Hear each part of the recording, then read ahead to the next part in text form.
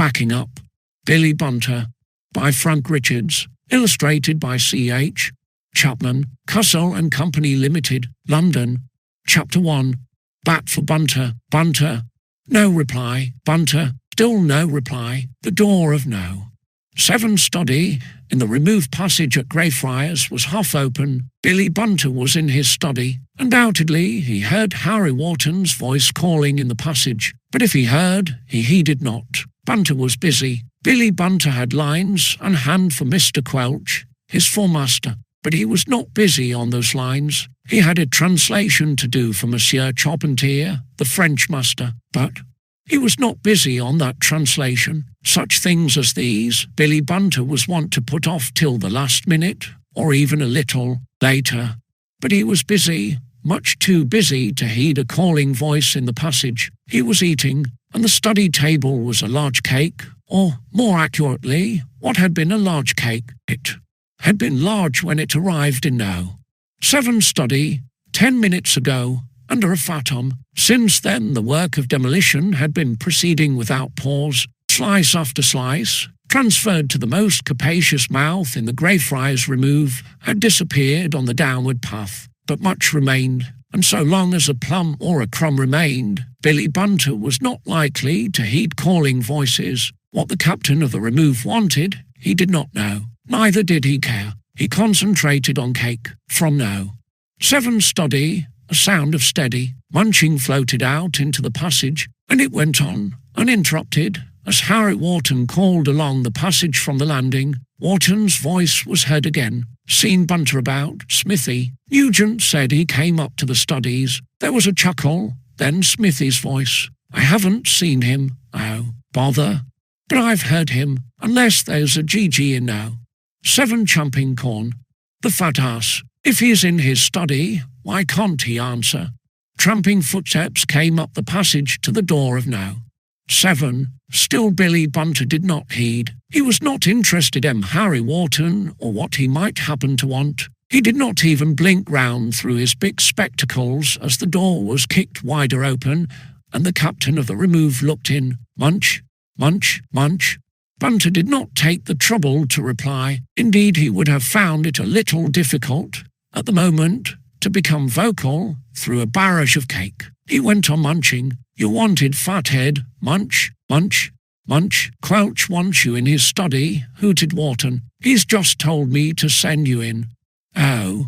Billy Bunter's musical effects ceased at that. He turned his spectacles on the captain of the remove with a startled and alarmed blink. Oh, he repeated. Did you say Quelch? Yes, I did say Quelch, fathead, and you'd better not keep him waiting. With that, Harry Wharton turned from the door. The captain of the remove was due for nets after class, and he was in flannels, with his bat under his arm. His friends were waiting for him below, and possibly he was not too pleased to be sent in search of a fat owl. I say, hold on a minute, exclaimed Bunter. He rose from the table, for the moment almost forgetful of even cake. I say, what does Quelch want? How should I know, us? I mean, is it anything about a cake? Gasped Bunter. Harry Wharton stared at him, and then bunt into a laugh. You fat villain. Oh, really, Wharton? Whose cake is that you are scoffing? It's mine, of course. It came from Bunter Court this morning, answered Bunter hastily. But did Quelch say anything about a cake? I mean, if the house name's Mr. Cake, Quelch might think. He might, agreed Harry Wharton. Very likely, I fancy. Well, I never had it. I haven't been down the kitchen stairs since class. Why should I? But Mrs. Kebble might think I had. Why should she, if you haven't? Well, she saw me coming up, you know, and you know what women are suspicious. Oh, my hat. So if Quelch said anything about a cake. He didn't say anything, except send you to his study at once. Oh, perhaps it's only my lies, then, said Bunter. He asked me for my lines in form, you know, and I said I'd left them in my study, and he said take them to him after class. Better take them with you, then. Only I haven't done them. explained Bunter. I'd rather not see Quelch yet. He might think I told him a crummer about leaving the lines in my study. If he found out that I hadn't done them, you know, Quelch. Hallo, hallo, hallo, came a roar from the landing at the end of the remove passage. You coming, Wharton? Coming, called back Harry. I say, hold on a minute, I exclaimed Bunter. I say, I don't want to see Quelch just yet. I've got to finish this cake. I've got to get my lines done. I say, you cut back and tell him you haven't been able to find me, Warty. That will keep him quiet, explained Bunter. He will think I went out of gates after class. If you can't find me, that will be all right, but I have found you, howled Harry Wharton. For goodness sake, keep to the point, said Bunter peevishly. The point is that I don't want to see Quelch just yet. See, that's important. You go and tell Quelch that you can't find me anywhere. Harry Wharton gazed at the fat owl of the remove from the doorway. His butt, under his arm, slipped down into his hand. That was a danger signal, if Bunter had heeded it. But Billy Bunter's thoughts were concentrated on cake, lines and Quelch, and he was oblivious of danger signals. Tell him you've looked everywhere, and nobody seen me anywhere, he went on. That will do for Quelch. You might mention that you saw me going out of gates after class. That would be better, really. See, you fat, frabjous, footling fibber.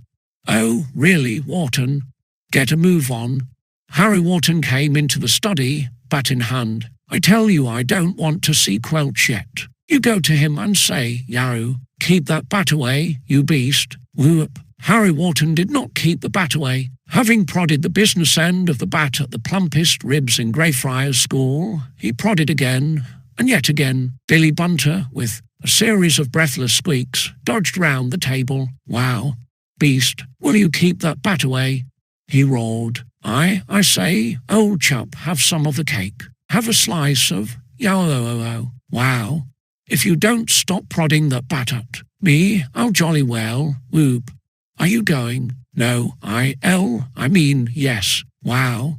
Billy Bunter rolled out of the study. Really, there was no arguing with a cricket bat.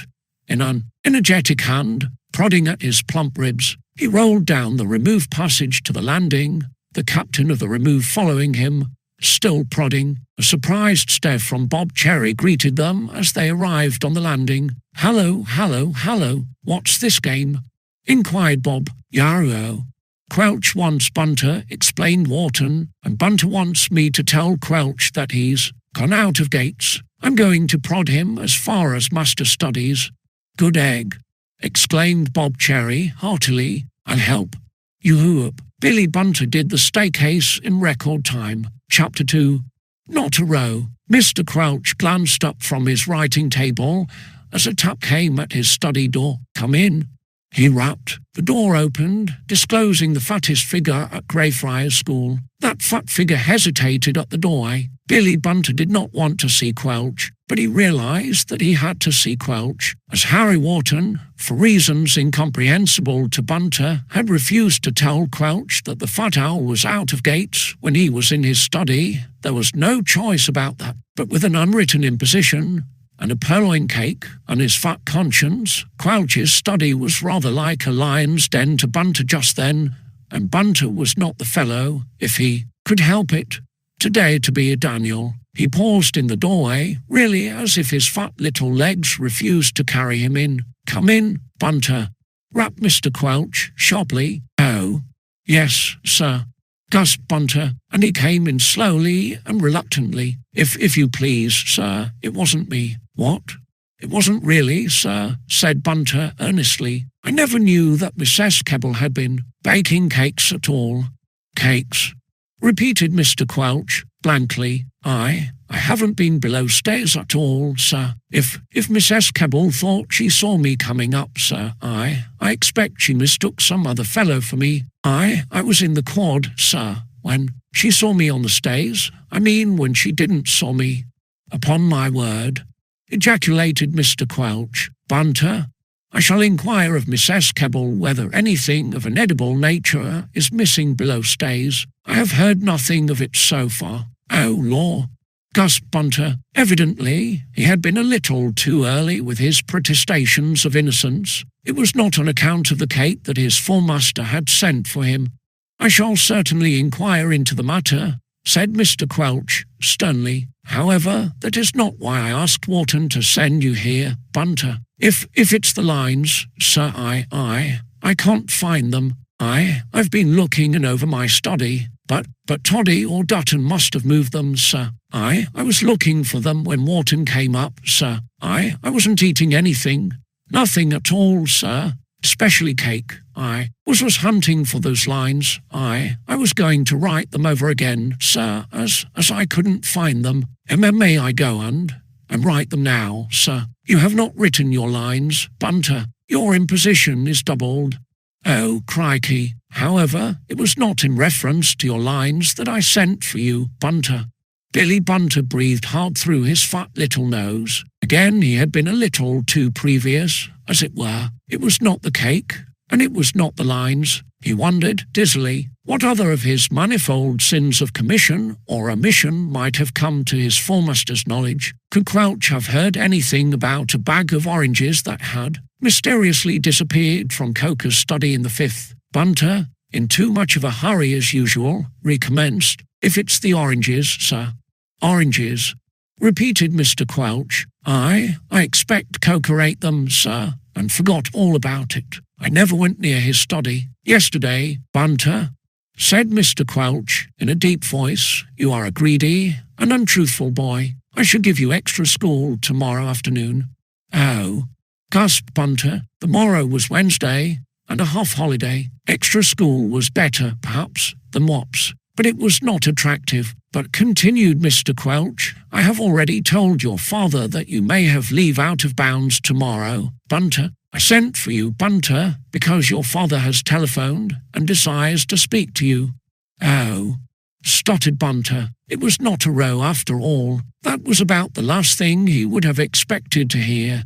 Seldom, if ever, did Mr. Bunter telephone to his hopeful son at Greyfriars. Mr. Bunter was a stockbroker in the city, and Greyfriars was 70 miles from the city. Trunk calls were much too expensive to be indulged in lightly. "It appears," said Mr. Quelch, "that your father is now at Folkestone, Bunter."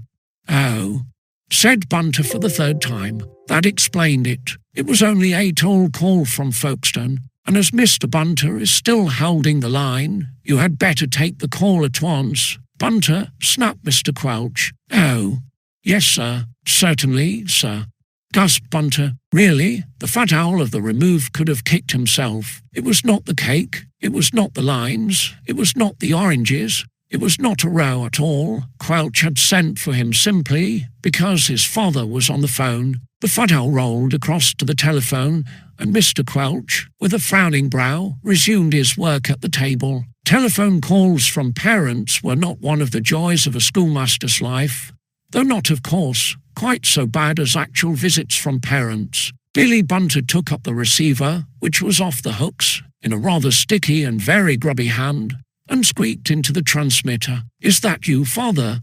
Is that William speaking? You have kept me waiting, William. Are you not aware, William, that it is a totally unnecessary expense to hold a telephone line?" I. "Do not waste further time, William. Listen to me. I'm at Folkestone now, staying at your Uncle Cotter's. I shall be staying here over tomorrow night. My secretary, Mr. Trigg, is with me. He drove me down in the car."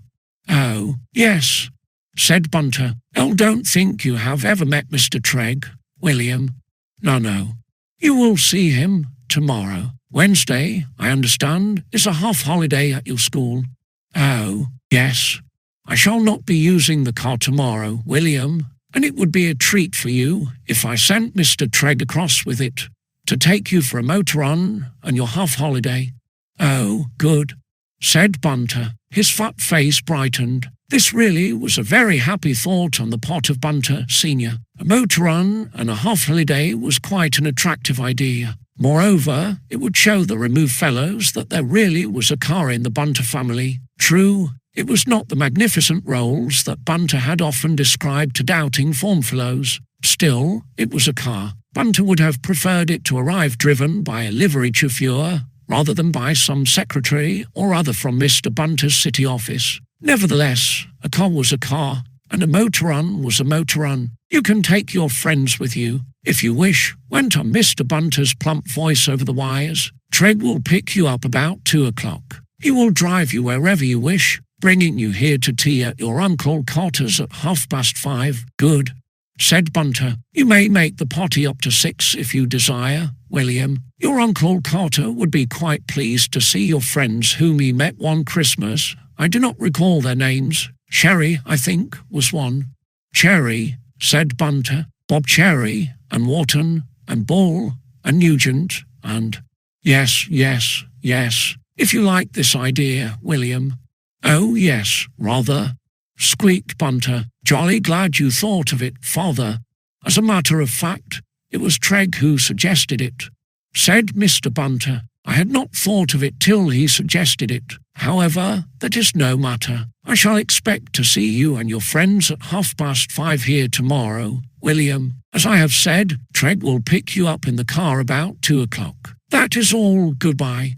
There was a whir on the line. Mr. Bunter at Folkestone had rung off, having said all that he had to say, and having apparently no use for further remarks from William. Billy Bunter's fat face was very cheery as he turned from the telephone. It became a little less cheery as he met a grim glance from his foremaster. Bunter, rapped Mr. Quelch. Oh, yes, sir. You will have leave out of school bounds tomorrow afternoon. You will bring me your doubled imposition this evening before preparation. Oh, yes. If you fail to do so, Bunter, your leave tomorrow afternoon will be cancelled. Oh, crikey. I mean, you may go. Bunter. Billy Bunter rolled out of the study and closed the door after him. He waited till the door was shut before he murmured beast. No doubt by way of thanks to Quelch for leave out of bounds on Wednesday. Then he rolled away, quite a cheery and exhilarated Bunter. Chapter 3. Quid pro quo. I say, you fellows. Bikes, said Johnny Ball. I say, what about running the old boat out? Asked Bob Cherry. I say, what about a spot of cricket? Suggested Harry Wharton. Look here, you fellows, what about a rumble on the cliffs? Said Frank Nugent. I say, or the swimfulness in Peg Bay? Suggested Harry Jumset Rumsing. Billy Bunter snorted. 5 fellows in no. One study in the Removes were discussing the morrow's half-holiday when the owl of the Remove blinked in through his big spectacles. They went on discussing the morrow's half-holiday just as if they weren't in the least interested in Billy Bunter. As a matter of fact, they weren't. It was glorious summer. The weather was behaving itself. The famous 5 seemed to have different ideas about the spending of the half-holiday. They were, in fact, spoilt for choice. Johnny Ball's idea of a spin on the bights was attractive. So was Bob Cherry's idea of running out the old boat on the shining waters of the Sack. So also was Harry Wharton's idea of picking up sides for cricket. Nugent's idea of a ramble on the cliffs overlooking Peg Bay was attractive too. So was Harry Jumset Rumsing's suggestion of a swim in the bay. But they were, at all events, all agreed upon one thing. It had to be something out of doors. As the famous 5 of the Remove were generally in a bunch on a half-holiday, they were going to discuss the matter and decide upon one of the 5 varied attractions. Really, they had no use for Billy Bunter at the moment. Might run up to Popper's Island in the boat. Said Bob Cherry, it's jolly on the river in this weather. Might get right round Lantham and back by Redcliffe Hill and the bikes, remarked Johnny Ball. Topping run. I say, you fellows, will you listen to a chap? Roared Billy Bunter indignantly. Here I've come all the way up those dashed stays to speak to you, and you can't listen to a chap. I've a jolly good mind not to take you on a motor run tomorrow at all. Eh? What? Hallo, hallo, hallo. Is that Bunter? Asked Bob Cherry, looking round. What's that about a motor run? Old fat man. The discussion of the morrow's programme was suspended. All the famous 5 looked inquiringly at the fat owl. A motor run, repeated Harry Wharton. Who's standing a motor run tomorrow? I am. announced Bunter. "My pater's car will be here tomorrow at 2 to pick me up. Run round the country in a topping car and tee up Folkestone at my Uncle Cotter's. I can take my friends if I like. I'm asking you fellows if you've got time to listen to a chap," added Bunter sarcastically. "Grunt from Johnny Ball. Might make it about 15 miles if we go on the bikes," he said, just as if the owl of the remove hadn't spoken at all. "Still, if you're keen on the boat, Bob, we'll run the boat out if the other fellows agree. We shall have to steer clear of Popper's Island, though. We don't want old Popper coming along and kicking up a row again about fellows landing on his dashed island. I say, you fellows." Harry Wharton laughed. "Let Bunter say his piece," he said. "I suppose it's gammon, as usual." "Oh, really, Wharton?" "Of course it's gammon," grunted Johnny Ball. "We know all about that rolls at Bunter Court. We've heard enough about it." "Oh, really, Ball? The gammonfulness is probably terrific," remarked Harry Jamset Ram Singh, with a shake of his dusky head. "Well, I like that," said Bunter, with an indignant snort. "Any chap in the remove would jump at it. I ask you fellows, because you're pals of mine, and you can't so much as say thanks." "Yeah, well, you know what you are, old fat frump," said Bob Cherry. "But if your pater's really sending over that jolly old rolls—" "'Tain't the rolls," said Bunter hastily. "That the rolls is at Bunter Court. It's the car my pater uses in the city. Jolly good car, though, and my pater's sending it across from Folkestone tomorrow, with his secretary Treg driving it. See?" "Oh," said the famous five, all together. This looked as if Bunter was stating facts. Facts were not, as a rule, expected from William George Bunter. Fiction was his strong suit. Had Bunter stated that a magnificent Rolls was coming over, driven by the most superb of chauffeurs, the Co. would have taken it for granted that it was just one more specimen of Bunter's accustomed fiction. They would have taken it for granted that, at the last moment, Bunter would have some yarn to spin to account for the non-arrival of the superb chauffeur with the magnificent Rolls, but a common or godden car, so to speak, driven by a person in Mr. Bunter's employ in his city office, was much more probable. "You see, the pater's at Folkestone now, staying with my Uncle Cotter," explained Bunter. "He says Uncle Cotter would like to see you chaps again. You remember you had a Christmas with him." "Oh," said the company. Again, it was sounding more and more probable. "Treg's his secretary in the city," went on Bunter. "I've never seen him. He never comes to Bunter Villa, I mean Bunter Court." "Ha, ha, ha. Blessed if I see anything to cackle at. The pater says Treg suggested the trip, as the car won't be wanted tomorrow, so you fellows may as well be civil to Treg," added Bunter. "We can pack 6 into the car. Well, will you fellows come, a run round in the car, a whiff of the sea at Folkestone, and tea at Uncle Cotter's? What? Folkestone's miles out of bounds, even on a half-holiday," said Bob Cherry. "That's all right. I've got leave from Quelch. You see, the pater phoned him. That's what Quelch wanted me for," explained Bunter. "The pater was on the phone. I'd have told you before, only you were fooling about at the nets. Well, are you coming?" Harry Wharton and company exchanged glances. They were feeling just a little remorseful. Now that Bunter had got it all out, he had succeeded in convincing them that that motor-on was a reality, and not one of his accustomed airy nothings, and really the reception they had given him was not exactly what was due to a fellow who had selected them to enjoy the trip with him, and it was quite a pleasant prospect. They remembered Bunter's Uncle Cotter at Folkestone, and quite liked the idea of seeing that plump old gentleman again. Possibly they remembered that there was a well-spread board at Uncle Cotter's, which would be quite attractive after an afternoon's run in a car, and a run round the country, miles and miles from Greyfriars, was undoubtedly an attraction. "We'll come, old fat man," said Harry Wharton, having received 4 nods from 4 heads in response to an inquiring glance, "and many thanks for the kind invitation." He added gravely, "The many thankfulness is terrific, my esteemed and idiotic Bunter," said Harry Jamset Ram Singh solemnly. "Quite a jolly stunt," said Bob Cherry. "We're on, Bunter." Glad to come, said Frank Nugent, politely. Johnny Ball contented himself with a nod. Possibly Johnny still had some slight lingering doubt about the car. Okay, said Bunter. You'll have a jolly good time. Uncle Cotter knows how to feed a chap, I can tell you. Oh, there's just one thing, added Bunter, as if he had suddenly thought of it. Grunt, from Johnny Ball. It's my lines, explained Bunter. Crouch has doubled my impot, so I've got 200 to do, and he said if they ain't handed him before prep, he will cancel my leave for tomorrow afternoon. That would wash the whole thing out.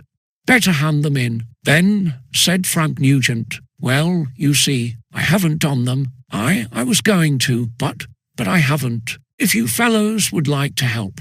A still more emphatic grunt from Johnny Ball. As I'm standing you a jolly topping motor on, I think you might lend a hand with the lines, said Bunter warmly. Sort of quad quid quop, you know.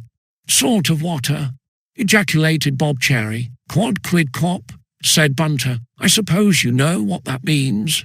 Something for something else, one thing for another. Oh, a quid pro quo, said Harry Wharton, laughing. I said a quad quid quop, and I mean a quad quid quop, retorted Bunter. If you think you can teach me Latin, Harry Wharton. Not at all, old fat man, Crouch can't, and I'm sure I couldn't. Oh, really, Wharton? Bob Cherry chuckled. One good turn deserves another, he said. We'll let Bunter have his quad quid quop. Ha ha ha. There wouldn't be any run out of bounds tomorrow if Crouch knew we'd done Bunter's lines for him, grunted Johnny Ball. More likely extra school all round. True, O King, but we're not going to confide it to Quelch, said Bob, and the fat ass hasn't left himself time to do the lines before prep. I say, you fellows, it won't take long, whacking it out, said Bunter encouragingly. I'll do the first 20. There, I'm not lazy, I hope. Then if you fellows do 50 each, that will make up the 200, see. If Crouch heard that, old fat man, he would think your arithmetic as good as your Latin, remarked Frank Nugent. Ha ha ha. Well, I'm pretty good at arithmetic, said Bunter. Quick, clear intellect, you know, that's all it needs. Nothing for you fellows to cackle at, that I can see. I just happen to be a dab at arithmetic, that's all. 5 50s added to 20 makes 270, not 200, hooted Johnny Ball. Oh, does it? Said Bunter. Well, then, you fellows do 30 each, that will make 200 with my 20. Ha ha ha. If you fellows are going to cackle every time a fellow opens his mouth, my dear chap, your arithmetic would make a stone image chortle, said Bob Cherry. Have another go. I mean 40 each, you fellows do 40 each, that makes 166. Then with my 20, oh my hat, this gets curiouser and curiouser, as Alice said in Wonderland, chuckled Bob. We'll do 36 each, old fat man. Don't you jolly well be lazy, Bob Cherry. You jolly well do 40. Ha ha ha. If you're too jolly lazy to do 40 each, 5 36s is 180. Yelled Johnny Ball. 20 to that makes 200. I suppose you think you can teach me arithmetic, Ball, just like Wharton thinks he can teach me Latin.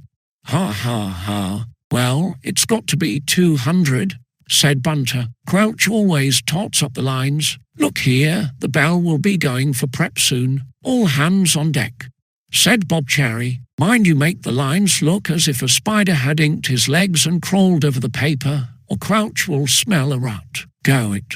And as it was agreed that Billy Bunter should have his quid pro quo, or, as he preferred to call it, his quad quid quop, the juniors sat down round the table, 6 pens were dipped in the ink, and many hands made light work. The bell for prep had given its first clang, when the fat owl rolled away with a completed imposition, just in time, and all was clear for the motor run on the morrow, though, as Johnny Bull remarked, had Mr. Crouch guessed how many hands had been employed on those 200 lines. Extra school all round would have been much more probable than a motor run that half-holiday. Chapter 4. Prior engagement. Smithy, old man. Rot, exactly, said Tom Redwing. That's what it is, Smithy, just rot. What's the use of asking for trouble? Safe as houses, said the bounder. Old Popper's away. His keeper's on to way. Bother his keepers. Cut on to the study, ready. I'm going to speak to the fellows in now. 5 fellows in now. One study glanced rather curiously at Herbert Vernon Smith, the bounder of Greyfriars, as he appeared in the doorway. They had been about to separate for prep. Bob Cherry and Harry Jumset Rum Sing to know. 13, Johnny Ball to know. 14, leaving Wharton and Nugent in know. 1. When Vernon Smith and Redwing came up from the landing, Billy Bunter had left the door open, and the words exchanged between the bounder and his pal reached all ears in know. 1, from which they deduced, without much difficulty, that the scapegoat of the remove was bent upon some escapade from which his more sober-minded chum wanted to dissuade him, which was a far from unusual state of affairs. You fellows like the idea of a picnic up the river? Asked the bounder. I'm fixing it up, and I'd like to make a party of it. Popper's Island in the sock. Popper's Island? Repeated Harry Wharton. Jolly spot for a picnic, said Smithy. Jolly enough, agreed the captain of the remove, but it happens to be out of bounds, Smithy. You know the head put it out of bounds after Sir Hilton Popper kicked up such a fuss about fellows landing there. Yes, I know that, but I wasn't thinking of mentioning it to the head. Old Popper would mention it fast enough if he found a crowd of Greyfriars fellows there. He wouldn't. He's away in London. Oh, said Bob Cherry. Well, while the cat's away, the mice will play. It's the jolliest spot on the river for a picnic. Topping, said Nugent. The topfulness is terrific, agreed Harry Jumset Rum Sing, and during the absence of the absurd cat, the playfulness of the mice is preposterous, as the English proverb remarks. Said Johnny Ball. He seemed doubtful. Harry Wharton was more than doubtful. He was quite decided. The bounder of Greyfriars was a rebel by nature. It was only necessary for any spot to be put out of school bounds to make it attractive to Smithy. As captain of the remove, the head boy of the form, Harry Wharton, did not see eye to eye with Smithy in such matters. He shook his head. Lots of jolly spots up the river, Smithy, he said. Why not give Popper's Island a miss and steer clear of a row? The bounder shrugged his shoulders. I'm not afraid of a row, he answered, with a stress on the personal pronoun that brought a gleam into Harry Wharton's eyes. Well, nobody here is afraid of a row, said Johnny Ball, but it's not sense to sit up and beg for one. The head would come down jolly heavy on trespassing on that island after the fuss old Popper has made about it. It isn't trespassing, retorted Smithy. Old Popper calls it his island, but I fancy he would have to guess again if he were asked to show the title deeds. Lots of people say it's really public land. Lots of people may be right, or they may be wrong, said Harry, but we all know that the head's put it out of bounds, because old Popper's on the governing board, and the old man doesn't want a spot of bother with the governor of the school. Sneered Smithy. That's as may be, but... Oh, come down to brass tacks, snapped Smithy. I'm going to picnic on Popper's Island, and Reddy is coming. If you fellows funk it, you can play safety first and be blowed. Who's funking it? Roared Johnny Ball, glaring at the bounder rather like a type of his native county. Looks to me as if you fellows are, retorted Smithy. If you're not, join up, and we'll have a jolly picnic on the island tomorrow afternoon. That washes it out, anyway, said Harry Wharton. We're all booked for tomorrow afternoon, Smithy. Thanks all the same. He added, with a touch of sarcasm. It was rather a relief to the captain of the remove to hear that Smithy's excursion was timed for the Wednesday afternoon, as the famous 5 had already agreed to join Bunter in his motor run that certainly washed out the picnic on Popper's Island for them if they had otherwise been disposed to join the bounder in a reckless escapade, and some of them, at least, had plainly been so disposed. Vernon Smith's lip curled in an unpleasant sneer. Booked, he repeated. There's no match on tomorrow that I've heard of. It's not cricket, answered Harry. Something else jolly important.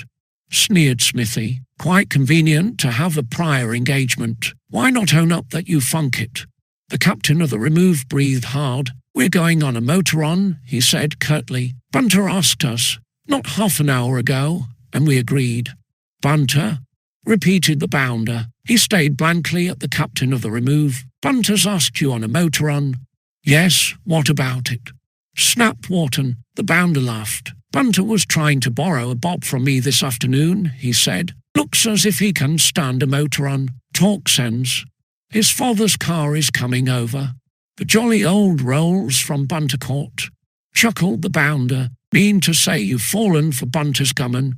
He chuckled again. I'll bet you 10 to 1 in doughnuts that the car doesn't turn up. We all know Bunter. Harry Wharton made no reply to that. So that's it. Sneered Smithy. You won't come to Popper's Island, not because you funk it, but because that gammoning owl has spun you a yarn about a motor-on, which you believe no more than I do. Look here. Oh, chuck it, said the bounder rudely. Bunter's car will come about as soon as Bunter's postal order, and you know it. They say that any excuse is better than none, but that's the thinnest I ever heard. I tell you, pack it up. If you funk it, you funk it. And that's that. You might as well own up to it. With that, the bounder swung round in the doorway and tramped up the passage to his own study. Harry Wharton, with a knitted brow and glinting eyes, made a step towards the door, his hands clenching. Bob Cherry caught him by the arm. Steady the buffs, murmured Bob. No good rowing with Smithy, old chap. Smithy can't help being a bit of a bounder.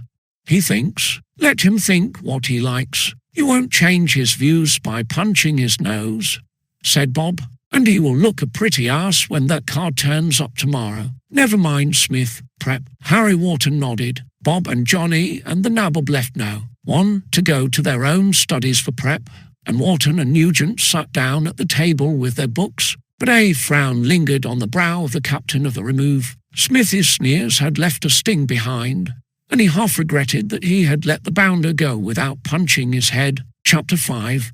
6 Sister Annes. Sister Anne, do you see anyone coming? Skinner of the Remove asked that question at 2:30 on the following afternoon.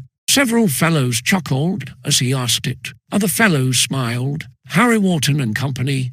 Neither chuckled nor smiled. They were not feeling like either chuckling or smiling. They were, in fact, beginning to feel like kicking themselves, and still more, like kicking William George Bunter. They were standing in a group by the ancient gateway. Old Gosling, looking out of his lodge, stared at them more than once, no doubt wondering why a bunch of Removed juniors were hanging about the gates on a half-holiday for so long a time. They had been there half an hour. Billy Bunter, certainly, was the fellow to loaf about, but the famous 5 were decidedly not. Yet there they were, idly loafing. After the school dinner, they had made their preparations for the motor trip. At 2 o'clock they were ready. At 2, according to the Fat Owl, the Bunter car, driven by Mr. Bunter's secretary, was to arrive and pick them up. They had walked down to the gates to wait for it there. They were still waiting. 1:30 had chimed from the clock tower, but there was no sign on the road yet of Mr. Trigg in Mr. Bunter's car. Other cars passed, quite a number of them, but none stopped or turned in at the gates of Greyfriars School. Like 6 Sister Annes, they watched the road in vain. But if old Gosling was puzzled to know why those usually strenuous youths were idling about at the gates, Remove fellows were not. Everybody in the Remove knew by this time about that motor-on, and most of the fellows seemed to take the bounder's view that Billy Bunter had, as usual, been talking out of the back of his fat neck, and that the Bunter car was likely to arrive at about the same time as Billy Bunter's celebrated postal order. Certainly it had not arrived yet. Skinner and Snoop and Stop came along, with grinning faces. Other fellows, going out of gates, smiled as they passed the waiting group. That group was growing restive. It grew more and more restive as more minutes ticked away. I say, you fellows, what's the time? Squeaked Billy Bunter. Nearly 2:45. Grunted Johnny Ball. Look here, Bunter, is that car coming? Or were you just pulling our leg to get your lines done? Oh, really, Ball? Blessed if it doesn't look like it, said Bob Cherry. Anyhow, we can't hang about all the afternoon. Might have been miles away on the bikes by this time, grunted Johnny, or a mile up the river in the boat, sighed Bob, or getting off with Smithy on that jolly old picnic of his, remarked Frank Nugent. The mindfulness is terrific, remarked Harry Jomset Rumsing. But if the absurd car is coming, if, grunted Johnny, look here, how long are we going to stand about with the fellows grinning at us? Let's kick Bunter and clear, beast. Harry Wharton gave the fat owl a sharp look. All the company could not help a suspicion, now, that he had invented that motor run for the sake of the quid pro quo. Bunter had had his quid pro quo, his lines had been written for him, but the company did not look like getting the motor on. Not that they cared particularly about that. They had many other attractive resources for a half-holiday, but assuredly they did not want to hang about waiting for a car that was not coming. On the other hand, Bunter was waiting with them, which looked as if the fat owl really did expect that car to arrive. Otherwise, the fattest and laziest member of the Greyfriars remove would have been more likely to be sprawling in an armchair in the rack. But the car had not come. It was hardly 20 miles run from Folkestone, and even if Mr. Trigg had started late, even if he had missed his way and had to find it again, still he should have materialized before this. He was 3/4 of an hour late on an hour's run, and there was still no sign of him. "Look here, Bunter, you fat ass," exclaimed Harry at last. "If you've been pulling our leg, own up before we waste any more time." "Oh, really, Wharton? Cough it up," growled Johnny Ball. "You bamboozled us to get your lines done, and we were asses enough to fall for it." "I didn't," howled Bunter. "I tell you, the pater said the car would be here at 2 o'clock. I just can't understand why it hasn't come. You can go and ask Quelch, if you like." "Yes, I can see us doing it," said Bob Cherry. I suppose it's possible that Treg's had some accident on the road." "Rot," said Johnny Ball tersely. "He's a good driver," said Bunter. "I know he often drives the pater's car, and he drove him down from London yesterday." "Well, why hasn't he turned up, if he's going to?" "Blessed if I know. He will turn up all right," said Bunter confidently. "You just wait." "I've waited long enough for one," grunted Johnny Ball. "Oh, give him till 3, said Bob. "If Treg isn't here by 3, we'll boot Bunter for spoofing us and chuck it." "Oh, really, Cherry?" And the company waited on, waiting for Mr. Treg to arrive in the Bunter car, or alternatively, for 3 o'clock to boom out from the clock tower. Herbert Vernon Smith sauntered up, with his hands in his pockets and a sneering grin on his face, waiting for that car. He inquired. "Yes," answered Harry Wharton curtly, still keeping it up. Grinned Smithy. "What's the good? Look here, Reddy's gone down to the boathouse, and I'm just going. Why not chuck up playing the goat and come along to Popper's Island? You fellows are not usually funks. If you're asking to have your cheeky head punched, Smithy." The bounder laughed and glanced up at the clock tower. "What time was the car coming?" he asked. 2 o'clock. "It's just on 3. What's become of it?" There was no answer to be made to that question. Indeed, the famous 5 were more than beginning to believe now that that car was just one more figment of the fat owl's fat imagination. Smithy laughed again. "Why not screw your courage up to the sticking point, as jolly old Shakespeare puts it, and come along to the island?" he said. "I tell you, old Popper's away in London. If that's what scares you, he won't look in at the picnic." "Oh, shut up.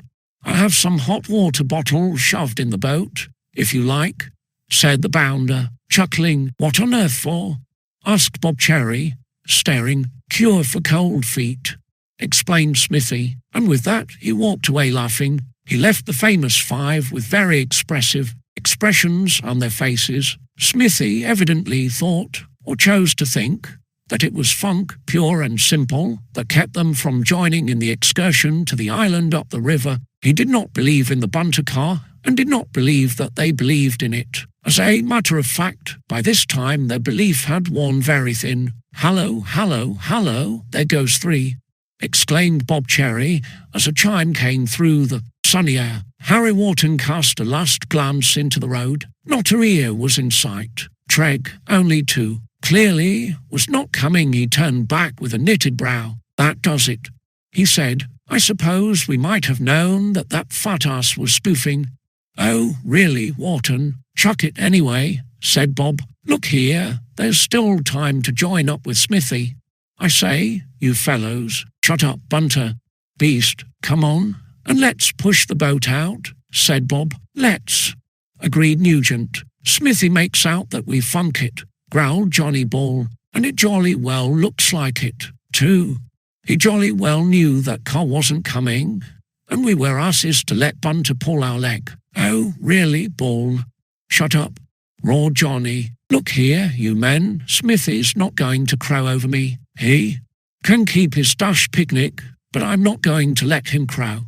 "But," said Harry, "dash it all, if there's a row, we can stand it," said Bob. "We've been in rows before and lived to tell the tale. Let's go." Harry Wharton paused. He was unwilling to follow the bounder's lead in a reckless escapade, but he was evidently in a minority of one. Even Johnny Ball, generally a monument of common sense, gave him no support. He nodded at last. "Let's, if you like," he said. "But I say, you fellows," howled Bunter, "I tell you it's all right. The car's coming over from Folkestone." "You fat fibber, look here," said Johnny Ball. "We've wasted an hour hanging about, sticking here for nothing. Bump that fat spoofer." "Here, here," said Bob Cherry. "If that's how you thank a fellow for asking you on a motor run, I can jolly well say, whoop, Lego, beasts, bump." The famous five were quite convinced by this time that Treg, if such a person as Treg existed, was not coming in the Bunter car.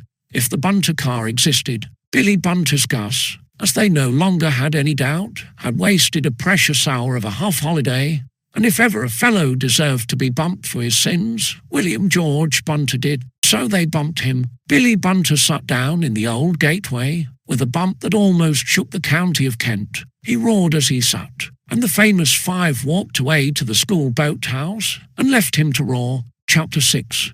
The tent on the island. "Jolly," said Bob Cherry. There were few things within the wide limits of the universe that the cheerful Bob did not regard as more or less jolly, but really it was quite jolly. The Sock rippled and glimmered under summer sunshine between its green wooded banks. Popper's Island, thick with trees, rose green from the rippling water. 7 fellows were crowded in the boat, as well as a basket packed with Smithy's lavish supplies for the picnic, but it was a roomy old craft, and they found room. 4 of them were pulling, and the boat, well laden as it was, made good speed up the river. Greyfriars had fallen far astern, and the island rose ahead of them, and the cool shade of the trees looked very inviting. "The jollyfulness is terrific, my esteemed Bob," remarked Harry Jumset Rumsing, with a nod of his dusky head. "Not a soul about," said the bounder, scanning the bank, backed by the shady woods of Poppercourt. "Nothing to get into a flap about after all."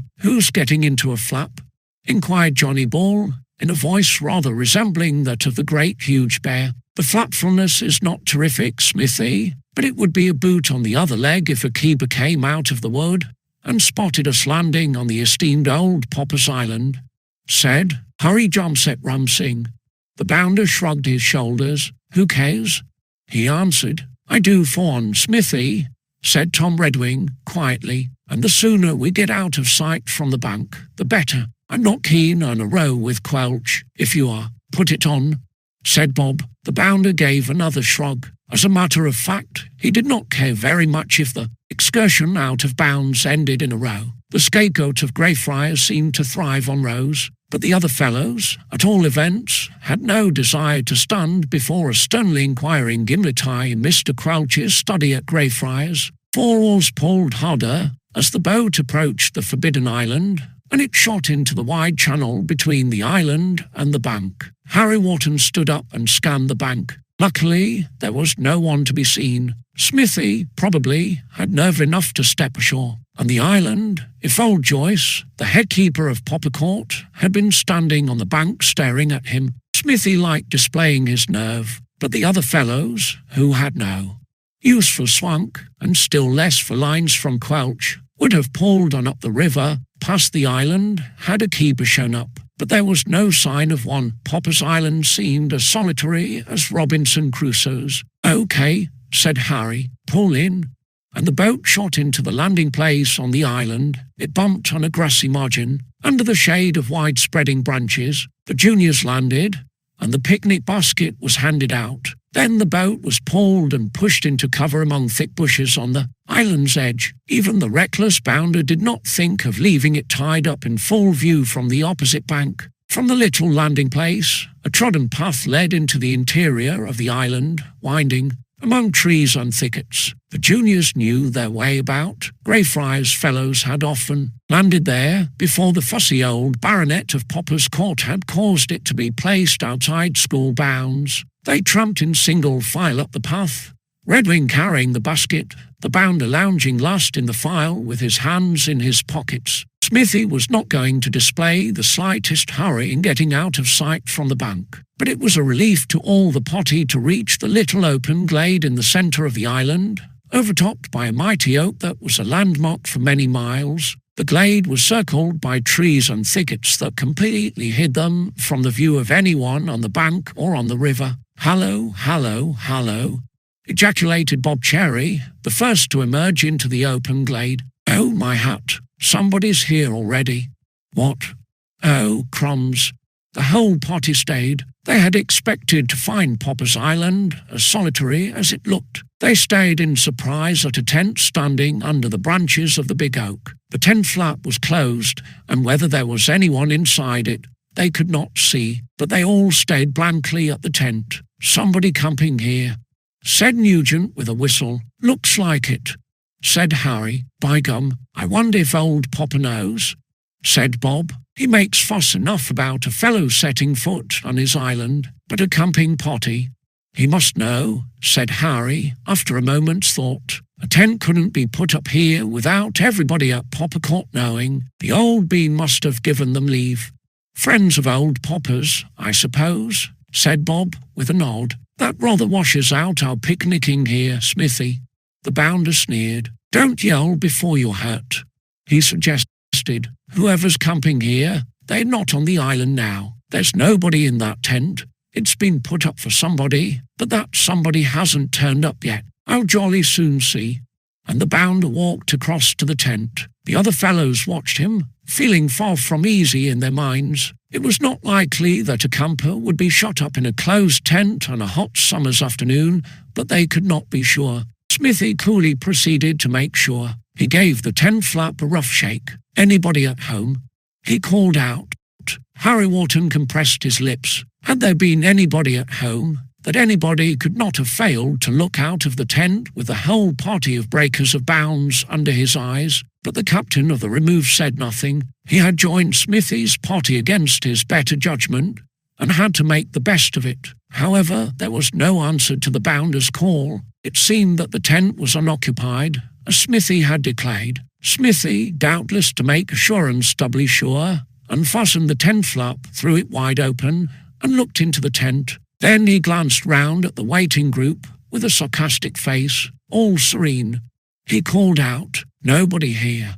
They joined him and looked into the tent. It was unoccupied, but evidently prepared for occupation. The earth was covered by a large ground sheet, on which lay a couple of rugs. A camp bed was fixed up ready for use. There was a small trestle table and a folding chair, an oil cooking stove, a large can of paraffin, a number of cooking utensils, crockery, and other odds and ends. Several boxes stood about, shut and locked. A single bed and a single chair seemed to indicate that the tent was intended for only one person's use, but evidently it was not the camp of some wandering hiker. The furnishings must have made at least a good boatload. On the table lay a rather expensive-looking fishing rod, which looked as if the unknown camper might be there for the fishing in the sock. But there was no sign of him, and no sign that the tent had, as yet, been occupied at all. It looked as if it had been prepared for the camper when he came, but he had not come yet. "Okay," said Vernon Smith, letting the tent flap fall. May as well get that basket unpacked. Ready? Tom Redwing gave him a look. Well, snapped Smithy, are you scared by an empty tent? We'd better get off, Smithy, said Redwing, quietly. Whoever had this tent put up must have hired the island from Sir Hilton Pop. I've heard that it's been let more than once, for holiday camping and fishing. It's plain enough that it's been let to somebody again. Not much doubt about that, said Bob, and we don't want the jolly old tenant to drop in and find us here. The bounder looked obstinate. I'm not going, he said. Have a spot of sense, Smithy, exclaimed Harry Wharton sharply. If the island's let to some tenant, we're trespassing here. What about it? Sneered Smithy. Lots about it, said Johnny Ball. We don't want to row with old Popper's tenant, whoever he is, and we don't want to stay here till we're ordered off. And a row with Quelch to follow, most likely, said Frank Nugent. I'm not going, repeated the bounder stubbornly. Look here, Smithy, exclaimed Redwing. Have you got the wind up, like these fellows? Asked the bounder sarcastically. We've come here for a picnic, and if old Popper's let the island to some camper, it doesn't make any difference to me. That tent's been put up ready for him, but he hasn't blown in yet, and there's no reason to suppose that he will blow in today any more than yesterday or the day before. Even if he does, I don't suppose he's a fussy old ass like Popper, or that he would care a boiled bean whether we picnicked on the island or not. I'm staying, anyhow. Smithy, you can clear, if you like, sneered Smithy. I'm staying. Redwing bit his lip hard. Like Harry Wharton, he had joined in the escapade against his better judgment, and he would have been glad to go, now that it had transpired that the river island had a tenant. But he knew that it was useless to argue with the obstinate bounder, and he did not think of leaving Smithy on his own to face whatever trouble might accrue. He looked at the famous five. I shall stay if Smithy does, he said. What about you fellows?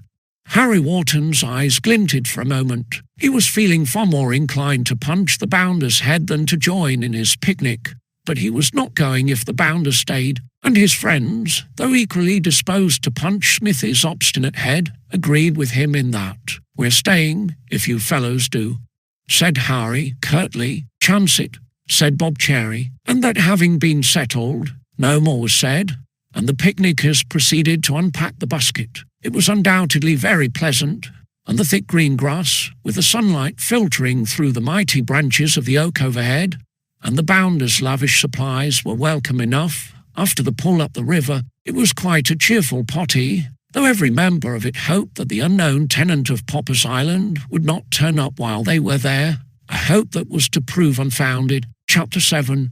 He cometh not. Oh, law, mumbled Billy Bunter. It was a worried owl. Billy Bunter had expected to be enjoying life that sunny summer's afternoon, but there was no trace of enjoyment in his fat face as he lingered dismally in the old gateway, every now and then blinking down the road through his big spectacles for the car that did not come. 4 o'clock chimed from the clock tower. It was an hour since Harry Wharton and company had left him to it. Bunter was still playing Sister Anne. After an hour's wait, the famous five had had no more doubt than Smithy that motor run was one more sample of Bunter's airy fiction. But Billy Bunter knew, if no one else did, that the car really was scheduled to arrive at Greyfriars School that afternoon. His pater had told him so on the telephone. Obviously, Mr. Bunter could not be given, like his hopeful son, to talking out of his hat. The car was coming, only it hadn't come. Why was a mystery to Bunter, and a very irritating mystery. Several times he thought of asking leave from Quelch to telephone to Uncle Cotter's at Folkestone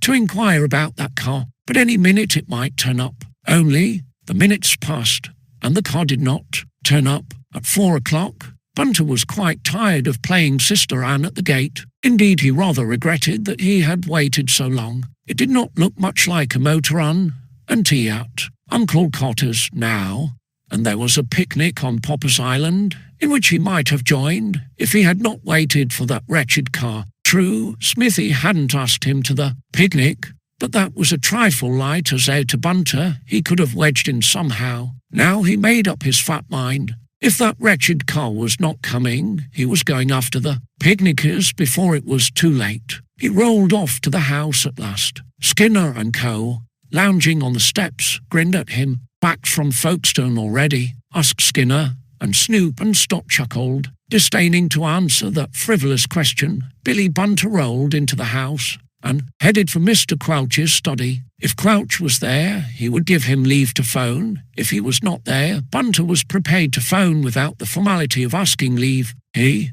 tapped at the door and opened it. The study was vacant. Crouch was not there. The fat owl rolled in, picked up the receiver, and rang Uncle Cotter's number at Folkestone. A plump inquiring voice came through. "Hello, is that Uncle Cotter?"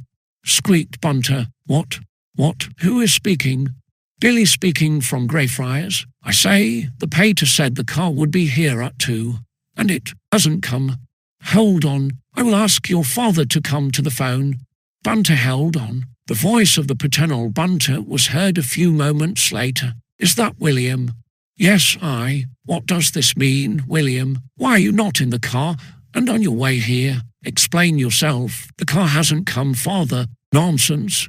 "But it really hasn't," wailed Bunter. "Nonsense," repeated Mr. Bunter. "The car left here at 1 o'clock to pick you up at your school at 2. What do you mean by saying that it has not arrived when it is now past 4 o'clock?" "But it hasn't," howled Bunter. "I've been waiting ever since 2, and it hasn't come." Grunt on the telephone. "If you are sure of this, William." "Of course I'm sure. I've been waiting all this time. The other fellows have turned it down and gone off, I say." Another grunt. "I fail to understand this, William. Treg left here at 1, with ample time to reach Greyfriars by 2. Yet you tell me that he has not arrived. 3 hours later. I fail to understand why. If he's missed the way. Nonsense. Or had an accident. Absurd. But if he started. I have already told you, William, that Mr. Treg started from here at 1 o'clock. It is now 3 hours since he left Folkestone. Then where is he?" gasped Bunter. Mr. Bunter did not reply to that question. It was evidently a surprise to him to learn that Treg had not arrived at Greyfriars School. But as he had not arrived, Mr. Bunter certainly did not know where he was. I think he's gone off on a joyride on his own," asked Bunter. "Do not be ridiculous, William. But he hasn't got here. You have already told me so. But Mr. Treg has certainly not gone off on a joyride, as you term it. He is a most respectful young man, and quite incapable of such irresponsible conduct," snapped Mr. Bunter. "Moreover, it was his own very kind and thoughtful suggestion that the car should be used today to give you an outing. But he hasn't come. It is useless to repeat that statement over and over again, William. No doubt he will arrive later. It's past 4 now. I am aware of it. Well, if he doesn't turn up pretty soon, there won't be time for me to get to Folkestone and back before lockups. No doubt he will turn up soon. But if he doesn't, in that case, William, obviously the excursion cannot take place. Is that all?" asked Mr. Bunter. Billy Bunter breathed hard. "No doubt Mr. Treg will arrive before long and explain the cause of the delay," went on Mr. Bunter. "Possibly there may have been engine trouble. I must add, William, that it was quite unnecessary to incur the expense of a toll call. Goodbye." "But," began Bunter, "I say, oh, law." It was useless for the fat owl to say more. His parent, at the other end, had hung up. "Beast," breathed Bunter, referring to the unpunctual Mr. Treg. He had been rather disposed to think well of Mr. Treg, whose happy suggestion it had been to give him a motor on that afternoon. Now he was feeling very much disposed to punch Mr. Treg's head hard. He rolled out of Mr. Crouch's study with a corrugated fat brow. Skinner and company grinned again as he rolled out of the house, but the disconsolate fat owl did not heed them. That motor on and tea at Uncle Cotter's well-spread board were off. Whatever might be the cause of Treg's delay, the fat owl was not inclined to resume his role of Sister Anne at the gate. Possibly, as Mr. Bunter had suggested, there might have been a spot of engine trouble. Mr. Bunter's car was not in its first youth, and Bunter was aware that there had been such spots on previous occasions. Anyhow, Treg had not arrived, and very likely wasn't going to arrive in time for the excursion to Folkestone, and Bunter was quite fed up with waiting for a call that did not materialise. Fortunately, there was still bomb in Gilead, so to speak. There was the picnic on Popper's Island. No doubt the bounder and his party had already arrived on the island, and the picnic was going on. But it was not too late, if the fat owl lost no time. Certainly, Bunter had no fancy for pulling a boat a mile or more up the winding sock. Neither was he likely to arrive in time for the crumbs that fell from the rich man's table if he footlogged all the way by the towpath. But there was a shortcut through Poppercourt Woods, which would bring him out on the bank of the sock almost opposite the island. A yell across the water would apprise the bounder and co. that he was there, and they could send the boat across for him. That was all right. Possibly they might be disinclined to take that trouble in order to add Bunter to the party, for fascinating fellow as Bunter knew himself to be, it was a fact that often and often fellows did not seem to yearn for his company. But that too was all right. Fellows out of bounds would not want a chap yelling at them across the sock. Billy Bunter rolled out of gates. He gave a final blink along the road, but there was still no sign of Mr. Treg in the Bunter car. Beast, hissed Bunter, and with that he dismissed Mr. Treg from his mind. He rolled away up the road towards Courtfield, squeezed through a fence, and with wary eyes and spectacles watchful for keepers, plodded through the dusky green shades of Poppercourt Woods, heading for Popper's Island and the picnic. Chapter 8. The tenant of Popper's Island. "Hallo, hallo, hallo," murmured Bob Cherry. He paused, with a glass of ginger beer halfway to his mouth, and listened. The other fellows listened too. "Somebody's coming," said Harry Wharton quietly. "Sounds like it." "Copped," said Johnny Ball. "The copfulness is terrific," murmured Harry Jumset Rumsing. The bounder shrugged his shoulders. Apparently he did not care whether the picnic party were copped or not. The picnic on Popper's Island had been going on cheerily. Smithy was at least a lavish host. The picnic basket had been well and truly packed, and the supplies were good and ample. The bounder was wholly at his ease, and the rest, as the pleasant minutes passed, rather forgot that they were in forbidden precincts. Now they were reminded of that unwelcome fact as unmistakable sounds came through the trees and thickets from the landing place. The sound of oars had been heard more than once as boats passed the island, but this time the rattle of oars in rowlocks was closer at hand, and followed by the bumping of a boat on the grassy margin. Someone unseen had landed on Popper's Island. The juniors all looked round, but the trees and thick underwoods hid the landing place from view. The sounds told them that a boat had stopped at the island, but they could see nothing of it or its occupant. Further sounds, however, apprised them that the unseen newcomer was tying up his boat. Then there was a rustle in the thickets. "He's coming here," muttered Redwing. Whoever it was that had landed, having tied up his boat, was now pushing along the track towards the centre of the little island. Evidently the glade was his destination. "If it's a keeper," murmured Nugent, "that means a row. The rowfulness will be terrific.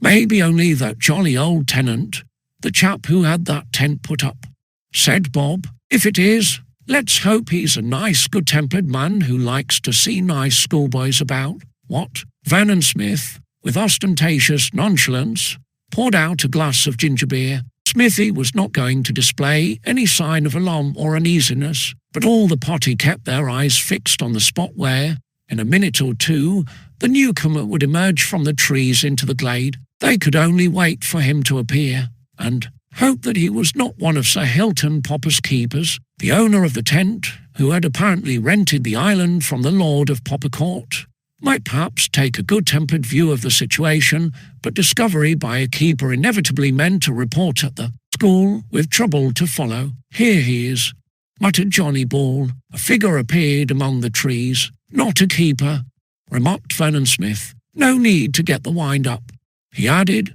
sarcastically. It was a relief to the whole party. The first glimpse of the newcomer revealed that he was not one of the keepers of Poppercourt. The Greyfriars juniors had a good view of him as he emerged from the trees, and they saw a slight man in town clothes, with a dock and rather thick beard, heavy dock eyebrows, and thick dock hair under a bowler hat. He looked like a middle-aged city man, though possibly the beard made him look older than he was, for he walked with a very light and springy step, and carried a rather large bag with apparent ease. The juniors watched him silently as he emerged into view. Coming out into the open glade, he moved directly towards the tent. They could hardly doubt that this was the hitherto unknown tenant of Popper's Island, and that he had come to stay. At a rather unlucky moment for the party from Greyfriars, he had made several steps towards the tent when he became aware of the presence of the picnickers. No doubt he had expected to find Popper's Island quite solitary,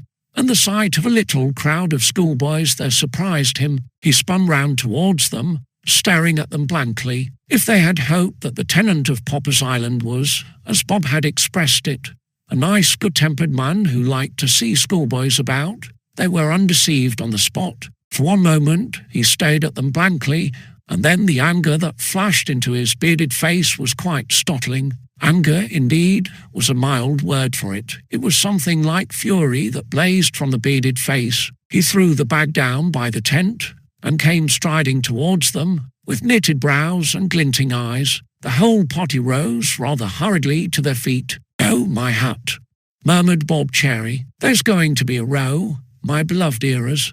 Only too plainly there was going to be a row. Why the man was so savagely angry was rather a puzzle. No doubt a person who rented a quite remote spot for a fishing holiday might be annoyed or irritated to find a crowd of schoolboys picnicking there, but the bearded face did not express merely annoyance or irritation. It was clear that this unexpected interview with the tenant of Popper's Island was going to be very unpleasant. "Who are you?"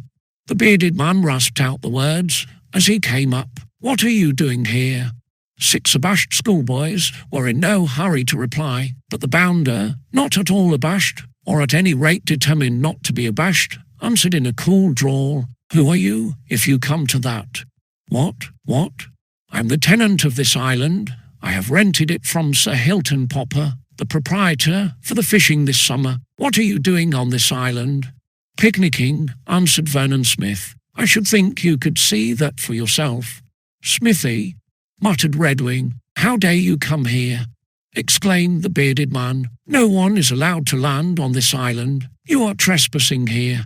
He scanned the party with angry eyes. "You are schoolboys. I shall complain to your headmaster." "Only a picnic, sir," said Bob Cherry, soothingly. "No harm done. The harmfulness is not terrific, esteemed sahib," said Hari Jamset Ram Singh, a remark that caused the bearded man to stare at him. No doubt it was the first time he had heard that remarkable variety of the English language. "We'll go at once, sir," said Harry Wharton quietly. "Shove those things into the basket, you fellows." "The sooner the better," grunted Johnny Ball. "We were silly asses to come here. Get a move on. Nothing to get into a flap about, Mr. Beaver," said the bounder with cool impertinence. "We'll clear if you don't like our company." "Shut up, Smithy," muttered Nugent. What? The man stared at Vernon Smith. "What do you mean?" "My name is not Beaver. My name is John Robinson." "What do you mean?" Then, as it dawned upon him that Smithy was making a slangy allusion to his beard, he made a stride at the bounder with uplifted hand, evidently intending to smack his head. Vernon Smith jumped back, his eyes gleaming. "Hands off," he snapped. "You'll get as good as you give. If you stop that game, keep your paws to yourself, my man." "You impertinent young rascal.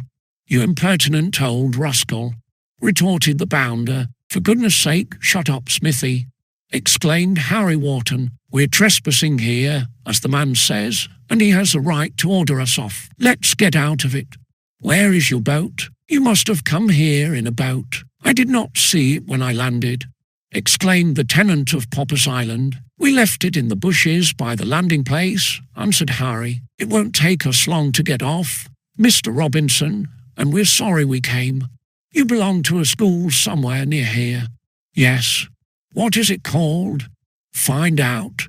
said Vernon Smith. Before the captain of the removed could reply, the man gave him a glare. "I shall certainly find out," he rapped. "I shall lay a complaint before your headmaster, or ask Sir Hilton Popper to do so. I will not have this island invaded by a gang of young hooligans."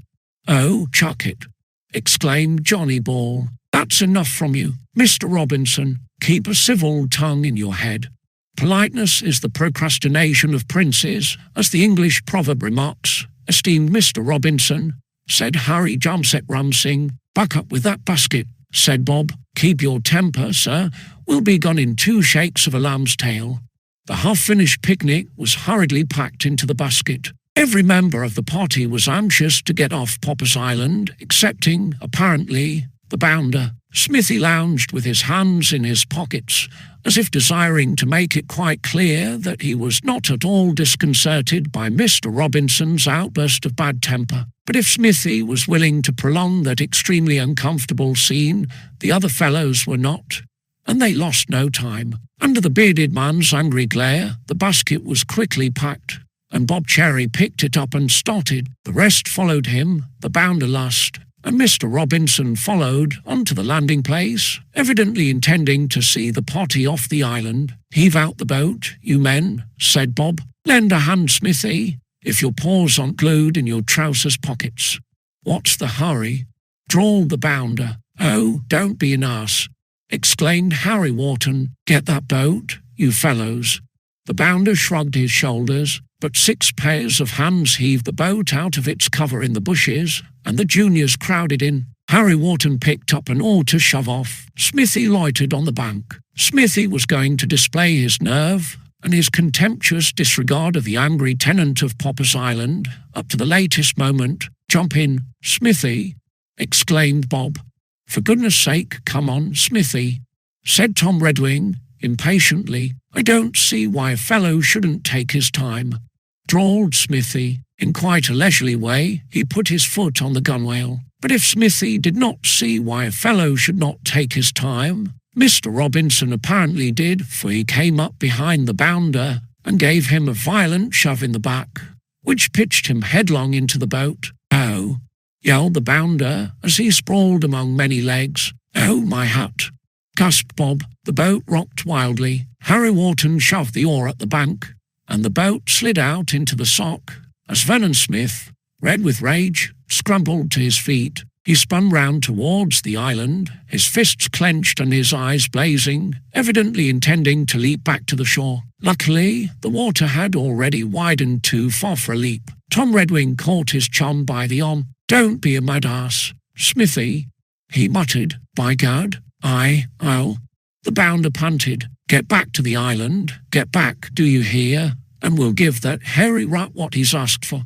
The other fellows were not likely to heed. Certainly, Mr. Robinson seemed a most ill-tempered, unpleasant, and objectionable person, but a shindy on Popper's Island had attractions for nobody but Herbert Vernon Smith. Bob Cherry and Johnny Ball already had oars out, and they pulled, and the boat glided away from the island, Mr. Robinson glaring after it from the margin. The bounder panted. "Get back, I tell you." "Oh, don't be a goat," growled Johnny Ball. "You've landed us all in a row already, and that's enough to go on with." "Quite," said Harry Wharton. "The quitefulness is terrific."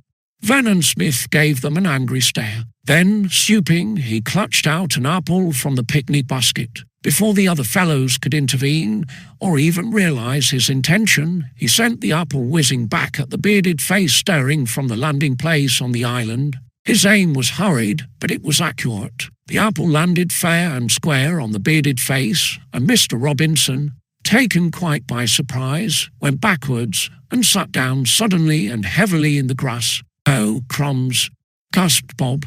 "You mad ass, Smithy."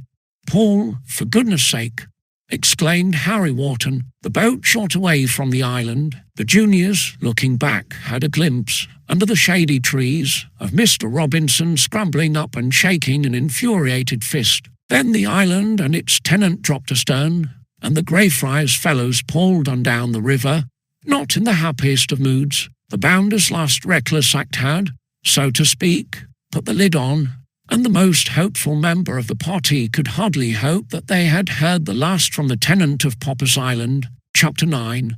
Coker comes in useful, I say, you fellows.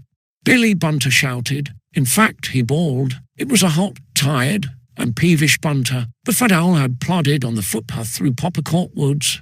Luckily, without encountering any of the Poppercourt keepers, he had emerged on the towpath by the sock and rolled up the towpath to a spot opposite the island in the river, blinking across the shining water at the island. He could see nothing of the picnic party, but he had no doubt that they were screened from sight in the interior of the little island, as indeed they would have been but for the unexpected and disconcerting arrival of Mr. Robinson, which had interrupted and terminated the picnic. Quite unaware of the existence of John Robinson, and never dreaming that Harry Wharton and company had pulled away in their boat half an hour ago, Billy Bunter bawled across to the island at the top of his fat voice, but answer there came none. If, as the fat owl had no doubt, the picnickers were there, screened by the trees, they did not heed the voice of the chommer. Billy Bunter bawled, and bawled again, and yet again, till wind failed him, and still there was no answer but an echo from the woods.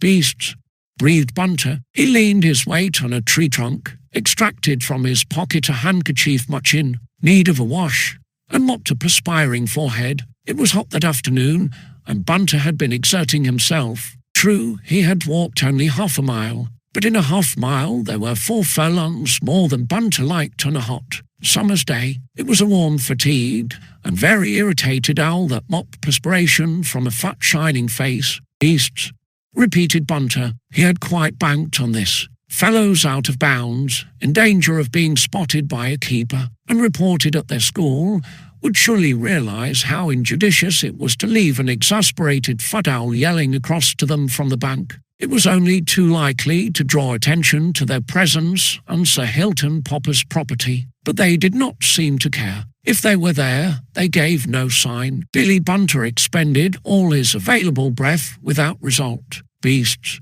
said Bunter for the 3rd time. Leaning on the tree, mopping a damp visage, he blinked across at the little wooded island through his big spectacles with exasperated blinks. The mere thought of the probable contents of Smithy's picnic basket made his mouth water. They couldn't have finished yet, and Bunter was hungry, but evidently those indescribable beasts were going to pass him by, like the idle wind which they regarded not. If only he could get across to the island, all would be well. At least Bunter hoped that it would, but he couldn't. A sound of oars in rowlocks caused the fat owl to transfer his blink from the island to the upper river. A boat was coming down the sock from the direction of Courtfield Bridge. Bunter's fat face brightened. All he wanted was to get on Popper's Island, and if he hailed the passing boat, its occupants might give him a lift across. It was a chance. At least hope springs eternal in the human breast. He fixed his eyes and spectacles on the boat as it drew nearer and came into the channel between the island and the bank. There were 3 fellows in it, and they were seniors of Greyfriars, Coker, Potter, and Green of the 5th form. Billy Bunter rolled to the water's edge, waved a fat hand, and squeaked, I say, you fellows. Potter and Green, who were pulling, had their backs to him, and did not bother to turn their heads. Horace Coker, who sat in the stern, stayed at the fat figure on the bank, and frowned. Bunter waved again. I say, Coker, hold, and hear a minute.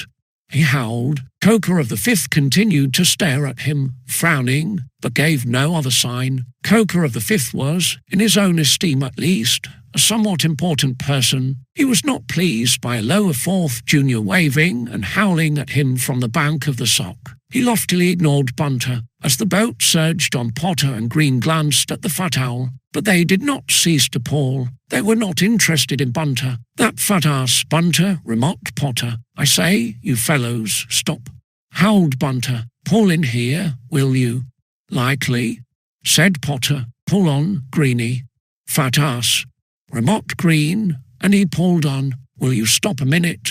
Yelled Bunter. Not a second, answered Potter. Really, 5th form men, pulling on the river, had neither time nor inclination to stop at a squeak from a fat junior on the bank. It was like that junior's cheek to yell at them at all. At that point, Horace Coker certainly was in accord with his comrades. Nevertheless, at this point Coker became vocal. Coker was one of those fellows who liked to speak as one having authority, saying, "Do this," and he doth it.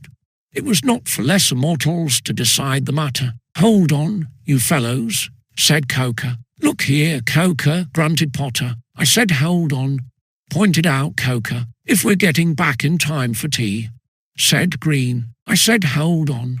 Potter and Green looked at Coker and looked at one another with quite expressive looks. However, they shipped their oars and held on. "What do you want?" "Bunter," called out Coker. Actually, he was not in the least interested in Bunter or what he might happen to want. But Potter and Green had to learn who was who and what was what. "I say, I want a lift across to the island, Coker," squeaked the fat owl. "My friends are picnicking there, and I can't get across."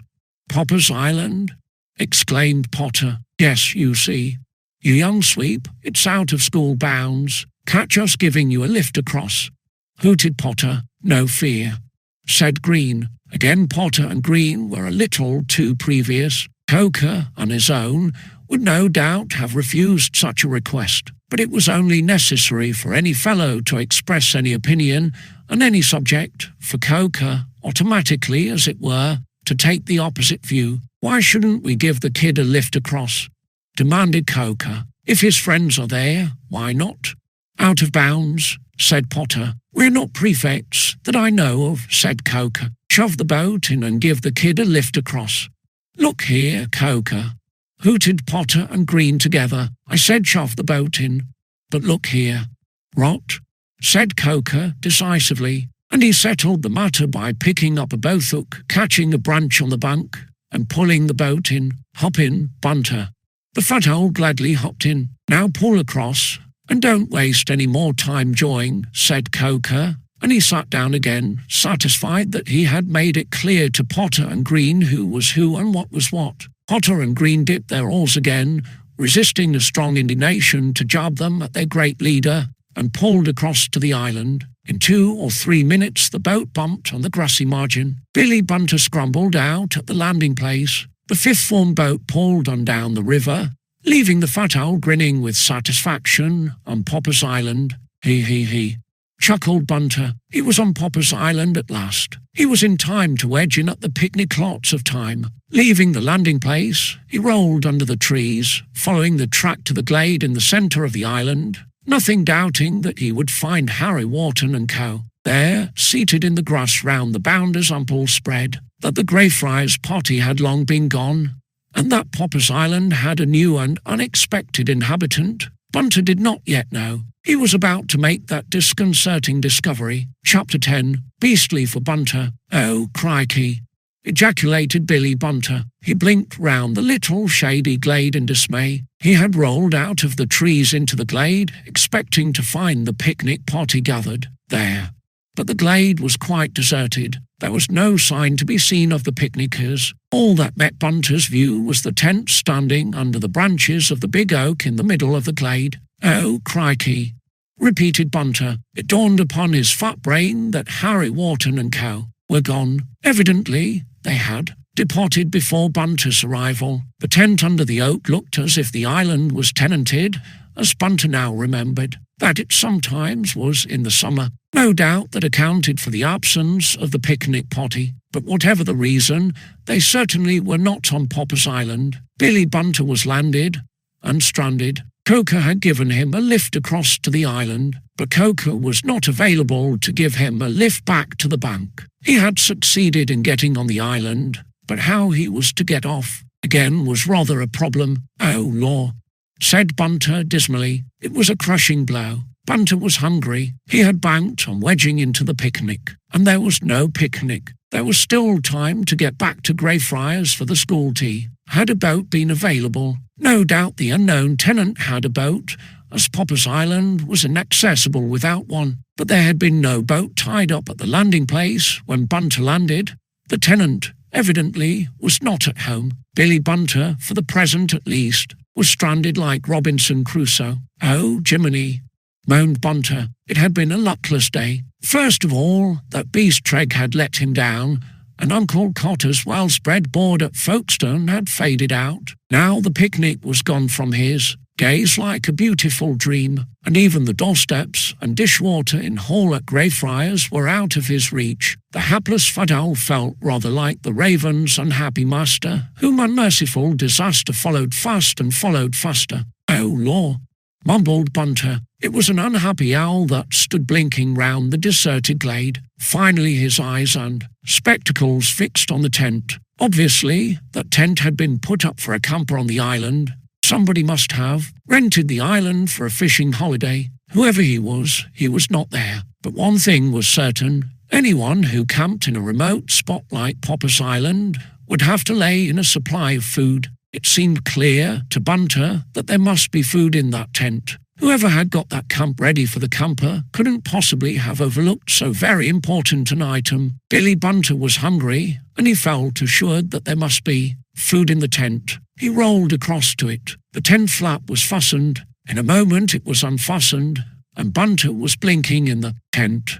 The interior did not present quite the same aspect as when Harry Wharton and company had looked in earlier in the afternoon. They had seen no signs of occupation, but there were plenty of signs of occupation to meet Billy Bunter's eyes, and what he beheld made those little round eyes glisten behind the big round spectacles. "Oh, good," gasped Bunter, and the trestle table was quite a pile of various kinds of provender. A box lay open, as if recently unpacked. Evidently, whoever had prepared that camp had not forgotten the most important of all items: potted meats, potted spaghetti, little boxes of cheese, tins of condensed milk.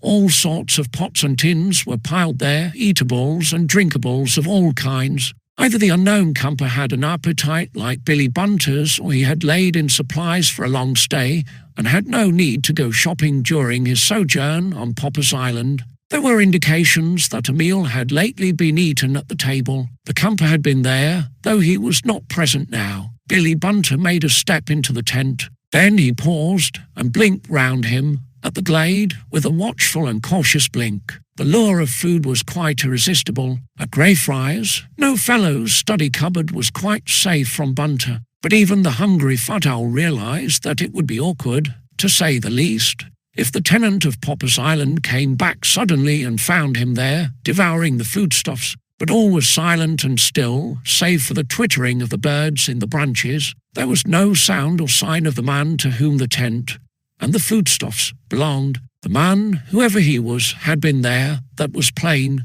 Very likely it was his coming that had cut short the picnic and caused the picnickers to depart in haste. But he was gone. It looked as if he had stayed only for a meal and then cleared off. Possibly he had gone fishing in his boat, or perhaps up to Popper Court on some matter connected with his tenancy, or, if Bunter had guessed it, to lay a complaint about trespassers on the island. Anyhow, he was not there. Billy Bunter, like Moses of old, looked this way and looked that way, but he saw nothing to alarm him, and he made up his fat mind and rolled into the tent. He deposited his weight in the chair at the table where the camper had been sitting at his meal, and started. His fat face had been clouded, but the clouds had rolled by now. The foodstuffs were good and ample. The food was all right, and when the food was all right, everything was all right, at least in the fixed opinion of William George Bunter. The problem of getting off the island remained unsolved, but that could wait till he had satisfied the yearnings of the inner Bunter. First things came first.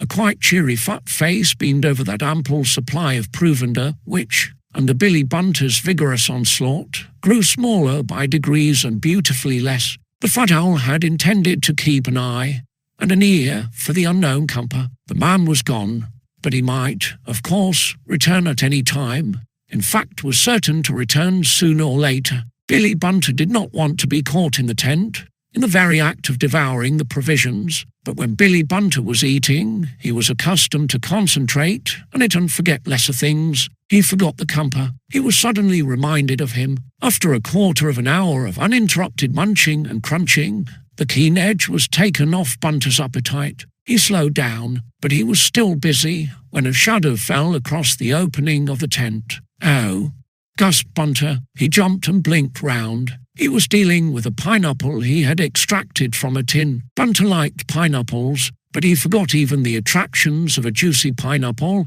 as that shadow suddenly darkened the sunlight. A man stood at the opening, staring in. Apparently, he was surprised to find the tent tenanted. He did not look pleased. He looked quite the reverse of pleased. Billy Bunter blinked at a bearded face and a frowning brow under a bowler hat. He had never seen the man before, but he could guess that this was the camper and the proprietor of the foodstuffs he had been pocking at such a rate. A pair of shop eyes glinted at him from under dark bushy brows. "You young rascal." Rust's most unpleasant voice. "Oh, I." Bunter heaved up from the chair. In alarm. I say I haven't eaten anything." "What?"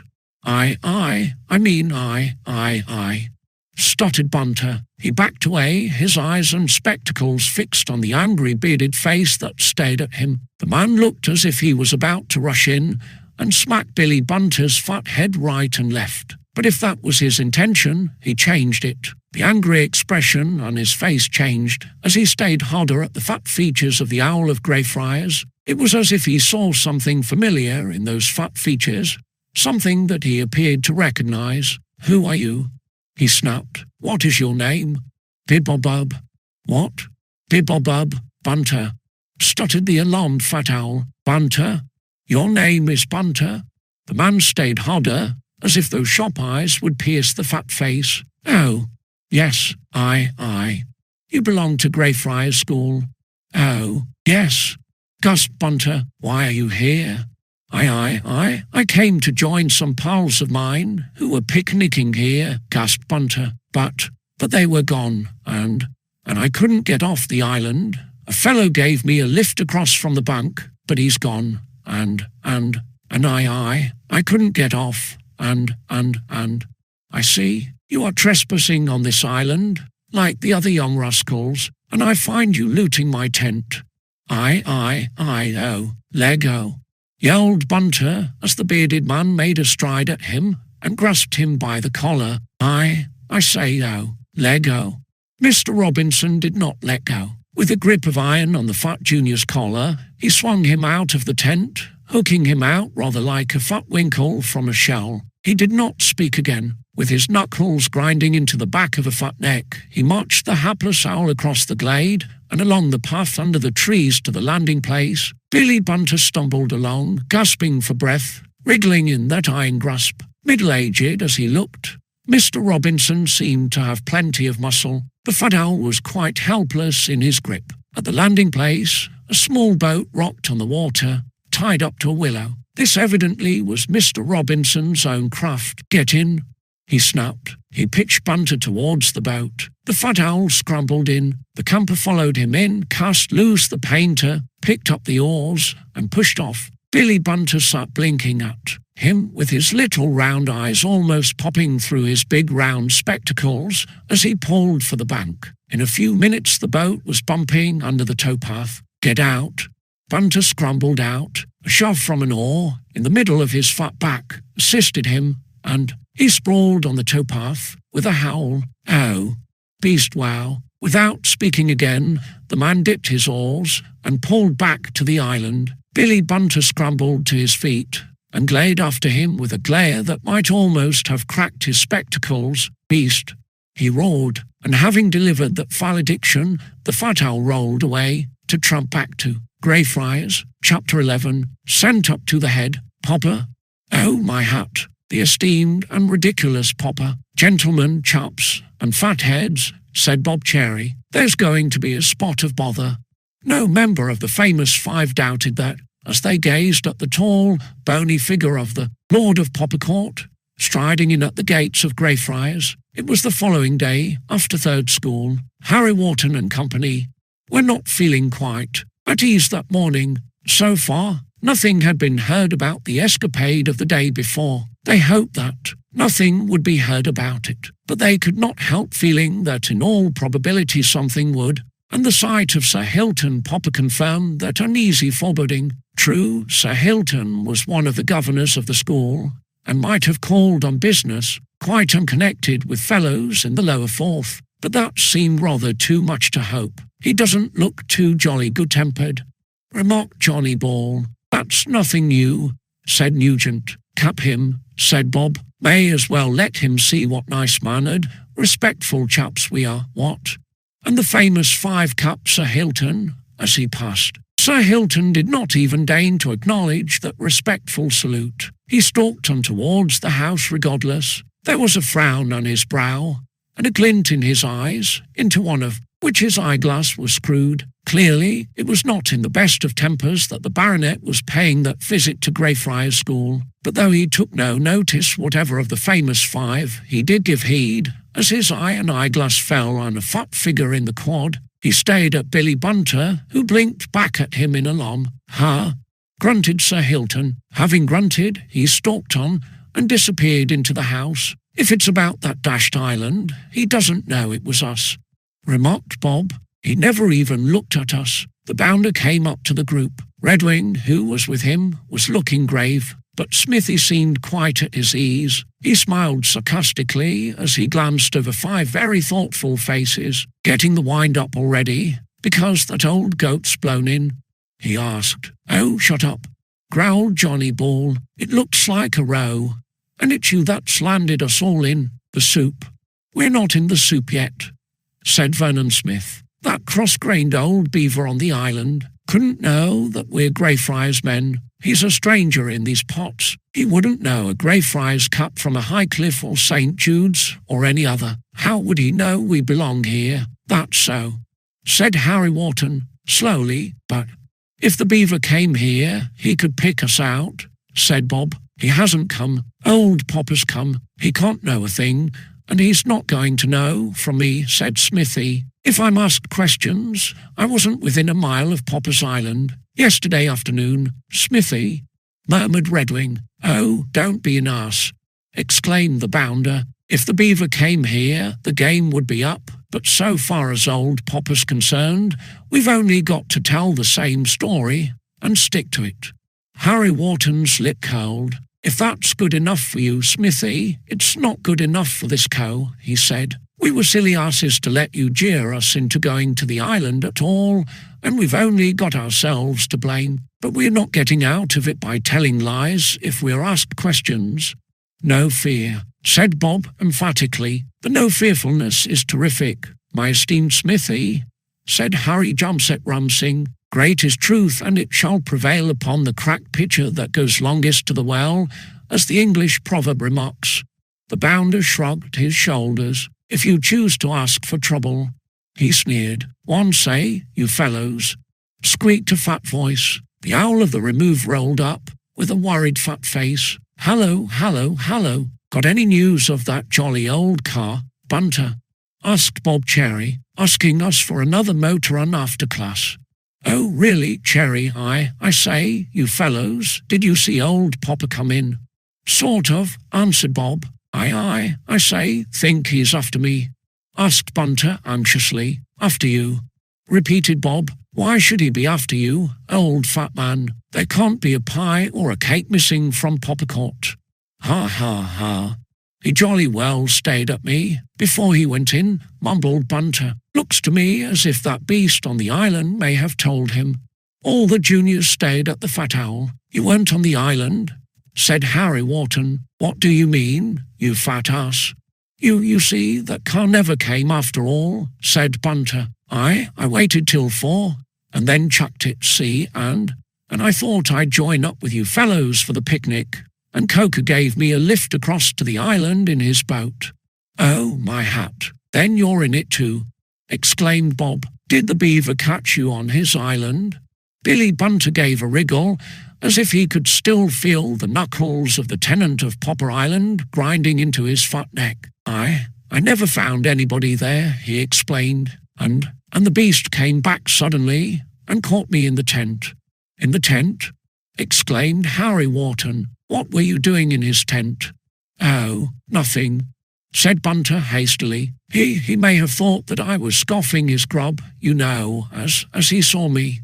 "You fat villain." "Oh, really, Wharton, you blethering, bloated bloater," exclaimed the bounder savagely. "You didn't yell out that you belonged to Greyfriars, did you?" Oh, really, Smithy? Did you? Howled Smithy. Well, he asked me, said Bunter. Come to think of it, I don't know how he knew. Perhaps he knows our colours. Anyhow, he asked me my name, and I told him. And then he asked me if my school was Greyfriars, and I said yes, and— You fat idiot, that does it, said Bob Cherry. If the beaver caught one Greyfriars man, it wouldn't take him long to guess that the others were out of the same packet. We're for it, my beloved eras. That's why old Popper's here, then, said Frank Nugent, with a nod. Lines all round from Quelch, or extra school on Saturday. Not much good your spinning a yarn about being miles away from the island, Smithy, when old Popper knows as much as we could tell him. The bounder scowled. Obviously, his resource of telling the tale was of no use in the circumstances. Billy Bunter had put paid to that. But I say, you fellows, think old Popper's after me. Perhaps he's only after you fellows, said Bunter, hopefully. What do you think? The fact that 7 other fellows were in the soup did not seem to be worrying the fat owl unduly, but evidently he was very much worried about his own share of the soup. Hallo, hallo, hallo, here comes old Wingate, ejaculated Bob Cherry, glancing towards the house. He's looking for somebody. Think it might be chaps about our size. The mindfulness is terrific, my esteemed Bob. Wingate of the 6th, the captain of Greyfriars, had come out of the house and was looking about him, evidently in search of somebody. As his eyes fell on the group in the quad, he came directly towards them. Bunter, he rapped. Oh, law, I say, it wasn't me, Wingate, gasped Bunter. What wasn't you, you young ass? Oh, nothing, I mean, anything, I never went to Popper's Island, and I only went because I thought there was a picnic. That will do, said Wingate. You're to go to the head study, Bunter. Oh, crikey. Your name is known, said Wingate. There are 7 others whose names are not yet known. He fixed his eyes on the disconsolate group. Doctor, Locke has told me to send them to his study, and I've got to sort them out. I think perhaps you young scamps can save me the trouble. You all went off in a boat together yesterday afternoon. I saw you from the raft. Well, no need to look further, Wingate, said Harry Wharton quietly. Guilty, my lord, said Bob Cherry. You young asses, said Wingate. Why can't you keep in bounds? It seems that island is let to some Johnny from town who is kicking up a fuss about trespassers. You ought to have had more sense, Wharton, at least. You're head boy of your form, and ought to know better. Harry Wharton coloured. I know that, Wingate, he said. Well, you're all to go to the head, said Wingate. Cut off. 7 juniors walked away to the house, 6 of them with serious faces, one of them scowling. Slowly, Billy Bunter got into action and rolled after them. Evidently, their foremaster was not going to deal with the matter. It was not going to be lines from Quelch. They were sent up to the head, and kind old gentleman, as Dr. Locke undoubtedly was, the last thing that any Greyfriars fellow ever desired was to be sent up to him. It was a dismal party that arrived at the door of the headmaster's study and reluctantly entered that dread apartment. Chapter 12. Stern Justice. Ha! Sir Hilton Popper uttered, or rather grunted, that remark as he bent his grizzled brows at the little crowd of delinquents, and his eyeglass gleamed at them. Dr. Locke sat at his table with a frowning brow. Sir Hilton sat as bolt upright as a ramrod. He looked as in fact he was extremely angry. Dr. Locke looked perturbed and annoyed. Possibly his annoyance was as much due to Sir Hilton's visit as to the delinquency of 8 members of the Greyfriars community. Sir Hilton was a baronet, a landowner, and a governor of the school. Quite a great man, but his company was not exhilarating. Ha! Repeated Sir Hilton. Are these the boys? Mr. Robinson was able to give me the name of only one, Bunter. There were 7 others. Wharton, said the head, I have received a serious complaint from Sir Hilton Popper. Very serious indeed, sir. Barked Sir Hilton. It appears that a number of Greyfriars boys trespassed on the island in the river yesterday afternoon, continued Dr. Locke, apparently deaf to Sir Hilton's bark. Are you and your companions the boys concerned? Harry Wharton hesitated a moment. Trespassing was a rather disagreeable description of the excursion to Popper's Island. Still, it was a true bill, and he had to answer. "We were there, sir," he said. "Only a picnic, sir," ventured Bob Cherry. "No harm done."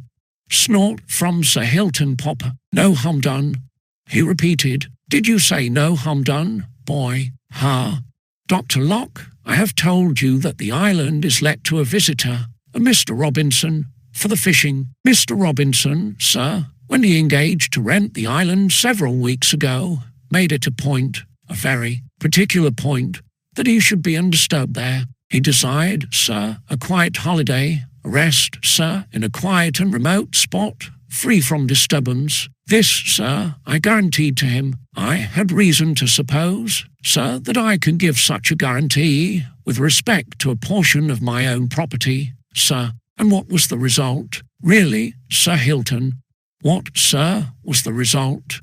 Repeated Sir Hilton. When I returned from London yesterday, sir, I found Mr. Robinson awaiting me at Popper Court. I learned that he had already called in the afternoon, sir, to complain of trespassers on the island. He called again in the evening, sir, to renew his complaint, with the addition, sir, that still another trespasser had been on the island. Quite so, and he was very much annoyed, sir. Sir Hilton bucked on, as if Dr. Locke had not spoken, and he had reason to be annoyed, sir, as I was compelled to admit. He pointed out, sir, that I had engaged that he should be undisturbed on the island in the Sock, and he alluded, sir, to the circumstance that he had paid the rent for the island in advance, trusting to my guarantee to that effect. It was an extremely unpleasant interview for me, sir. No doubt, Sir Hilton, aye, most unpleasant. But, Sir Hilton, I could only assure Mr. Robinson, sir, that I would take every step to put a stop to such annoyance as he had suffered. A most unpleasant position for me, sir. I was placed in the position, sir, of having failed to keep an engagement after having received the consideration due, sir. Sir Hilton, red in the face by this time, snorted again, most emphatically. It was clear that his interview with his tenant had been very perturbing and disagreeable. The Greyfriars Juniors had not found Mr. Robinson an agreeable man to deal with. Neither, evidently, had the Lord of Poppercourt. It was most unfortunate, said the head. Most, sir. But, Sir Hilton, I'm not used, sir, to being called to account.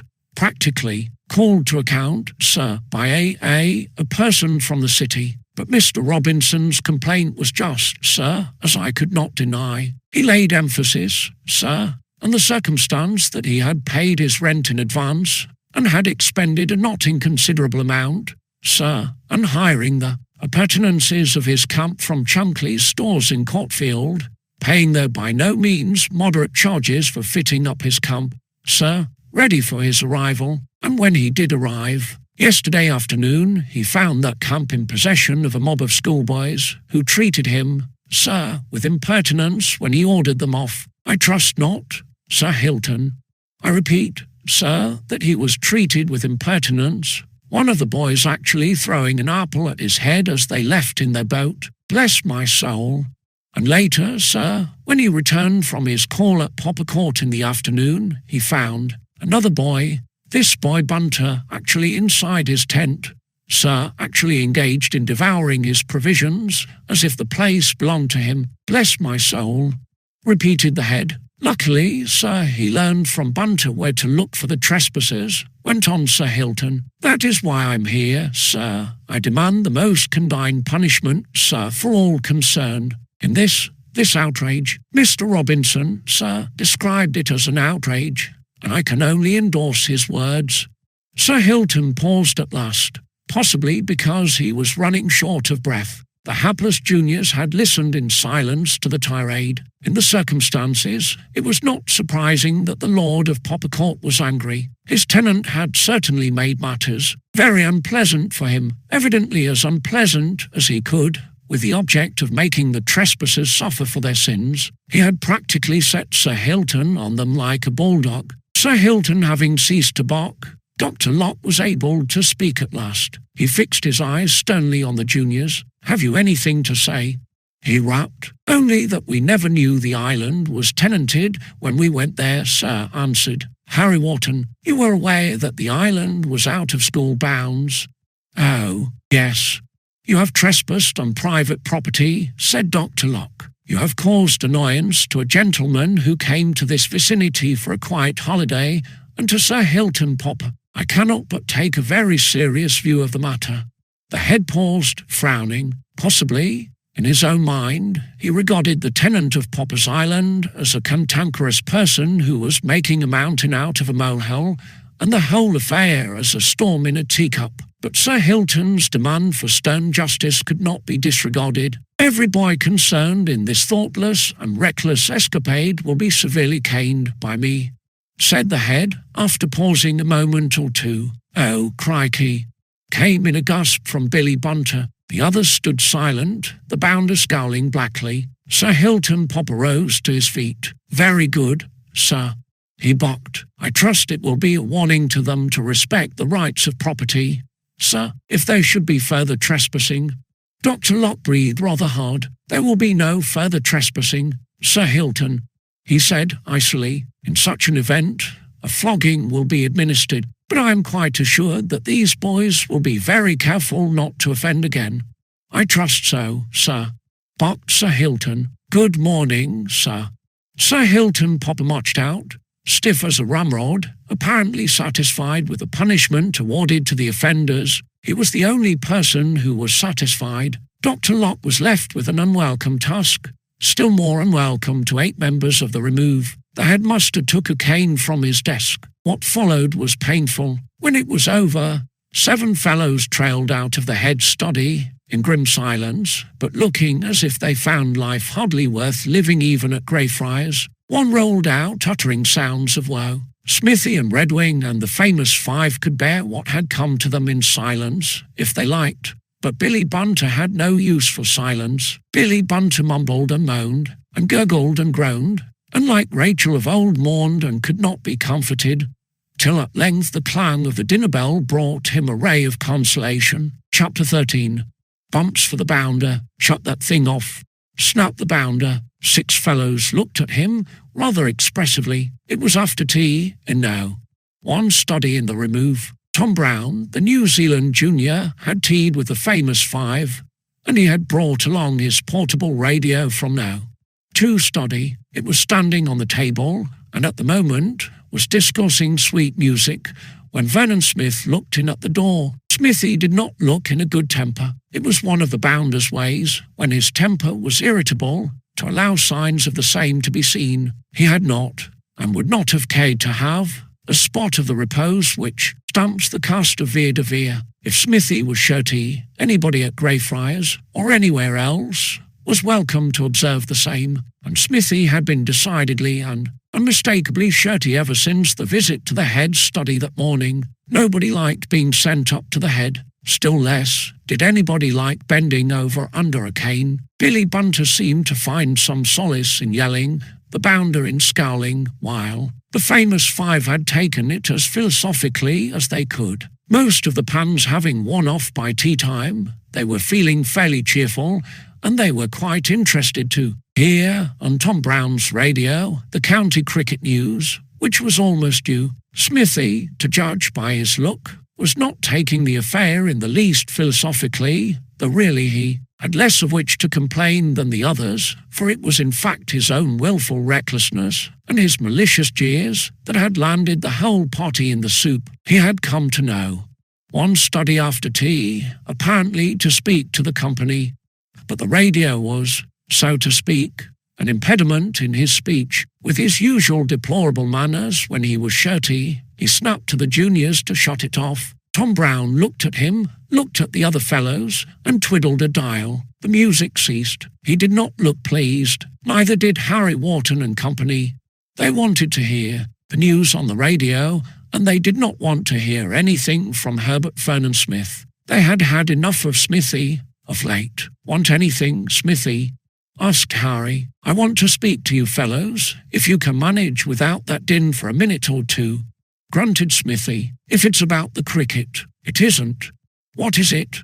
"Another run out of bounds." asked Johnny Ball, sarcastically. Like us to join? I've been playing the goat again, and asked the old man for another 6. The bounder gave him a scowl. We've been licked all round, for nothing, or next to nothing, he said. If you fellows feel like taking it lying down, I don't. Rot, said Bob Cherry, tersely. I'm not blaming the old man, went on Smithy. He had to play up when that old goat popper came here and chivied him. I'm not blaming him. That would comfort him, if he knew, remarked Johnny Ball, still sarcastic. I'm not blaming old popper much, either. He's a disgruntled, fussy old goat. But that man, Robinson chivied him into coming here and kicking up a fuss. You know that from what he said. Well, what about it? Asked Harry, restively. Old Popper was only a puppet, with that man Robinson pulling the strings. It was that hairy rat on the island who got us sent up to the head. And why? He doesn't seem to love us very much, sighed Bob Cherry. No accounting for it, but he doesn't. What was there to make a fuss about? Said Vernon Smith, with smouldering eyes. We all knew that it would be lines from Quelch if it came out that we'd been on the island. That's all in the day's work. That vicious brute landed us in a row with a head, with a whopping all round. Where was the harm in a picnic on his dashed island, even if he was renting it from old Popper? What was there for him to fly off the handle about, as he did? Nothing much, said Harry. He seems to have a rotten temper, that's all. The rottenfulness was terrific. Well, I'm not getting the benefit of his rotten temper without giving something back, snarled the bounder. He can learn to keep his rotten temper in hand. There are fellows who don't take much trouble to control their tempers, remarked Johnny Ball, who seemed in a quite sarcastic mood that afternoon. They don't all live on Popper's Island, either. True, O King, grinned Bob Cherry. Look here, Smithy, you're talking rot, said the captain of the Remove quietly. That man on the island seems a disgruntled brute, and he's kicked up a tremendous fuss about next to nothing. Every fellow here would like to punch his head, if you come to that. Here, here, said Bob. But that's all, added Harry Wharton. It's over and done with. Forget all about it. The bounder sneered. I'm not taking it lying down, if you fellows are, he said. The beaver is going to get something back from me. Oh, rubbish. If you fellows will back me up, forget it. I tell you, we can make that hairy rot sorry for himself, said the bounder savagely. We can rag his tent, or set his boat adrift and leave him stranded, or... You heard what the old man said. I don't care 2 straws what the old man said. Well, we do, said Wharton dryly. Nobody here wants a head's flogging for ragging on that dashed island. The wantfulness is not terrific, my esteemed Smithy, said Harry Jumpset Rumsing, shaking his head. Let the execrable beaver rip. I'll let him rip when I've given him a Roland for an Oliver, said Vernon Smith, and if you haven't the nerve to back me up, I'll go it alone. This is the study for getting the wind up, and no mistake. Harry Wharton's brow darkened, and the other 4 members of the company gave Vernon Smith grim looks. On the previous day, they had allowed the bounder's jeers to land them in a reckless escapade, with extremely uncomfortable results all round. They were not to be caught twice with the same bait. That's enough from you, Vernon Smith, said Harry. If you can't keep a civil tongue in your head, keep out of this study. There's the door. So you funk it all round, what? Asked Vernon Smith, with a glare of savage contempt at the whole cow. Of all the rotten funks. The bounder got no further than that. 5 fellows jumped up, as if moved by the same spring. The company seemed fed up with Smithy's jeers, which was not, perhaps, surprising. Smithy, apparently, had more to say, but he did not get it out. He was interrupted by being collared on all sides. Bump him, said Bob Cherry. Bump. Oh, yelled the bounder, as he sat down in the doorway of No. 1 study. Why, you rotters, you. Give him another. Bump. Oh, gad. Aye. Let go. Aye, I'll. 1 more for luck, said Bob Cherry. Bump. Now chuck him out. Vernon Smith, ruffled and rumpled and spluttering for breath, rolled out into the removed passage, the door of no. One study slammed after him. He scrambled to his feet, red with rage. His hand flew to the door handle to hurl open the door, but he paused. He was powerfully inclined to charge back into the study, hitting out right and left. But he realized that he did not want to be chucked out again, to land on his neck in the passage. He breathed fury, but he did not charge back into no. He turned away and tramped up the passage to his own study in the worst temper ever. Chapter 14. Very queer. I say, you fellows. Shut up, Bunter. But I say, put a sock in it. Hooted Bob Cherry. Oh, really, Cherry? Pack it up. Billy Bunter blinked indignantly into no. One study, through his big spectacles, it seemed that he was, as so often happened, superfluous. Really, it was too bad. Time had been wasted by the Bounder's visit. The news was on a broadcasting house, but it was not on in now.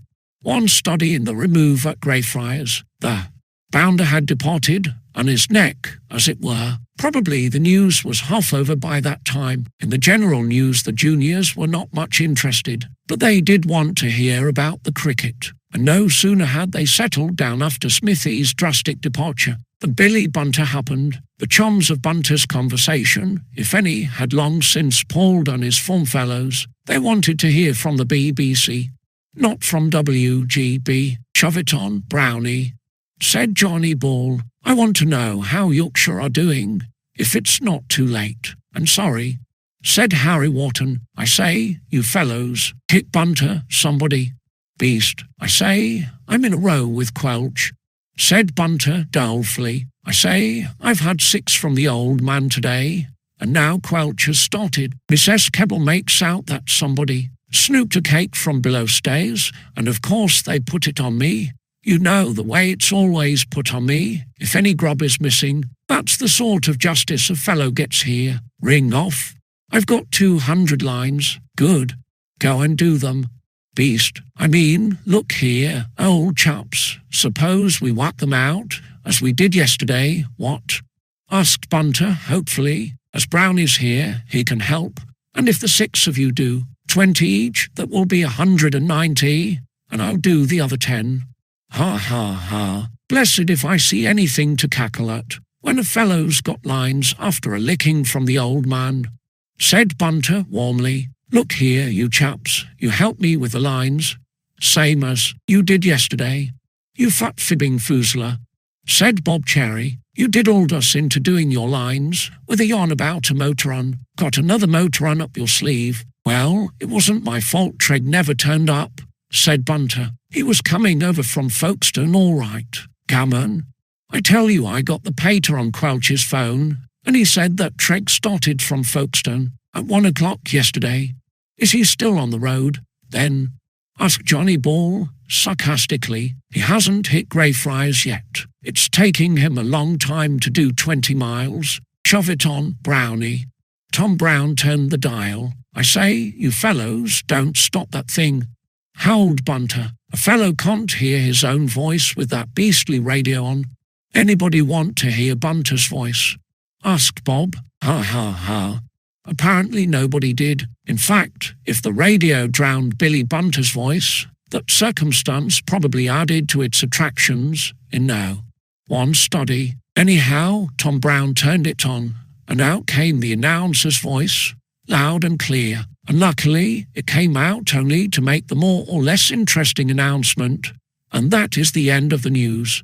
Missed it, grunted Johnny Ball. Bother, said Bob Cherry. The announcer's voice continued, but here is a police message. May as well shut off, said Tom Brown. We don't want that. Not a lot, agreed Nugent. I say, you fellows, keep it on, squeaked Bunter. Might be a jolly interesting murder or something. You fat ass. Yeah, you keep it on, Brownie, hooted Bunter. Let's hear it, I tell you. Might be a murder in a trunk or something. Billy Bunter did not mind missing the cricket news, but anything of a more lurid nature evidently had an appeal for him. Oh, all right, said Tom Brown, and the announcer was allowed to run on for the edification of William George Bunter. The next moment, every fellow in now One study jumped. Mr. Eldred Tregg, who left Folkestone in a Ford car at 1 o'clock yesterday, is requested to communicate with Scotland Yard without delay, said the announcer. Tregg, ejaculated Bob Cherry. Oh, crikey. Gasped Bunter. Listen, said Nugent. If that's Bunter's Tregg. The voice went on. Mr. Tregg, who is secretary to Mr. W.S. Bunter of Bunter Villa, Surrey, left Mr. Humphrey Carter's residence at Folkestone at 1 o'clock on Tuesday to drive Mr. Bunter's car to Greyfriars School, a distance of about 20 miles. Oh, gasped all the juniors. There was no doubt now. It has been ascertained that the car did not call at the school, as arranged. Mr. Tregg appears to have driven in a totally different direction after leaving Folkestone, as the car has been found abandoned on a road in Sussex.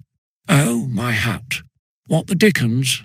Nothing has been heard of Mr. Tregg since. He has not been seen and has not communicated with his employer. No accident appears to have occurred, as the car was found quite undamaged. The police authorities are very anxious to get in touch with Mr. Tregg, and the following description has been issued. Age about 30, slight in build, clean-shaven, close-cropped fair hair, dark eyes. Anyone in possession of information regarding Mr. Tregg or his movements is requested to communicate at once with Scotland Yard. That is the end of the message. Sweet music followed, but Tom Brown shut the radio off. Oh, crikey, said Bunter. Then there really was a Tregg, and there really was a car, said Bob Cherry. That's Bunter's Tregg all right. And Bunter wasn't gammoning for once, said Johnny Ball, in wonder. Who could have guessed that one? Well, of course we thought he was pulling our leg, as the car never came, said Frank Nugent. But we bumped him for spoofing us, and he hadn't, said Harry Wharton. You shouldn't be such a fibber, old fat man. Oh, really, Wharton? We take it back, old porpoise, said Bob Cherry. You can consider yourself unbumped. Ha, ha, ha. I jolly well told you the car was coming, said Bunter. You didn't believe me. Perhaps you'll believe me another time. Perhaps, said Bob. A large size in perhapses, though. The perhapsfulness is terrific. My esteemed fibbing Bunter, grinned Harry Jumset Rumsing. Yeah. But I say, you fellows, what on earth's become of Tregg? Asked the fat owl. I thought he might have gone off on a joyride on his own when he never turned up, but he seems to have left the car in another county and disappeared. It's queer. The queerfulness is terrific. The pater must have had to go back to London by train. I expect he was waxy. He will sack Tregg for this. I shouldn't wonder. But I say, what about my lines? Billy Bunter was surprised and interested, as all the juniors were, by that unexpected explanation on the radio of Mr. Tregg's non-arrival at Greyfriars the previous day. Tregg's conduct undoubtedly was queer, indeed inexplicable, but it was, after all, of little importance compared with Bunter's lines. But there was no reply to Bunter's question. Harry Wharton and company had been momentarily interested in Mr. Tregg. They were not interested in Bunter's lines. There's a God's band next, said Tom Brown. He turned on the radio. Stop that row and let a fellow speak, howled Bunter. I say, you fellows, Crouch wants those lines before prep, and there's 200. Look here, if you fellows will do 15 each, I'll do the other 40. Ha, ha, ha. Well, if you're too jolly lazy to do 15, what about a dozen? Shove it on, Brownie. I say, you fellows, yelled Bunter. Make it a bit louder, grinned Bob Cherry. Tom Brown gave the dial another twist, and the radio roared. Billy Bunter roared too. I say, you fellows, my lines. Hello, hello, hello. Are you still talking, Bunter? Put it on, Brownie. Brownie put it on full force. The radio fairly bellowed. If Billy Bunter bellowed too, his bellow was unheard. Even on his top note, he had no chance against the BBC. At full blast, beasts, yelled Bunter unheard, and he rolled out of no. One study, realizing that if Crouch was going to have those lines had to be written by his own fat hand, after which Brownie moderated the radio's transports, as it were, and Harry Wharton and company listened into the music, which they seemed to like ever so much more than the dulcet tones of William George Bunter. Chapter 15. Blow for Bunter. Bunter. Yes, sir, mumbled the fat owl. The plumpest member of Mr. Quelch's form stood in Quelch's study, blinking uneasily at his foremaster through his big spectacles. Why Quelch had sent for him, Bunter did not know, but it was never cheering or exhilarating to be called into Quelch's study. It was especially disconcerting on a half-holiday, and it was Saturday afternoon. True, Bunter had nothing particular to do that afternoon. He was not disposed to join Harry Wharton and company at cricket, nor to join Smithy, who had gone down to the boat house in a pull up the river, nor yet to push out a bike with Peter Todd and Tom Dutton. But he had his own enjoyable way of passing hours of leisure. He had been going to sprawl comfortably in an armchair in the rug, and he had found a packet of toffee in Ogilvy's study to keep him pleasant and sticky company, instead of which he was called into Quelch's study. He found his foremaster looking grave, but to his relief, not waxy. Still, he could hardly doubt that a spot of trouble was coming. He wondered whether some beak or other had noticed that the biscuits in the biscuit box in common room had diminished at an unusual rate. If Quelch was going to make a fuss about a few bickers, "You will remain within gates this afternoon, Bunter," said Mr. Quelch. "Oh," mumbled Bunter. I haven't done anything, sir. I haven't been anywhere near common room, sir." "Common room," repeated Mr. Quelch, staring at him. "Nowhere near it, sir," said Bunter. If it's anything about the biscuits, sir, I never had them." The remove master gave Bunter a very fixed look, but to the fat owl's relief, he did not follow up the subject of biscuits. "You will remain within gates this afternoon, Bunter, because your father is coming to the school to see you," he said. "Oh," gasped Bunter. His fat face brightened. It was not, after all, a spot of trouble. It was only a parental visit. It might even mean a parental tip. If Mr. Bunter was in a good temper, and if fortune had smiled on his mysterious operations among the balls and bays of Throgmorton Street. "I have received a letter from your father," Bunter went on Mr. Quelch. "He states that he will call at the school this afternoon, probably about 4 o'clock. "Yes, sir," said Bunter quite cheerfully, wondering a little why Mr. Bunter had written to Quelch instead of to him. "But that is not all, Bunter," added Mr. Quelch. "Your father's letter also deals with your future prospects at this school." The fat face fell. "Oh, law," breathed Bunter. I hope the pater, I mean my father, was pleased with my half-term report, sir." The remove master stayed at him. "If you hope any such thing, Bunter, you must take singularly optimistic views," he said grimly. "I cannot imagine any parent being pleased with a report such as yours, Bunter." "Oh, really, sir? Your slackness in class, Bunter, is only equalled by your slackness in games, and your report stated the precise facts." Billy Bunter breathed hard. That was Quelch all over, giving a fellow a bad report. Fatlock Quelch cared whether it might dish a fellow in the matter of tips from the old folks at home. "But it is not your report, Bunter, that is the matter of immediate concern," went on the remove master. Bunter was glad to hear that, at least. "Your father has made inquiries, Bunter, concerning the founders' scholarships," said Mr. Quelch. Bunter blinked at him quite blankly. He knew all about the founders' scholarships, of course. Mock Linley was at Greyfriars on one of those scholarships. So was Dick Penfold, the son of the Friedale cobbler. But why Mr. Bunter was interested in them was quite a mystery to his hopeful son. In his most imaginative moments, Mr. Bunter could scarcely have imagined that scholarships had any attraction for William George. A fellow had to work to back a scholar, and work hard too. "You are perhaps aware, Bunter, that one of these scholarships is now vacant." Is it, sir?" stammered Bunter. "It is, Bunter, and the examination will be held at the end of the present term. Your father desires your name to be entered for it." Billy Bunter very nearly fell down. "Me, sir," he gasped. His little round eyes almost popped through his big round spectacles. "No doubt you are surprised, Bunter," said Mr. Quelch dryly. "Oh, Yes, sir. Gasped Bunter. I can't make it out, sir. I don't want to put in for a skull, sir. That is for your father to decide, Bunter. But those skulls are intended for poor chaps, sir, whose people can't afford the fees, stammered Bunter. Perhaps you'd explain that to the pater, sir. It wouldn't be fair, sir, for a fellow in my position to bag one of them, sir. It would be on my conscience, sir.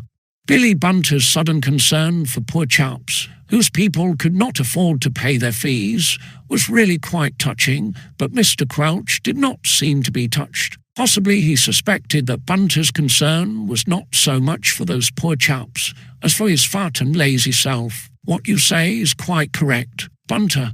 Oh, thank you, sir. If you point that out to the pater, sir.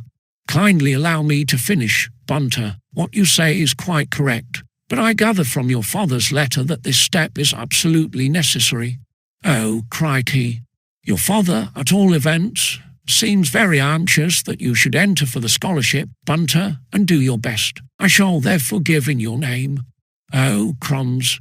No doubt your father will explain the matter further, Bunter, when he sees you this afternoon, said Mr. Quelch. I will only add, Bunter, that if you seek dutifully to carry out your father's wishes, I will give you every assistance in my power.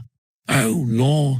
Even to the extent of some extra tuition, Bunter, when I have leisure, added Mr. Quelch. Billy Bunter gazed at him. Really, it was kind of Quelch, who was a busy man, with little leisure and plenty of occupations for that leisure. But it was not the sort of kindness that Billy Bunter could appreciate. He had more than enough tuition from Quelch already, without any extra added thereunto. I say, sir, stammered the hapless fat owl. That is all, Bunter.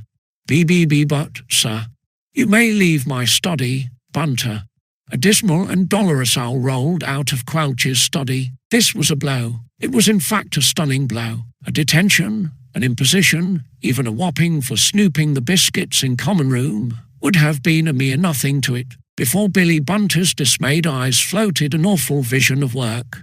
Swatting like that chap Linley. His father couldn't be earnest about this. He just couldn't. Really, expecting Billy Bunter to work was something in the nature of cruelty to animals. Bunter fell rather than sat in that armchair in the rag. He found little comfort even in Ogilvy's toffee. It was a sad and sorrowful owl that met Mr. Bunter when he arrived. Chapter 16. A surprise for Smithy. Herbert Vernon Smith rested his oars in the rowlocks and sat looking towards the landing place on Popper's Island. He had pulled into the channel between the island and the Poppercourt bank at a good speed.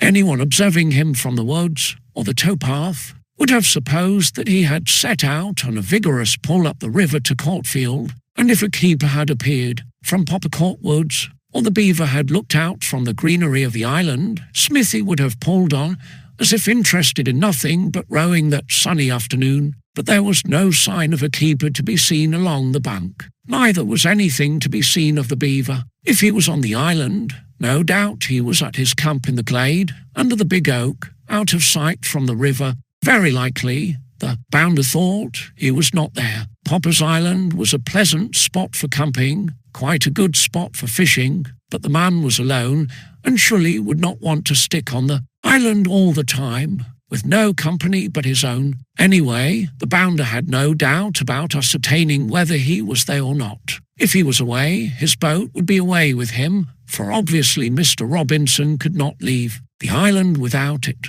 Smithy's plans were cut and dried. If the boat was there, the man was there, and he was going to set the boat adrift and leave the beaver stranded. Later, he could have the pleasure, or otherwise, of hunting for his boat along the Sock when somebody gave him a lift off the island. But if the boat was not there, it meant that the man was off the island, and Smithy was going to land and rag his camp. When he returned, the beaver would find his tent down, his camping outfit scattered over the glade, and everything at 6s and 7s. Smithy had pulled a little past the island. He allowed the current to drift him back as he watched the landing place with intent eyes. His heart was beating a little fast. The bounder had little respect for authority, if any, but he had a considerable respect for the headmaster's birch. A flogging was a very rare event at Greyfriars, but Smithy knew that Dr. Locke had meant every word he had said. More trouble on Popper's Island meant more trouble for the troublemaker.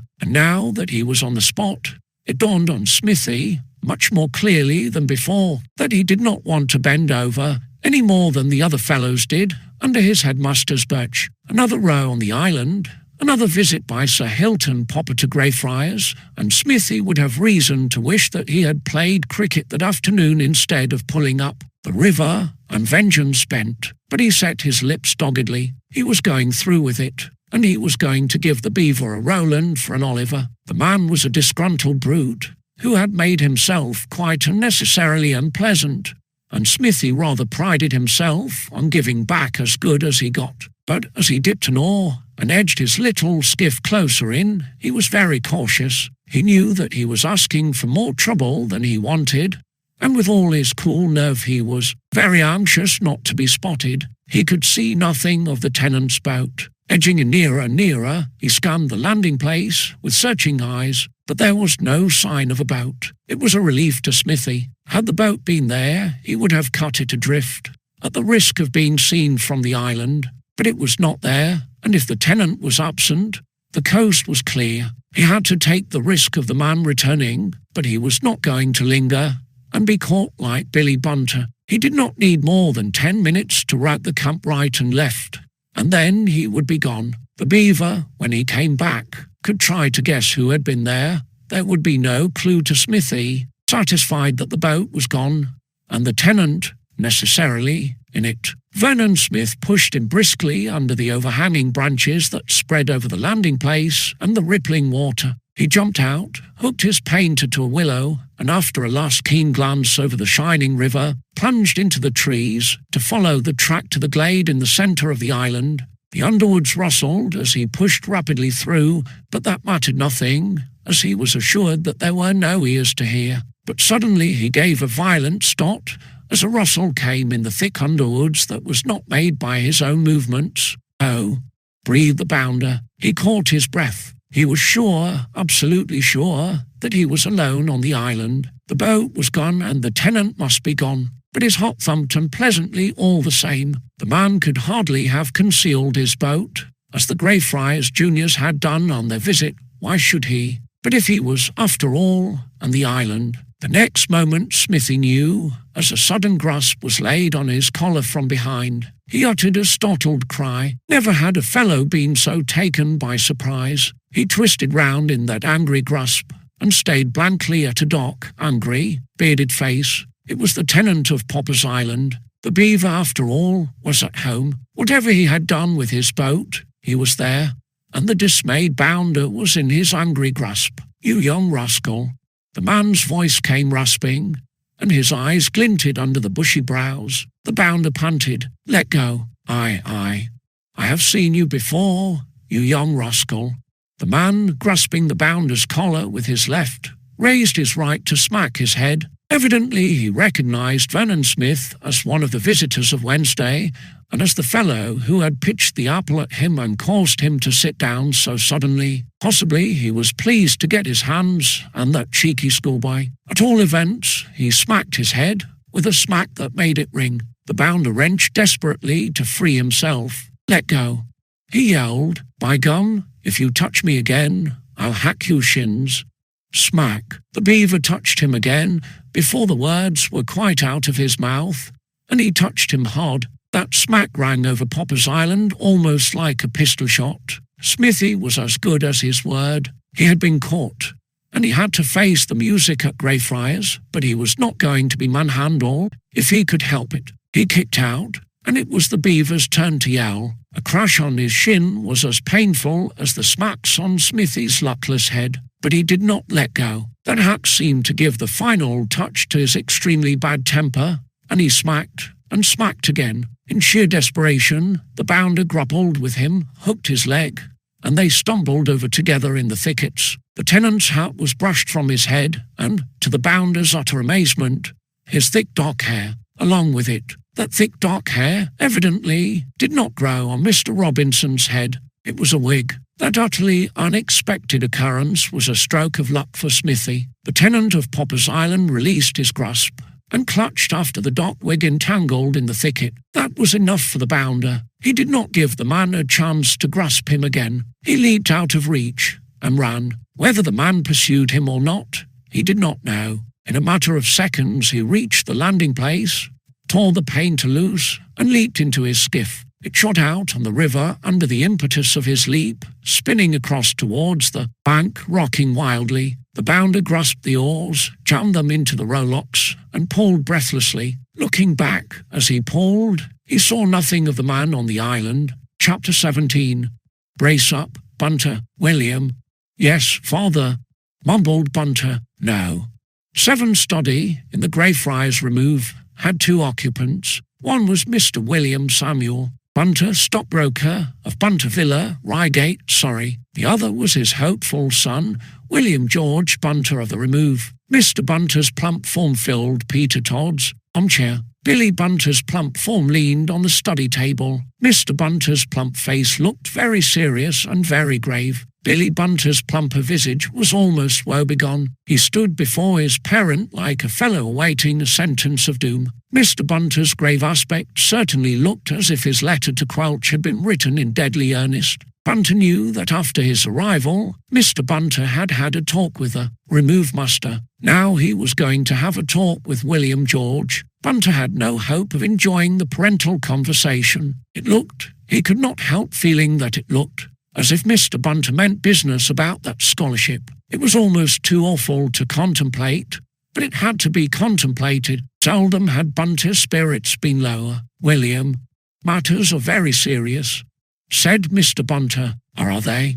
Stammered Bunter. He realized that this meant goodbye to the faint hope of a parental tip. They are, William. They could scarcely be more serious, said Mr. Bunter. I have been placed in a very precarious position, William, by the unexpected dishonesty of a person in my employ, the man Treg. Treg, repeated Bunter. My secretary, Treg, said Mr. Bunter. The man has absconded, William, with bonds to the value of £5,000. Oh, gasped Bunter. Not my property, added Mr. Bunter. The property of a client, William, but if they are not recovered, I am responsible for that sum.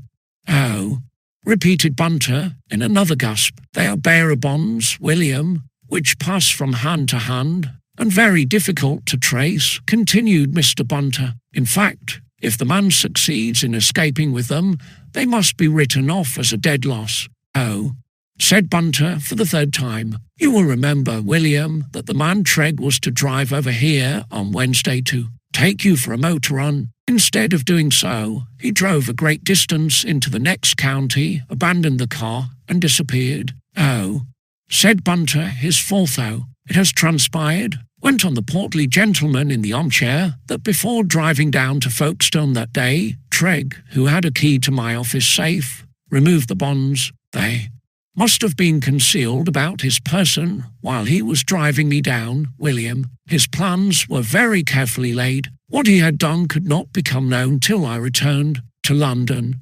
It was Treg's suggestion to drive over here and give you a motor on Wednesday.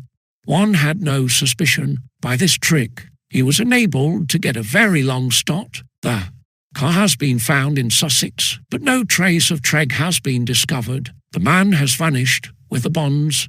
Oh, said Bunter once more. The police, of course, are searching for him. The radio has been called on to assist. I have not given up hope that he may be found and the bonds recovered, but the hope is very faint, William. There is little doubt that the rogue had long laid his plans and made his preparations. He is not likely to succeed in getting out of the country, if that is his intention, at least at present. But he has vanished from all knowledge, William, and not the remotest clue to his whereabouts can be discovered. Oh, if I have to make this loss good, William, as appears practically certain, my resources will be strained to the uttermost. You understand that? Oh, law, I have explained the matter to you fully, William, so that you may realize the position, said Mr. Bunter. "You understand that all expenses must be cut down with an unsparing hand. Oh, you must help, William. Oh, your school fees, oh, are a very heavy item in the circumstances. If you could save me this expense, William, it would be a great help to me. Oh, I have had a talk with your foremaster, William. I cannot say that Mr. Crouch seems very sanguine about your chance of obtaining a scholarship here, but he has kindly undertaken to give you every assistance in his power if you work hard for it. Oh, I rely upon you, William, to brace up and do your very best to help in this time of severe trouble," said Mr. Bunter. "Oh," mumbled Bunter again. He stood blinking at his father. He was silent, but his fat thoughts were working, and for once they were not wholly concentrated on his fat self. Generally, Billy Bunter's horizon was filled up by one fat figure, that of William George Bunter. It was but seldom, if ever, that he gave any thought to less important persons, but something stirred in the fat owl as he gazed at the troubled face of the plump gentleman in the armchair. He was dismayed, utterly dismayed. But there was, after all, something more than fat, even in Billy Bunter. His father was in trouble. The family finances were strained to the limit. He could help. It was up to him, he knew that. Not often did the fat owl bother his fat head about what it was up to him to do. Now he did. He drew a deep, deep breath. The prospect of hard work was as awful as ever, but Bunter was going to face it. It was up to a fellow, and he was going to do it. "Well, William," said Mr. Bunter, breaking the silence, "what have you to say, William, now that you know how the matter stands?"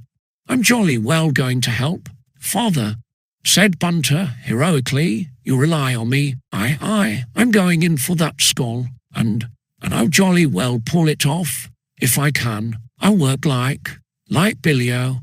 Mr. Bunter gave him a nod of approval. "I'm glad to hear it, William, and why shouldn't I pull it off, if you come to that?"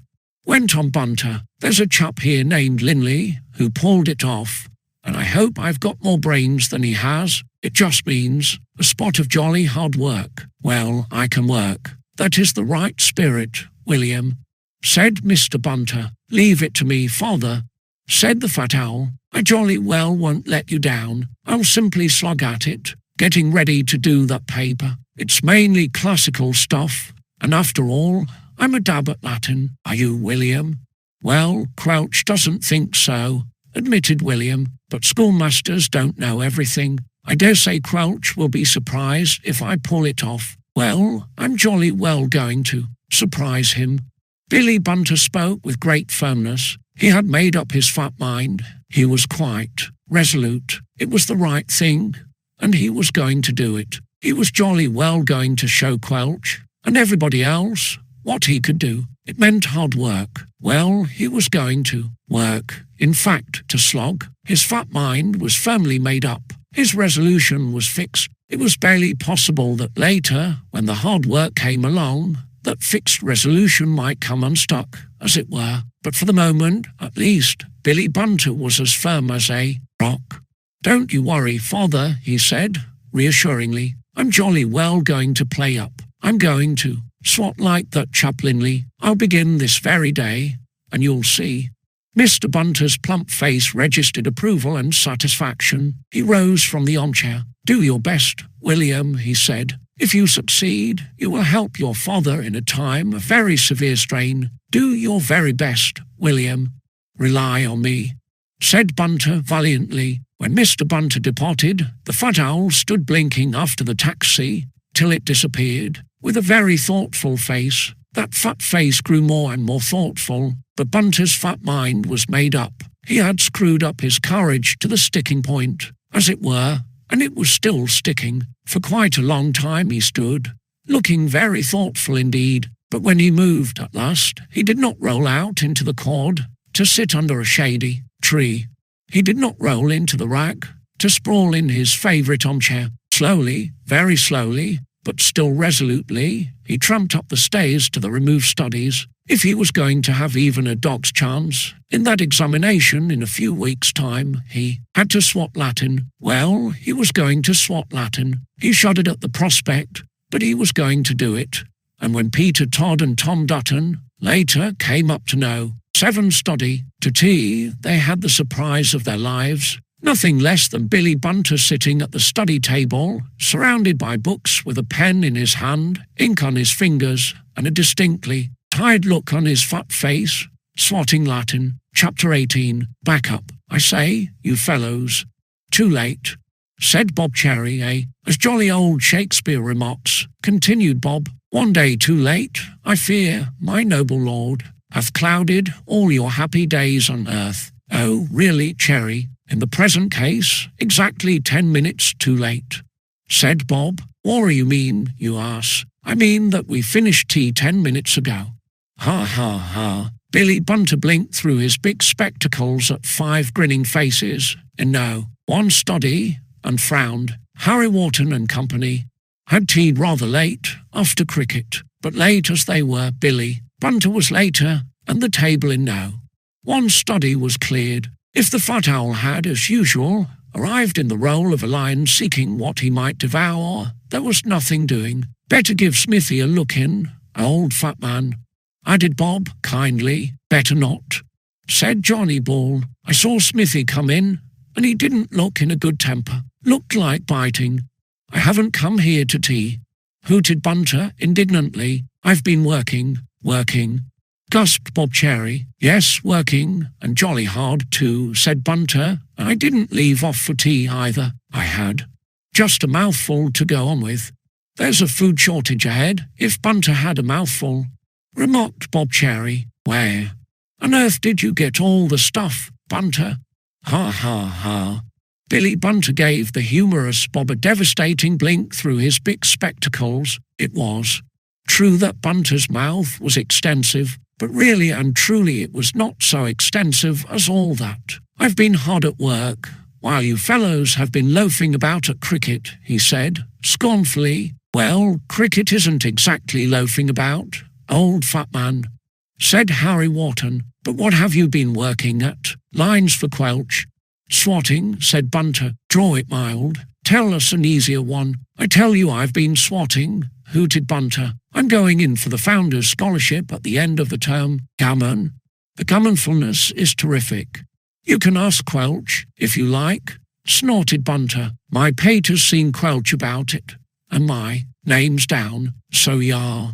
Harry Wharton and co. gazed at the fat owl. Really, it was not easy to swallow that statement. There were fellows at Greyfriars who swatted, but Billy Bunter certainly was not one of them. If there was anything that Billy Bunter loathed more than getting up in the morning, it was work. He slacked at prep. He slacked in class. He slacked at games. He slacked at everything except the demolition of foodstuffs. He made both a science and an art of dodging work. In fact, he would take twice as much trouble to dodge a spot of work as it would have taken to get it done. The bare idea of Billy Bunter swatting, and swatting for a difficult examination, was more than enough to take any fellow's breath away. I suppose he's fibbing, as usual, said Johnny Ball. But what is he fibbing for this time? Oh, really, Ball? Can't guess that one, said Bob. What are you fibbing for this time, Bunter? I tell you it's honest and John, hooted Bunter. That's what I've come here to speak to you fellows about. I want you to back me up.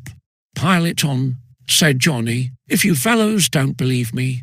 Howled Bunter. Harry Wharton laughed. Well, it's not so jolly easy to believe that you're going to do any work without Quelch's cane behind you, he said. If it's so, what are you doing it for? No fellow is bound to enter for a school. It's up to me, you see, explained Bunter. I don't want to, of course, but it's up to me, as matters stand. How, why, and wherefore? Asked Bob Cherry. I've got to help the pater out of a jam. They gazed at him. It's jolly serious, said Bunter. You remember that man Trigg, who was coming over in the car on Wednesday, and never came, the man they were talking about on the radio? Well, it turns out that he's bolted. Bolted? Yes, and he snooped a bundle of bonds from the pater's safe before he cleared. Nobody knows where he is, and the bobbies can't trace him. If they can't get the bonds back, the pater has to make it good, and that means 5,000 quid. Oh, crumbs, 5 grinning faces in no. One study became serious. It dawned on the famous 5, at last, that Bunter was in earnest. Serious earnest. "It's put the pater in a jam," went on Bunter. "He came to see me this afternoon, and it was a bit of a shock, I can tell you. He's got to cut down, and I've got to help, and I'm jolly well going to see. I'm going to save him the school fees by bagging that skull." "Oh," gasped 5 fellows together. If I can," added Bunter. It occurred to the famous 5 that that was a very large size of ifs, so to speak, but they did not say so. They were quite sympathetic now. "Odd lines, old fat man," said Bob. "Tough," said Johnny Ball. "The toughfulness is terrific," said Harry Jamset Ram Singh. "And the sympathise is preposterous, my esteemed fat Bunter." "Best of luck," said Frank Nugent. "It will be pretty hard going." "I know that," said Bunter dismally. "I've asked Linley what the paper was like last time, and it seems that it's a real stinker. But I've got to tackle it somehow. A fellow's bound to brace up when his pater's in a jam." Here," said Bob. "If there's anything we can do to help, old fat man, you can bank on us," said Harry Wharton. "That's just it," said Bunter. "I want you fellows to back me up. Mind, I'm going all out for that skull. I'm getting extra toot from Quelch." Bunter shuddered. "I'm going to swat. I'm going to stick to it." "But—" Bunter paused. It seemed that there was a but. "It won't be jolly easy," he said. A fellow might slack down, without meaning to, exactly, you know."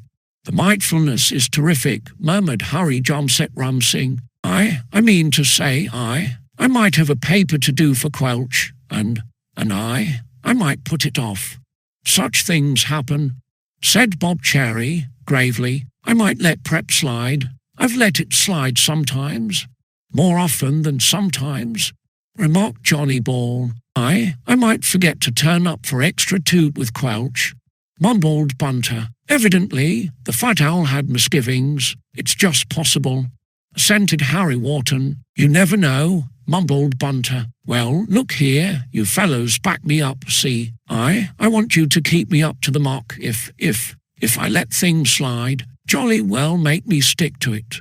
Billy Bunter blinked anxiously at 5 sympathetic faces. His resolution was fixed, but only too clearly he had a lingering doubt whether it would remain a fixture. "My dear chap," said Bob Cherry cordially, "if that's what you want, you've come to the right shop. We'll back you up all right. The back-upfulness will be preposterous, my esteemed Bunter." "It's a go," said Harry Wharton. "Rely on us, old fat man. We'll jolly well see that you swat for that skull if we have to hold you by the back of your neck while you do it," declared Bob. "Oh." Yes," gasped Bunter. That's what I want. You back me up, you know, keep me at it. I'm going back to my study to swat now." "Oh, I say, Mowley." Lord Mauleverer came up the passage, and Bunter blinked round at him. "I say, Mowley, had your tea yet? I say, I'll come and help you get it, old chap." Billy Bunter rolled up the passage after Lord Mauleverer. He left 5 fellows in no. One study grinning. Bunter was in earnest. He was taking this thing seriously. But though the spirit was willing, the flesh seemed a little weak. Tea in Mowley's study was more attractive than swatting in no. 7. There was no doubt that Bunter, if he was going to bag that skull, would need some considerable backing up and keeping up to the mark. Chapter 19. Go to IT. Billy Bunter uttered a dismal groan. Peter Todd grinned. It was after class, a Monday. Most fellows were out of the house in the summer sunshine. Bunter was sitting at the study table in no. 7, with a lugubrious fat face. He had a pen in a fat hand, a blank sheet before him, and a deep wrinkle in a fat brow. Bunter was going to swat. On Saturday his resolution had been fixed. Over the weekend it had wobbled. It was now in a very wobbly state. Peter Todd was sympathetic, but he grinned. "Go to it, old fat man," he said, encouragingly. "Quelch has set you a paper. All you've got to do is to shove it into Latin." "All," groaned Bunter. "Brace up. It only means a spot of work." Bunter shuddered. Even the word work made him feel as if he had a headache coming on. I'm going to do it, of course, he said. It's up to me, Peter. Keep that in mind, said Peter. Geez. I'm going to stick to it. The pater's in a jam, and I'm not going to let him down. But wash out the buts, advised Peter. But I've been thinking. That's right. Think it out and begin. I've been thinking that it would hardly do to overdo it at the start, said Bunter with a stealthy blink at Peter Todd through his big spectacles. A fellow gets stale, you know, with too much swatting all at once. I'll trot out with you, Peter, and do this paper later. Mind, I'm going to do it, but I think I shall tackle it better after a spot of fresh air. A fellow has to keep himself fit. Toddy, mens sanders in corpus sandi, you know, old chap. Which, gasped Peter Todd. That means a healthy mind in a healthy body, explained Bunter. You don't know much Latin if you don't know that. Toddy, not much good you going in for the founders, he. Ha ha ha. Yelled Toddy. Blessed if I see anything to cackle at. Hooted Bunter. What are you cackling at? I'd like to. No. Perhaps you mean mens sana in corpus sano, suggested Toddy. No, I don't. Snorted Bunter. I mean what I said. Mens sanders in corpus sandi, and if you can't construe that, Toddy. Ha ha ha. Gurgled Toddy. You'll have to pull up your socks, old fat man, if you're going to walk off with that skull. Get to it. Bunter rose from the table. Later, he said, I'm not going to overdo it. That might spoil the whole thing. I've heard of fellows swatting so hard for an exam that they get stale and can't do a thing when it comes round. I shouldn't like that to happen, Peter. Don't you be afraid, assured Peter. Nothing will happen because you've worked too hard. That's the last thing that's likely to happen. Oh, really, Toddy? Now sit down and get to it, said Toddy. Quelch will expect to see that paper before prep. Oh, law, moaned Bunter. Reminded of Quelch, he sat down again. He blinked dismally at Peter. The rotten stuff's full of catches, you know. Look at those beastly verbs that look like the infinitive and turn out to be something else. And I'm waiting to see you start. You needn't wait, Peter. I'm just going to begin. You get along to the nets, Peter. Wharton will be expecting you. Get going. Or perhaps, added Peter thoughtfully, you'd like me to give you a swipe with this bat before I go. I will if you don't begin on that paper. Beast.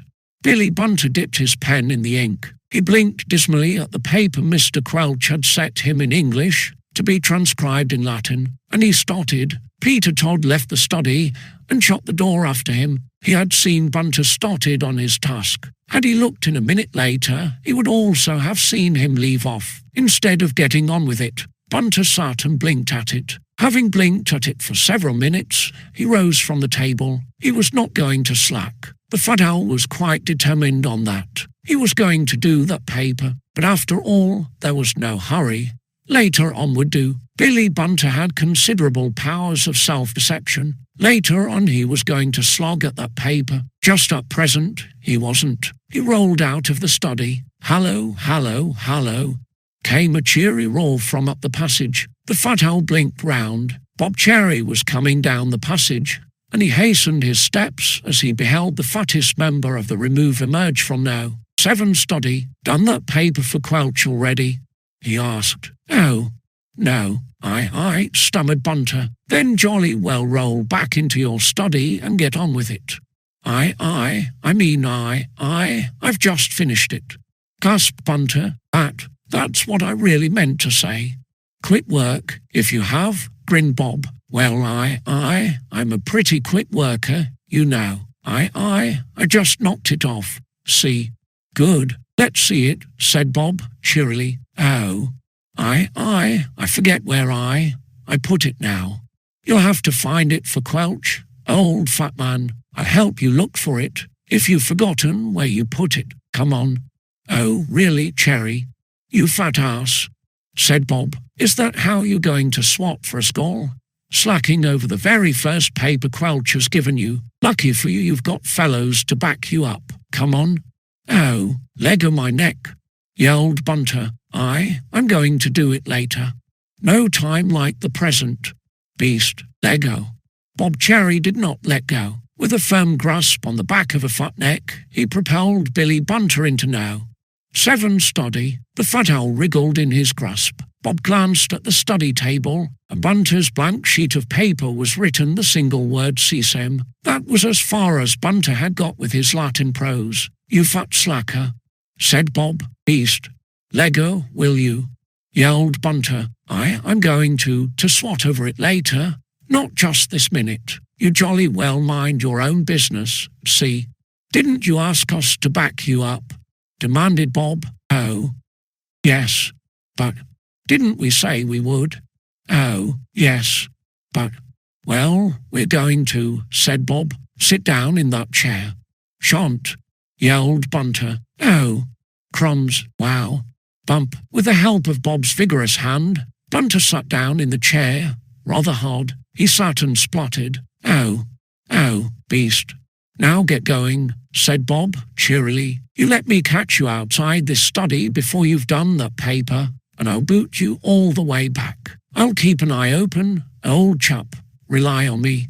Beast. Bob Cherry, chuckling, left the study and banged the door. Billy Bunter glared after him, but he did not think of quitting the study again. He did not want the largest foot in the remove to contact the tightest trousers in that form. "Oh, law," groaned Bunter. For long minutes he sat, blinking at the single word "sesame." Then, at last, he picked up his pen, dipped it into the ink, and restarted. Chapter 20.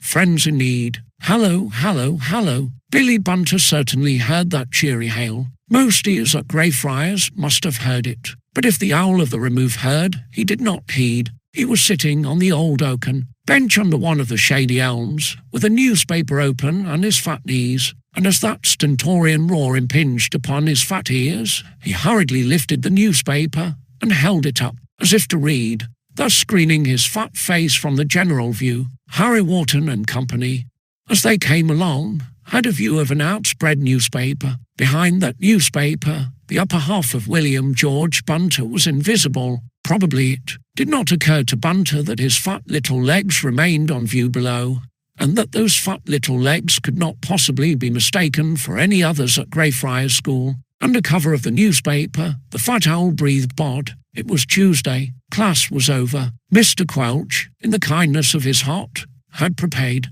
another little paper for Bunter. This time it was a history paper. There was a spot of history in the list of attractions for the founder's examination, and Bunter, undoubtedly, was weak in that subject. It was kind of Quelch. Really, he had quite enough to do without adding this extra attention to Bunter. But Quelch's kindness was beginning to pall on the fat owl. The day before, he had struggled through that Latin prose. Quelch had not been much impressed by the result, but he had been encouraging. Having done that Latin prose, Bunter was disposed to rest upon his laurels, as it were. He was going to work, and work jolly hard too, for that exam. It was up to him, and he was going to do it. But in matters of work, Bunter preferred the future to the present tense. It was so much more agreeable to sit under a shady tree and think about the work he was going to do than actually to do it. So there was Bunter, an hour after class, with his history paper in his pocket, his newspaper in his fat hand screening him, hoping that the famous 5 would pass him by unseen, and rather regretting that he had ever asked them to back him up in the task of bagging the founder's scholarship. He had realized that he needed backing up. Now he realized that he did not want it so much as he needed it. 5 fellows grinned as they came towards him. They were looking for Billy Bunter, which was quite kind of them, as they had plenty of other things to do. But their kindness had palled on Bunter as much as Quelch's. Bunter did not want to be found. Artful old deceiver, ain't he? Murmured Bob Cherry. We're not supposed to know that he's there. Can't see him through that newspaper. Might be anybody, what? Not in those trousers. Grinned Nugent. Ha ha ha. Like a jolly old ostrich with his head in the sand, said Bob. Well, if Bunter wants to play hide-and-seek, let's play up. Come on. and don't let on that you know a thing." The chums of the Remove, grinning, came on. They came to a halt a couple of yards from the screening newspaper, behind which Bunter hardly ventured to breathe. "Anybody know where Bunter is?" asked Bob loudly. "He cleared off after class, and he's got a paper to do for Quelch. We've got to see that he does it." "That's a must," agreed Harry Wharton. "We promised to keep him up to the mark. We're backing him up," said Johnny Ball. "The backupfulness is the proper caper," declared Harry Jumset Rumsing. "But where is the esteemed and idiotic Bunter? Can't see his fat face anywhere," said Frank Nugent. "We've got to find him," said Bob. "Oh yes, we've got to find him. Where on earth can he be?" Behind the newspaper, Billy Bunter grinned. Evidently, to Bunter, Harry Wharton and company had no idea that he was within a couple of yards of them. If they noticed a fellow reading a newspaper under the elm, they did not, apparently, connect him with the fat owl they were seeking. Bunter hoped that they would pass on and seek elsewhere, but they did not pass on. "We said we'd keep him up to the mark, and we're jolly well going to keep him up to the mark," said Bob. "Quelch will jolly soon let him drop if he doesn't play up. We're going to see that he does play up." "Yes, rather. The ratherfulness is terrific. But where is he?" asked Bob. "Better ask somebody if they've seen him. I'll ask that chap behind the newspaper." "Oh," came a startled gasp from behind the newspaper. "Hallo, hallo, hallo, whoever you are," roared Bob. "Seen a fat lizard crawling about in the sun?" "Ha, ha, ha. Seen anything like a barrel rolling on one end? We're looking for Bunter." No reply from behind the newspaper. Hope springs eternal in the human breast, and Billy Bunter hoped that the chums of the Remove, receiving no answer, would walk on to inquire of somebody else. It was a delusive hope. Why, that might be Bunter, so jolly deep in his newspaper that he hasn't heard us, said Bob. "Is that you, Bunter, or is it somebody who's borrowed your trousers?" "Ha, ha, ha, beast," gasped Bunter. It dawned upon his fat brain that the famous Five knew who was behind that newspaper. "Hallo, hallo, hallo, that sounds like Bunter," exclaimed Bob. He gave the outspread newspaper a smack, and it collapsed on Bunter's fat knees, revealing the hitherto hidden upper half of the fat owl. "Bunter all the time. Ha, ha, ha. You jolly well knew it was me, you beast," hooted Bunter, pulling the fellow's leg. "He's guessed it," said Bob. "What a brain. Come on, old fat man, we're going to walk you up to your study." "Aye, aye, I say, you fellows, aye, aye. I'm going to do that history paper after tea, aye. I'm a bit tired now." "Too tired to get off that bench?" asked Bob, sympathetically. "Yes, old chap. That's all right, I'll roll you off." "Beast, I mean, look here, old chap, I say, look at this newspaper," gasped Bunter. "I say, it's got that man's photograph in it." "Whose?" asked Bob. "That man Treg. They've published his picture. I say, you fellows, look at it. You might see the man about, you know, and recognise him." 5 fellows chuckled. They thought it rather improbable that they might see that man Treg about and recognise him. Billy Bunter, evidently, was desirous of gaining time, postponing as long as he could the awful moment of sitting down to that history paper in his study. However, they were interested to see the picture of the man who was on the run, and they all looked at the photograph in Bunter's newspaper. There was a heading in large type: "This is the man the police wish to interview." Under that heading was the picture of a young man of about 30, with a rather clean-cut, clean-shaven face and close-cropped hair. There was nothing very remarkable about the face, except that the dark eyes seemed, to the juniors, to have a wary and watchful expression in them, and the mouth a hard line. Still, it was a face they would remember and recognise if they chanced to see it again. Under the picture was the name, Eldred Treg. Probably 1,000,000 pairs of eyes had glanced at that picture in the newspaper and would recognise Mr. Treg if they fell on him in the flesh. With the press and the radio assisting the police, it seemed amazing that the absconding secretary had evaded discovery and capture so long. But there was no news of him. It was as if he had vanished into thin air. "That's the beast," said Bunter. They haven't got him yet. Somebody ought to spot him now. Everybody knows what he looks like. If they got him, it would be all right for the pater, and I wouldn't have to bother about that ghastly exam. But they haven't, said Harry Wharton, and you've got a history paper to do for Quelch.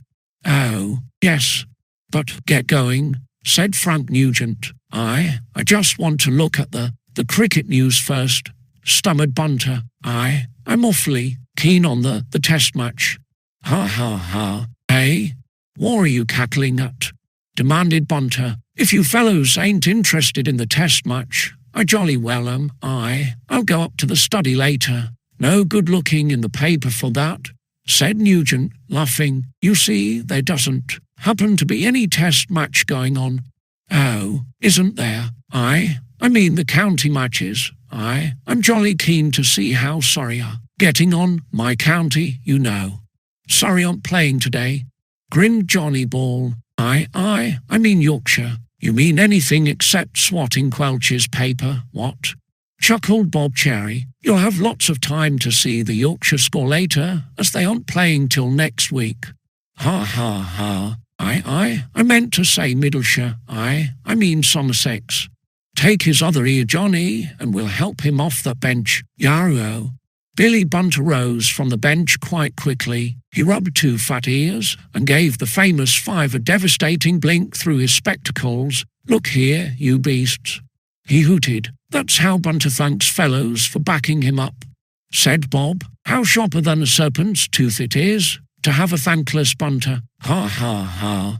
I'm going to do that paper, but I'm going for a walk first. You are, agreed Bob. Just as far as you'll study. Look here, come on, said Bob. Gather round, my infants, and walk him to the house and trot him up to his study. I can go to my study by myself. You might miss the way, old fat man, and land in an armchair in the rack. Come on.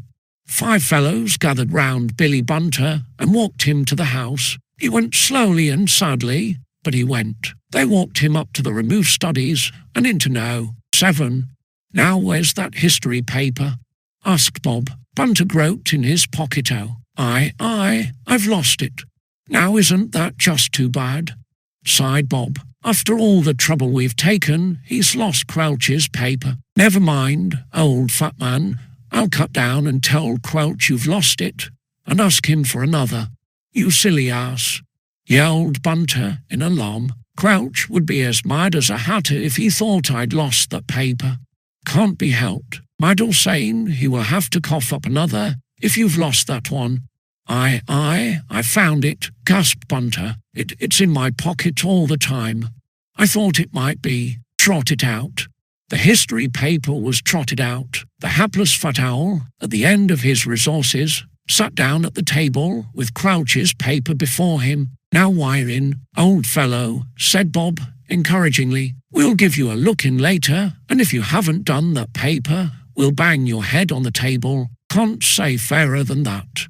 Here. The bountifulness will be terrific. Go it, Bunter. And slowly, sadly, and sorrowfully, Billy Bunter went it, and the famous 5 left him to it. Chapter 21.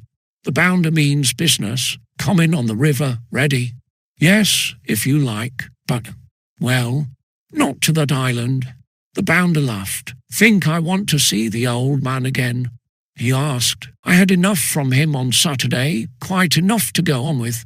Tom Redwing eyed his chum rather doubtfully. For 2 or 3 days, Herbert Vernon Smith had hardly alluded to the man on the island, and seemed, in fact, almost to have forgotten him. But Redwing well knew the bounder's stubborn obstinacy and unforgiving temper, and he could not feel easy in his mind. Certainly, a fellow who had had to bend over under the headmaster's birch might be expected to take it as a warning to mind his step. Few fellows would have thought of risking it a second time, but Smithy was a fellow to take the most reckless risks when his back was up. Well, if it's not that, Smithy, said Tom slowly, my dear man, I wouldn't step on Popper's Island this afternoon for love or money, said Smithy.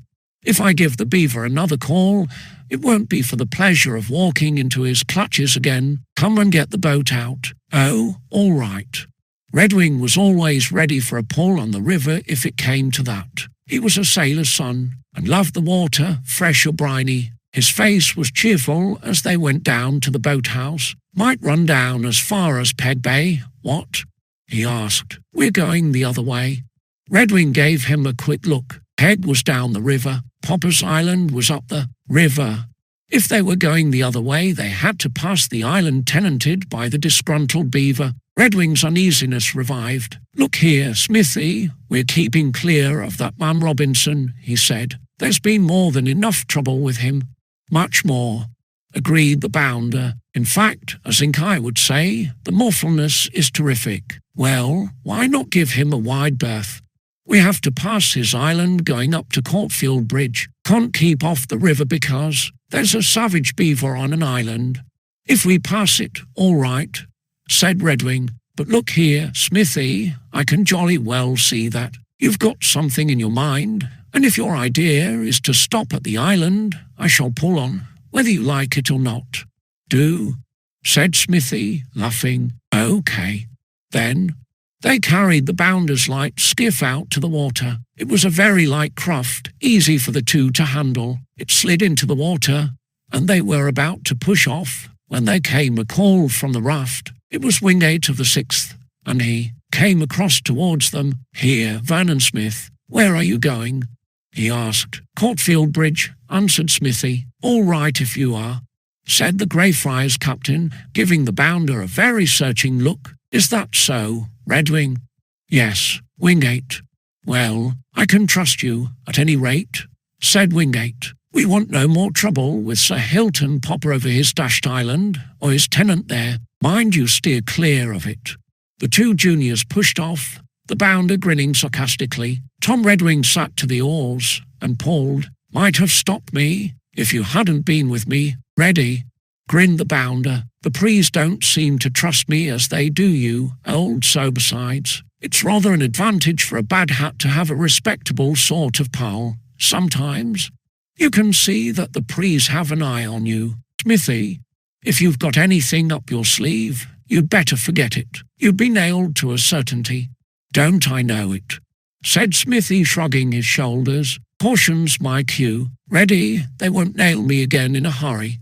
Redwing made no reply to that. It was clear that Smithy was as keen as ever on his feud with the man on the island. Indeed, his last painful interview with his headmaster seemed to have made him keener. But the bounder merely glanced at Popper's Island. As they pulled and passed it up the river, his eyes smouldered. "No sign of Robinson Crusoe," he remarked. "Nor his boat either. But I know now that he keeps it out of sight. Goodness knows why. Looks as if he doesn't want people to know he's there at all. Pull on."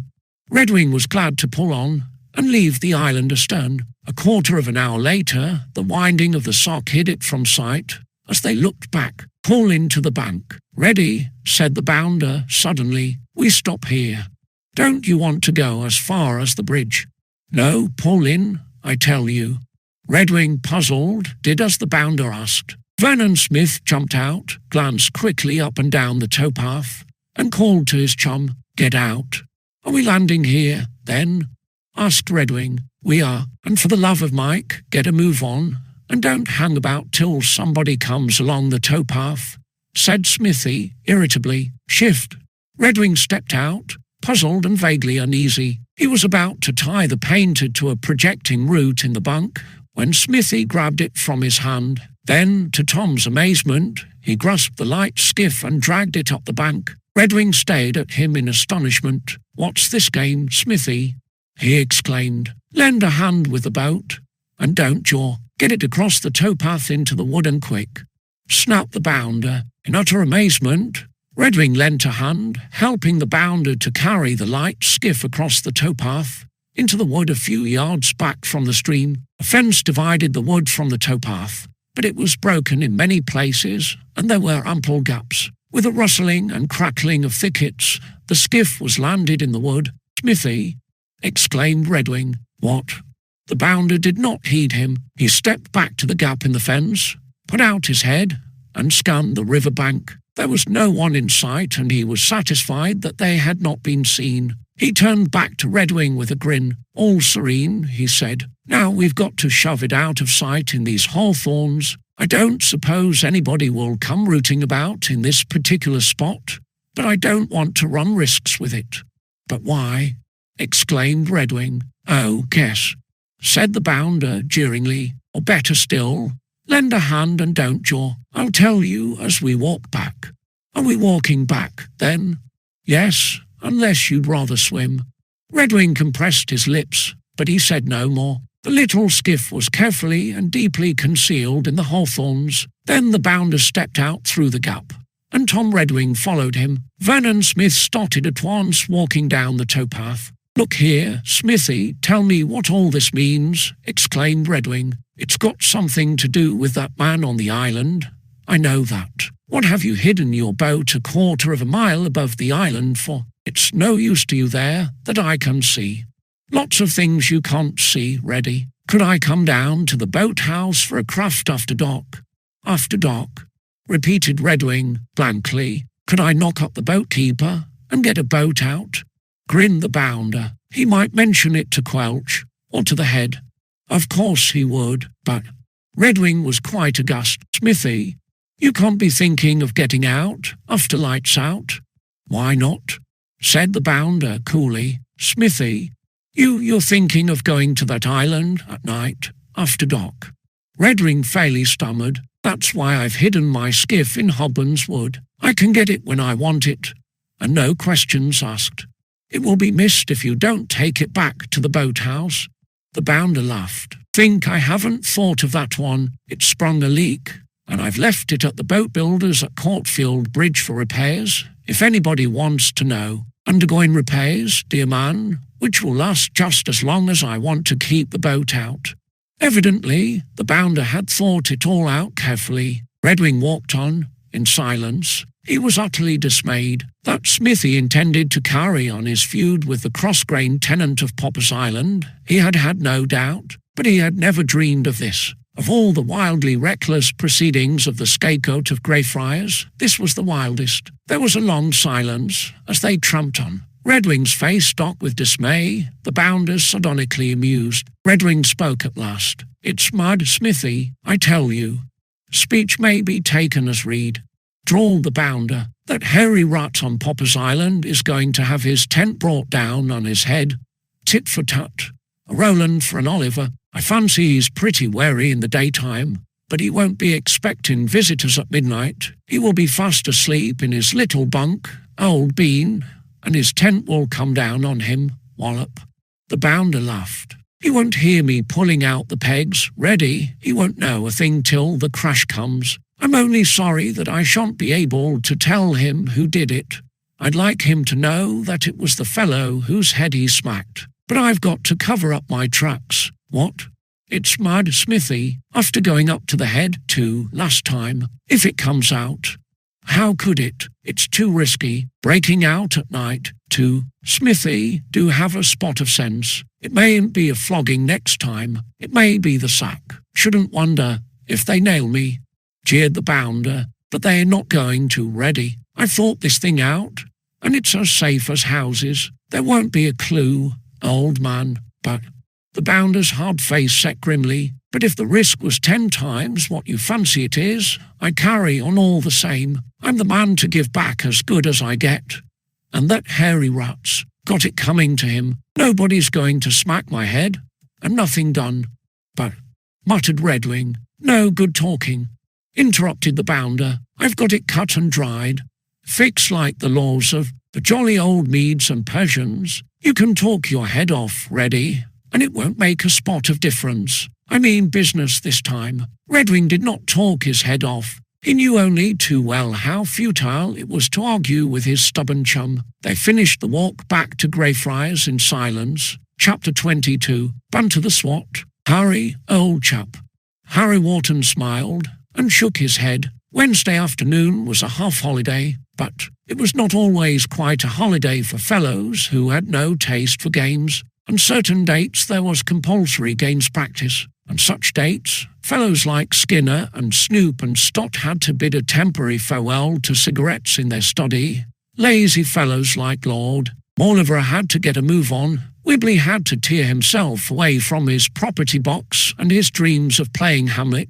Fish had to leave off counting his money, and Billy Bunter, fattest and laziest member of the Remove, had to squeeze himself into flannels and get a spot of fresh air and exercise, which was really good for him, but with which he would gladly have dispensed. It was one of the duties of the captain of the Remove to see that members of his form turned up at the due time on the due dates. For good reason given, a fellow might be let off, and William George Bunter was never in lack of excellent reasons. His reasons did not always, or often, convince, but he was always ready to try it on again. So when, after dinner on Wednesday, he rolled up to the captain of the Remove in the quad, and began with "Harry, old chap," Harry, old chap knew what was coming, and smiled, accompanying the smile with a shake of the head. 3 o'clock, he said. "I was going to ask you." "I know," said Wharton gravely. "You were going to ask me the time for games practice, because you were afraid you might be late. You turn up at 3. Billy Bunter blinked at him. He was quite aware that games practice was at 3, as it was posted up in the rag. Really, he did not need information on that point. "Oh, really, Wharton?" "Shop 3, said Harry. I was going to ask you. I've told you." "Beast. I mean, look here, old chap. I was going to ask you to leave me out this afternoon because you've got a pain," asked Harry, laughing. "The same pain you had last week, or the one you had the week before?" No, I haven't got a pain this time," stammered Bunter. The fact is, I'm going to swat." "Oh," said Harry. "You know I'm working for that exam," explained Bunter, fairly slogging at it. "You know, I simply can't afford to waste time. Healthy exercise isn't waste of time, old fat man. It keeps you fit, and you have to be fit to sit out an exam." "Oh, yes, I know all about men's Sandy and Corpus Sancti," said Bunter, "but this is very special. Of course, I'm keen on cricket, but I've just got to bag that skull if I can." Said Wharton doubtfully. "I can't afford to waste a minute. It's up to me, and I'm sticking to it, like glue," said Bunter. "You fellows promised to back me up, you know." "I know, but, well, now's your chance. I'm going to swat at Latin all the afternoon. My pater's in a jam, and it's up to me. I simply can't afford time for games practice." Billy Bunter blinked anxiously at the captain of the Remove. He was not often lucky with his excuses. Imaginary aches and pains had only too often been ruthlessly disregarded, but the fat owl considered that he was backing a winner, so to speak, this time. He was swatting for an exam. Harry Wharton and Co. had promised to back him up in that enterprise. Their backing had not, so far, been wholly gratifying to the lazy fat owl, but letting him off games practice was a form of backing that Billy Bunter really could appreciate. "It will be all right if you speak to Wingate," he went on. "You just can't drag me away from work in the circumstances, old chap. It's up to you, after promising to back me up, you know." Harry Wharton eyed the fat owl dubiously. Bunter, no doubt, had made up his fat mind to swat for that skull. Really, it was more than most fellows would have expected of Bunter, and Harry Wharton and his comrades were more than willing to give help. They had given him some already, not wholly to his satisfaction. Bunter undoubtedly needed keeping up to the mark. His intentions were good, but laziness was only too likely to supervene. How much swatting he was likely to do while the other fellows were on Little's side was a rather open question. "Well, look here," said Harry Wharton at last. "If you're really going to swat, Bunter, and stick to it, like glue," assured Bunter eagerly. "All right, then. But if it turns out that you've been frousting instead of swatting, you get 6 from a cricket stump." I'm going to swat like Billy-o." "Keep to that," said Harry. 6 on the bags if you've been pulling my leg. I'll speak to Wingate, and it will be all right. Don't forget that stump." With that, The captain of the remove walked away to join his friends and change for cricket. Billy Bunter was left in a greatly relieved frame of mind. Exactly how much swatting he was going to do, with no eye on him, Bunter himself did not know. But at least he had got off games practice, and that was so much to the good. From the point of view of a fat owl who made both a science and an art of dodging anything in the nature of exertion, but if Bunter was going to swat, he did not seem in a hurry to begin. His fat form was leaning on a buttress when 10 minutes later Vernon Smith and Tom Redwing came out of the house. Redwing was in flannels, the bounder was not. He was speaking as they passed, and Billy Bunter grinned as the words came to his fat ears. "I wish you'd chuck it, Smithy, and come along to cricket with the rest. I've got leave from Wingate." "Oh, I know that. I suppose you spun him some yarn," said Redwing impatiently. "Look here, Smithy." "Cheerio," said the bounder, and he walked away to the gates, leaving Redwing with a clouded brow. He came from Bunter. "Where's Smithy going, Redwing?" "Anywhere near the 3 fishes, what?" He. Redwing glanced at him and walked away without replying. Perhaps the same suspicion was in his own mind. He was assured, at least, that the bounder was not heading for Popper's Island and more trouble in that direction. Smithy was not going there again in the daytime, but it was only too probable that the scapegoat of the remove was heading for some other spot out of school bounds. Billy Bunter continued to adorn the buttress with his fat person. He was quite comfortable there, and felt no yearning whatever to begin his attack upon the language of Horace and Cicero. Indeed, the more he thought of Latin papers, the more disposed he was to continue leaning, and that buttress. He was going to work that afternoon. For quite a long time, he remained in the state of going to. Actually getting down to it required an effort which Bunter felt less and less inclined to make. After all, what was the hurry? A fellow couldn't slog all the time. It was jolly hot, and he would feel more like swatting after tea, when it would be cooler. Bunter nodded with satisfaction as that bright thought occurred to him. On the other hand, his form captain had promised him 6 with a cricket stump if he frousted about, after getting off games practice specially to work. Bunter did not want 6 from a cricket stump. Still, Wharton wouldn't know, he reasoned further, so that was all right. At that stage of his cogitations, Coker of the 5th passed him and gave him a stare of disfavour. "Fat frouster," said Coker in passing. "Beast," breathed Bunter, not till Coker was out of hearing. He detached himself from the buttress at last. He was going to work, but he was going to postpone work till tea. But Coker's remarks reminded him that he had better not be seen frousting about. Sitting under a shady tree by the river was a rather attractive idea, and there he would be out of the general view, and, a last solace to his fat conscience, he could take Virgil under his arm and have a shot at the brute while he was sitting under that shady tree. He paused. Virgil was in his study, and there were a lot of stays up to the remove studies, stays told on Bunter. He had so much weight to carry up. His pause lasted 2 or 3 minutes. Then he rolled away to the gates, without Virgil. Chapter 23. Quit work. "Oh," breathed Herbert Vernon Smith. He came to a sudden halt on the towpath, staring at the shining river and at a man in a boat on the water, pulling downstream. His eyes gleamed as he stayed at the row's back. Smithy was not, at the moment, thinking of the tenant of Popper's Island. His plans with regard to the obnoxious beaver were, as he had told Redwing, cut and dried. His skiff was concealed, in readiness, up the river in Hubban's Wood,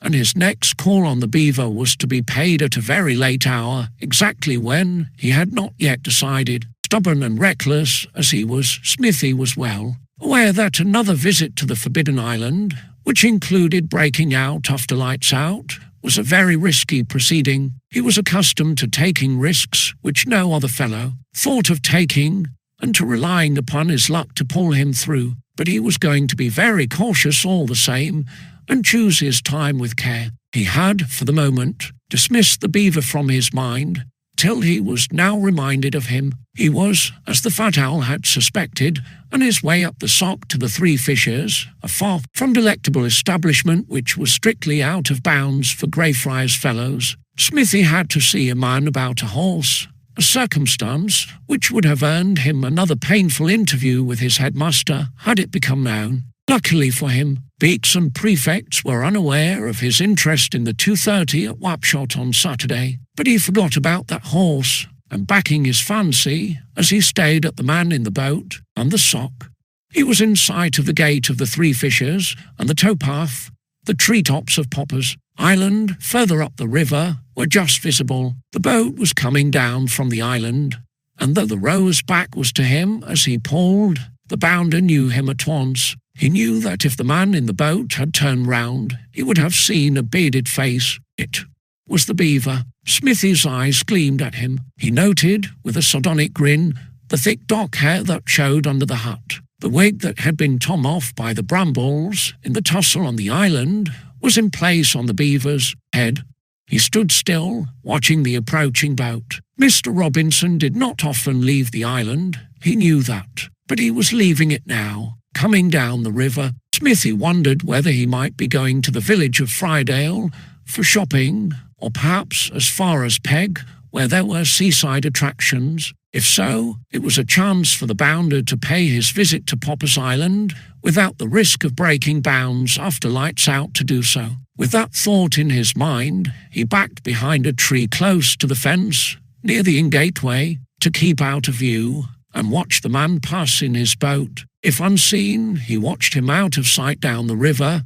It was his chance, but the boat did not pass. Opposite the gateway of the Three Fishers, the man pulled into the bank, and Smithy realised that he was going no further. The riverside inn was his destination. The bounder gave a low whistle. Mr. Robinson's destination was the same as his own, for which reason Smithy evidently had to postpone his own call at that insalubrious resort. He certainly did not want to run into Mr. Robinson there. He watched the man pull in, step ashore, and tie his painter to a post. Had he been still standing on the open towpath, the beaver would have seen him as he landed, but behind the tree he was invisible to Mr. Robinson, who did not even glance in his direction. Leaving his boat tied up, the tenant of Popper's Island crossed the towpath and went in at the inn gateway. He passed within a few yards of Vernon Smith. Behind his tree, Smithy hugging cover very carefully till he had gone in. By gum,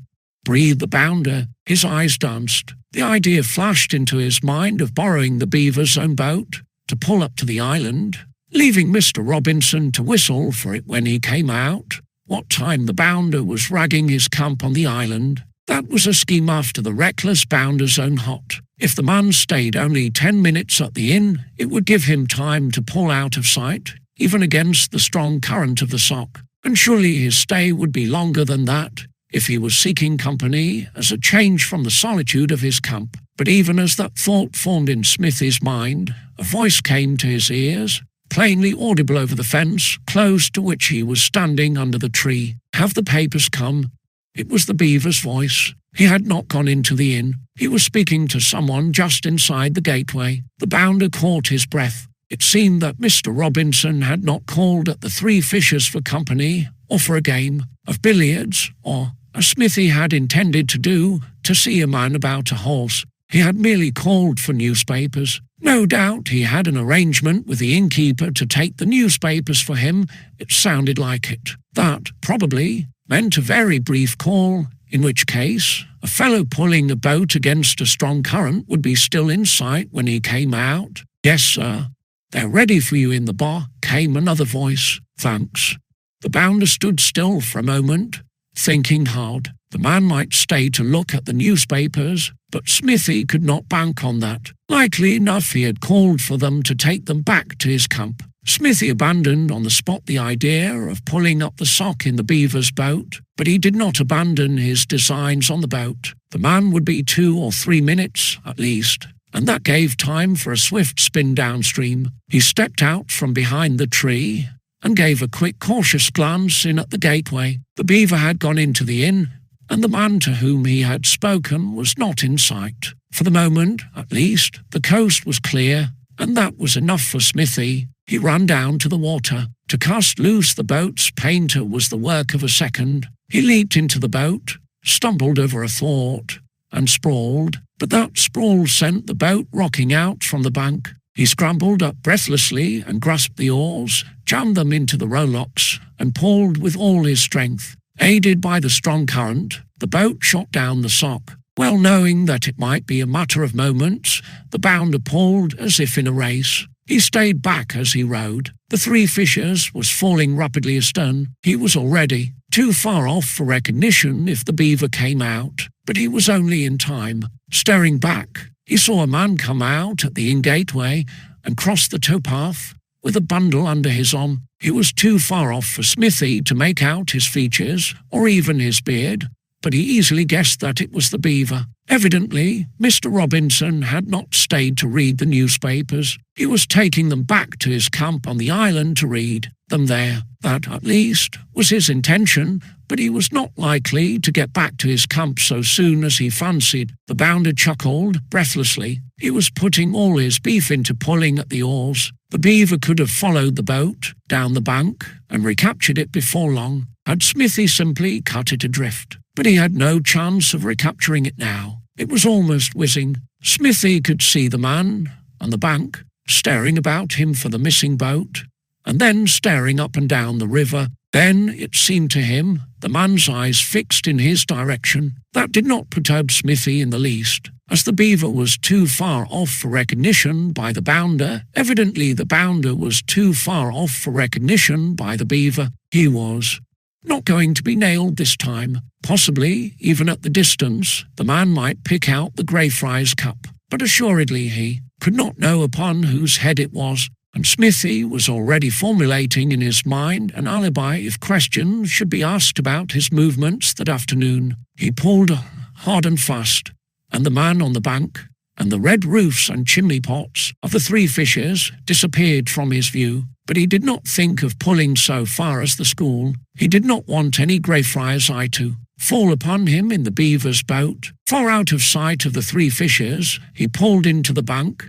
still a good distance short of the school boathouse. He jumped out, and with a powerful shove, sent the boat spinning out into the sock. The current caught it and carried it on, the bounder grinning after it as it went. Grinning, he turned away to walk along the river as far as a footpath that led to the Courtfield Road. The picture palace at Courtfield was his alibi if questions were asked. "I say, Smithy." As he turned into the footpath, under the shady trees, a fat voice squeaked. The bounder glanced round. A fat figure was sitting in the grass, under a shady tree, at the corner where the footpath entered the wood. That fat figure leaned lazily back against an old trunk, and two fat little legs were stretched out in the grass. Billy Bunter blinked up at the bounder through his big spectacles. "I say, got any toffee, Smithy?" The bounder gave him an indifferent stare and walked on into the wood. "Beast," breathed Bunter. The fat owl was enjoying his lazy slack. Sitting under a shady tree by the river was an immense improvement on games practice on a warm summer's afternoon, but there was a fly in the ointment, as there generally is in this imperfect universe. There was one thing needful, something to eat. A stick of toffee, a chunk of butterscotch, or a bag of bullseyes would have given the finishing touch to Billy Bunter's fat and lazy comfort. But the bounder evidently was not interested. The next moment, however, Vernon Smith turned back. Billy Bunter eyed him hopefully. If you've got a spot of toffee, Smithy." "I haven't." "Why aren't you at games practice?" asked Smithy. "I'm let off, as I've got some work to do," explained Bunter. "You know I'm swatting for the Founders." "Is that how you swat?" I'm going to tackle it a bit later. It's so jolly hot." "After tea," explained the fat owl. "Lots of time after tea, if you've got any chocks, Smithy." "Like a trot to Courtfield?" "No jolly fear," answered Bunter promptly. "I'm going to the pictures," said Smithy casually. "Like to come? We can pick up the bus on the road."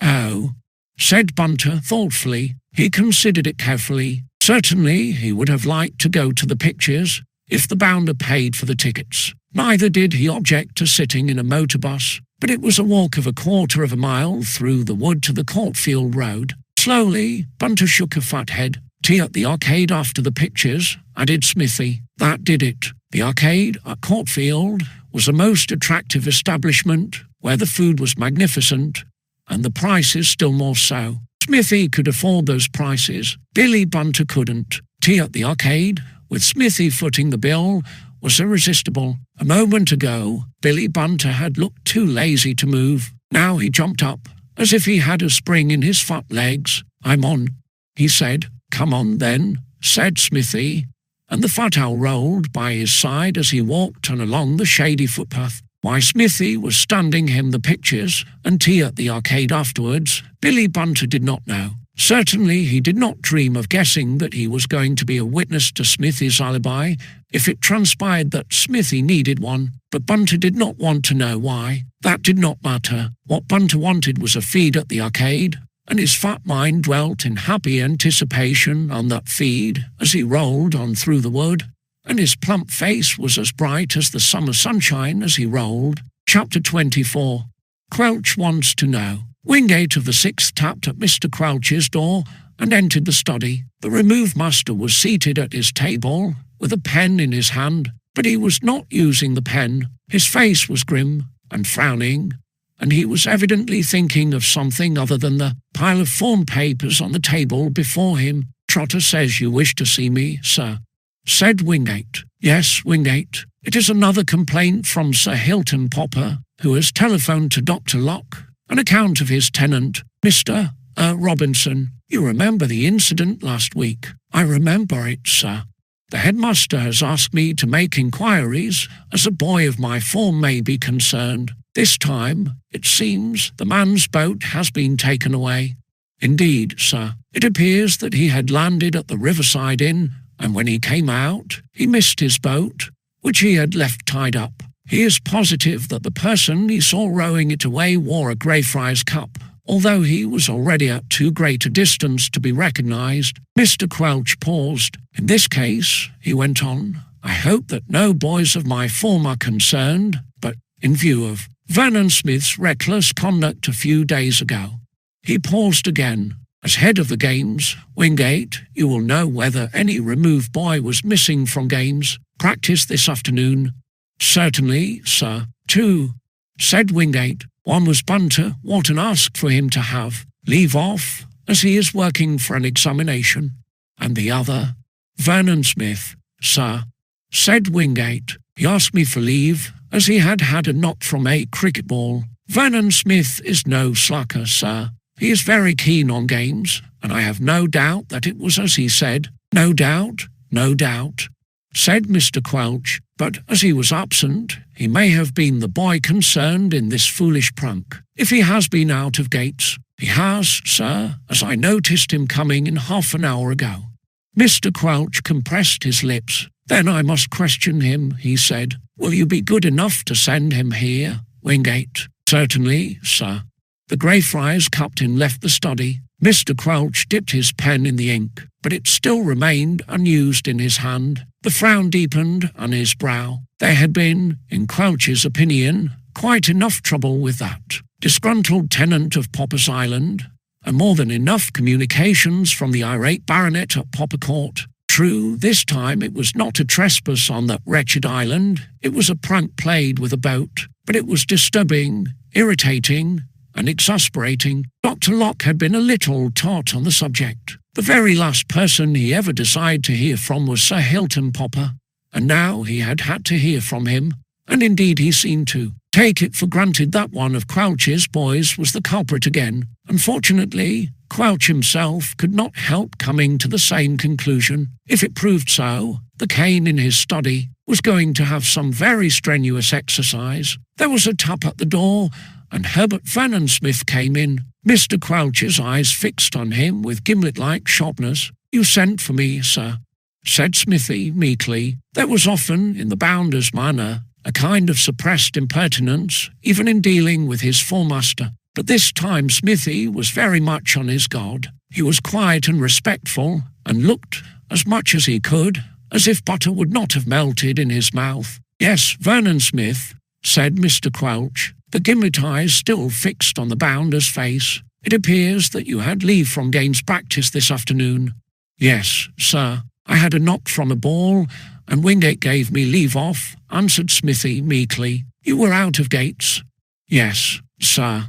"I require to know how you spent your time out of gates." Vernon Smith. "Courtfield is in bounds on a half-holiday, sir," said Smithy. "We're allowed to go to the pictures at the Imperial, sir." Quelch's eyes became, if possible, more gimlet-like. "That is quite correct, Vernon Smith. If you spent your time in Courtfield this afternoon, I shall be very much relieved. Some boy, at present unknown, who is stated to have been wearing a Greyfriars cap, took away a boat belonging to Sir Hilton Popper's tenant, Mr. Robinson. Your headmaster has been troubled with a complaint on the subject. I trust that it is only a coincidence that you were out of gates at the time." "Plenty of other fellows out of gates, sir, and a half-holiday," said Vernon Smith. "I don't see why they should fancy it was a removed man." "That is what I have to ascertain," said Mr. Quelch grimly. "Kindly give me an account of your movements this afternoon, Vernon Smith." The bounder assumed an air of reflection. "I went for a stroll, sir. Then I thought I'd get on the bus and go to Courtfield for the pictures, sir." "At what time?" Smithy reflected again. "I wouldn't know exactly, sir, but it was very soon after 3. The gimlet eyes seemed almost to penetrate Smithy as he made that artless statement. Mr. Quelch was aware that it was considerably later than 3 when Mr. Robinson missed his boat at the Riverside Inn. Sir Hilton Popper had been particular about details. "You went to the cinema, Vernon Smith, after taking the omnibus to Courtfield?" "Yes, sir." "When did you leave?" "About an hour later, sir." "Where did you go then?" "The Arcade, sir, for some cakes and ginger beer." "Were you alone all that time, Vernon Smith?" The bounder breathed rather hard for a moment, but he was prepared for that. "Oh no, sir. Another fellow was with me all the time," he answered, quite casually. "Oh." That answer took Mr. Quelch aback a little. "In that case, you may give me the boy's name, Vernon Smith." "Bunter, sir." "Bunter?" repeated Mr. Quelch. "Wingate has told me that Bunter was given leave this afternoon. Bunter went to the pictures with you." "Yes, sir. I should have asked Redwing, but he was at games practice, so I went with Bunter." "Bunter will, I suppose, bear out your statement, Vernon Smith." "Of course, sir, when he comes in, if you ask him. Did he not return with you?" "He's such a jolly slow walker, sir. We came back by bus, but we have to walk from the corner of Oak Lane, and Bunter just crawls, sir. I left him crawling." Mr. Quelch sat looking at the bounder across his table. If all this was true, it certainly cleared Vernon Smith, and undoubtedly Quelch would have been glad to know that the culprit, in this case, was not a boy of his form. His frowning brow had relaxed very considerably. "Very well, Vernon Smith," he said at last. "I'm glad, very glad, that you were so harmlessly occupied. I shall speak to Bunter, and if he corroborates your statements, there is nothing more to be said. You may leave my study." The bounder's manner was still meekly respectful as he left the study. Not till the door was closed did he allow a grin to dawn upon his face. He walked away with his hands in his pockets, humming a tune, and when, half an hour later, a tired foot-owl crawled in and was called to Mr. Quelch's study, what he had to say could only corroborate the bounder's story. Billy Bunter had not the remotest idea that he had been used for an alibi, neither had Quelch, and it looked all clear for the unscrupulous scapegrace of the remove. Chapter 25. "Too clever, go it," said the bounder sarcastically. He was lounging in the window of No. 4 study, his hands in his pockets, a mocking sneer on his somewhat hard face. Tom Redwing sat on the edge of the study table looking at him without speaking, but if his tongue was silent, his look was quite eloquent. He had wondered uneasily how his chum was occupied that afternoon while the rest of the form were at cricket. Now he knew. Smithy had told him. Smithy had been in a state of considerable glee over his success. He had scored over the obnoxious Beaver, and he had come through scatheless. His alibi with Billy Bunter's unconscious aid had worked like a charm. If Beaks and prefects were looking for the fellow who had worn a Greyfriars cap in a boat on the Sock, They were not looking for Smithy, which was quite satisfactory to the bounder, but did not seem so to his chum. "Get going," jeered Smithy. "You're generally ready with a sermon, and I can see you're thinking one out." "I suppose it's no use telling you what I think," said Redwing, breaking his silence at last. "Oh, do," sneered Smithy. "You don't know how I'm using you already when you get on to sixthly or seventhly. Go it." Redwing's lips set a little. "It's rotten, Smithy," he said. "I suppose you can't see it, or you wouldn't do it. It's some kink in you. I wish you could look at things like other fellows, Wharton or Bob Cherry, or old Mowley." "Well, what have I done?"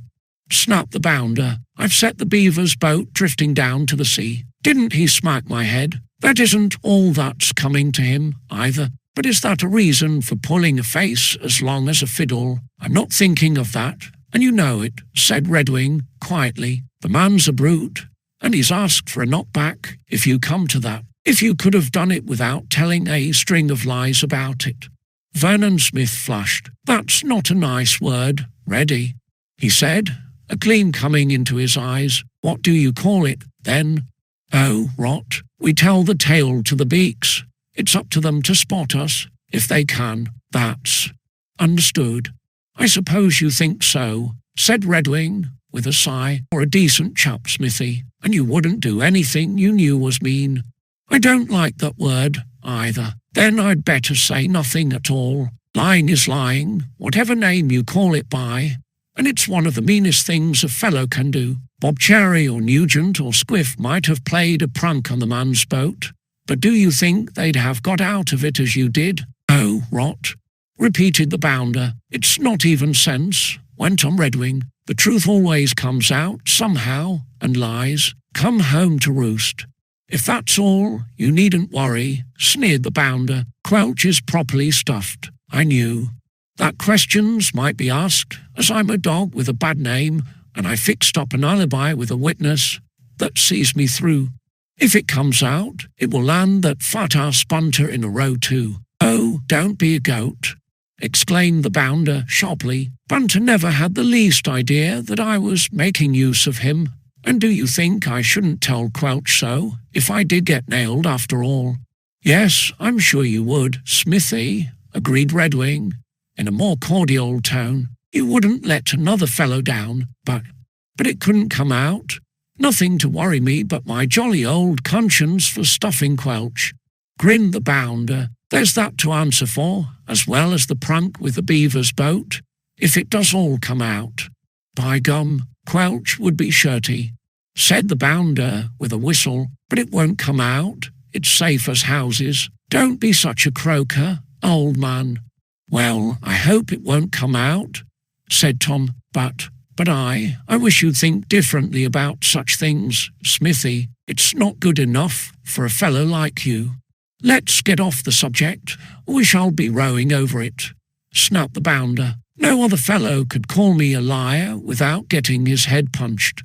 The bounder spoke angrily, almost savagely, all the more so, perhaps, because Tom Redwing's words had gone home. If they had not exactly stirred his conscience, they had at least made him feel much less satisfied with his success in telling the tale. For once, Smithy had been made to feel dissatisfied with himself, and it was not a feeling he liked. Redwing compressed his lips and said no more. Certainly, he did not want to row with his chum, or to carry the argument to the length of punching heads. They sat down to tea in the study, not in the cheeriest mood. Redwing was silent and troubled, the bounder irritated and dissatisfied. Both were rather relieved when a cheery ruddy face, surmounted by a mop of flaxen hair, looked in at the door, and a powerful voice boomed, "Hallo, hallo, hallo."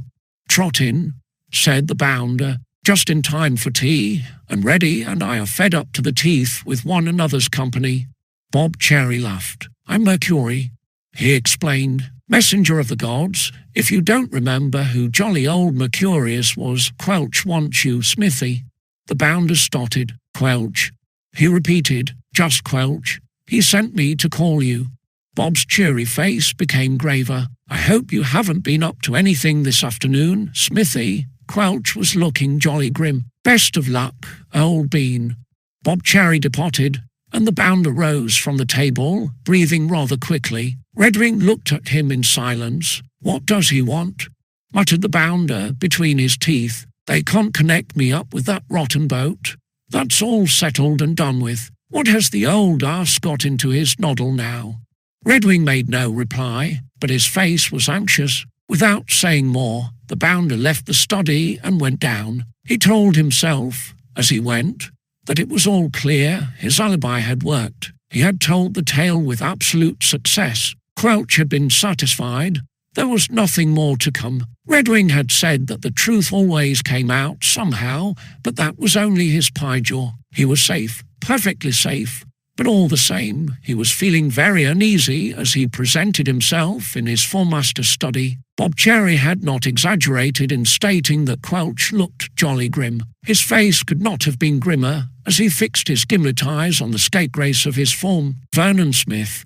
His voice was a shop rap. "Yes, sir," muttered the bounder. "The boat belonging to the tenant of Popper's Island, which was sent adrift this afternoon, has been recovered," said Mr. Quelch. "The boat-keeper at the school boathouse saw it drifting and took it in. I'm glad it has been found, sir," said Smithy, as casually as he could. Why Quelch had sent for him to tell him this was quite a mystery to him. The boat-keeper reported it to Wingate, as he did not know to whom the boat might belong, went on Mr. Quelch. Wingate looked over it and found something in it, Vernon Smith. "Did he, sir?" murmured the bounder. He tried to remember whether he could possibly, in his haste, have left something in the boat, but he was quite sure that he had not. "He found this," said Mr. Quelch grimly, taking up a little silver-handled penknife from his table. "Apart from the fact that your initials are engraved on the metal, Vernon Smith, I have seen this penknife in your possession. You do not, I presume, deny that it is yours?" The bounder stood quite still. He was taken utterly aback. Nothing could have been more unexpected, yet nothing could have been more simple. A fellow tumbling headlong into a boat was quite likely to drop some small article from his pocket. He had not thought of it. In his haste and hurry he had thought only of getting to a distance as rapidly as he could. He had not, he believed, left the ghost of a clue behind him, and all the while, what became of his precious alibi now? There, in Quelch's hand, was proof positive that he had been in the Beaver's boat that afternoon. He had been very clever indeed. He had, in fact, been a little too clever. He had that alibi to answer for now, as well as the rest. "Well," rapped Mr. Quelch. Still the hapless bounder did not speak. The red came into his face and spread till he was crimson. If Smithy did not scruple to tell the tale, at least he could feel shame and humiliation when it was brought home to him. "You may take your penknife, Vernon Smith." Smithy took it, still dumb. "It was you who sent the boat adrift, Vernon Smith. That is a minor matter compared with the prevarication with which you deluded me, with the assistance of another boy in my form. Have you anything to say, Vernon Smith?" The bounder found his voice at last. "Only that Bunter had nothing to do with it, sir," he answered quietly. "He hadn't the faintest idea why I asked him to come to the pictures with me. He knew nothing whatever about the boat. I can believe you to that extent. Vernon Smith, is that all you have to say?" Smithy was silent, and the removed muster rose from the table. He picked up his cane, and the bounder closed his lips hard, bracing himself for the ordeal. "You will bend over, Vernon Smith."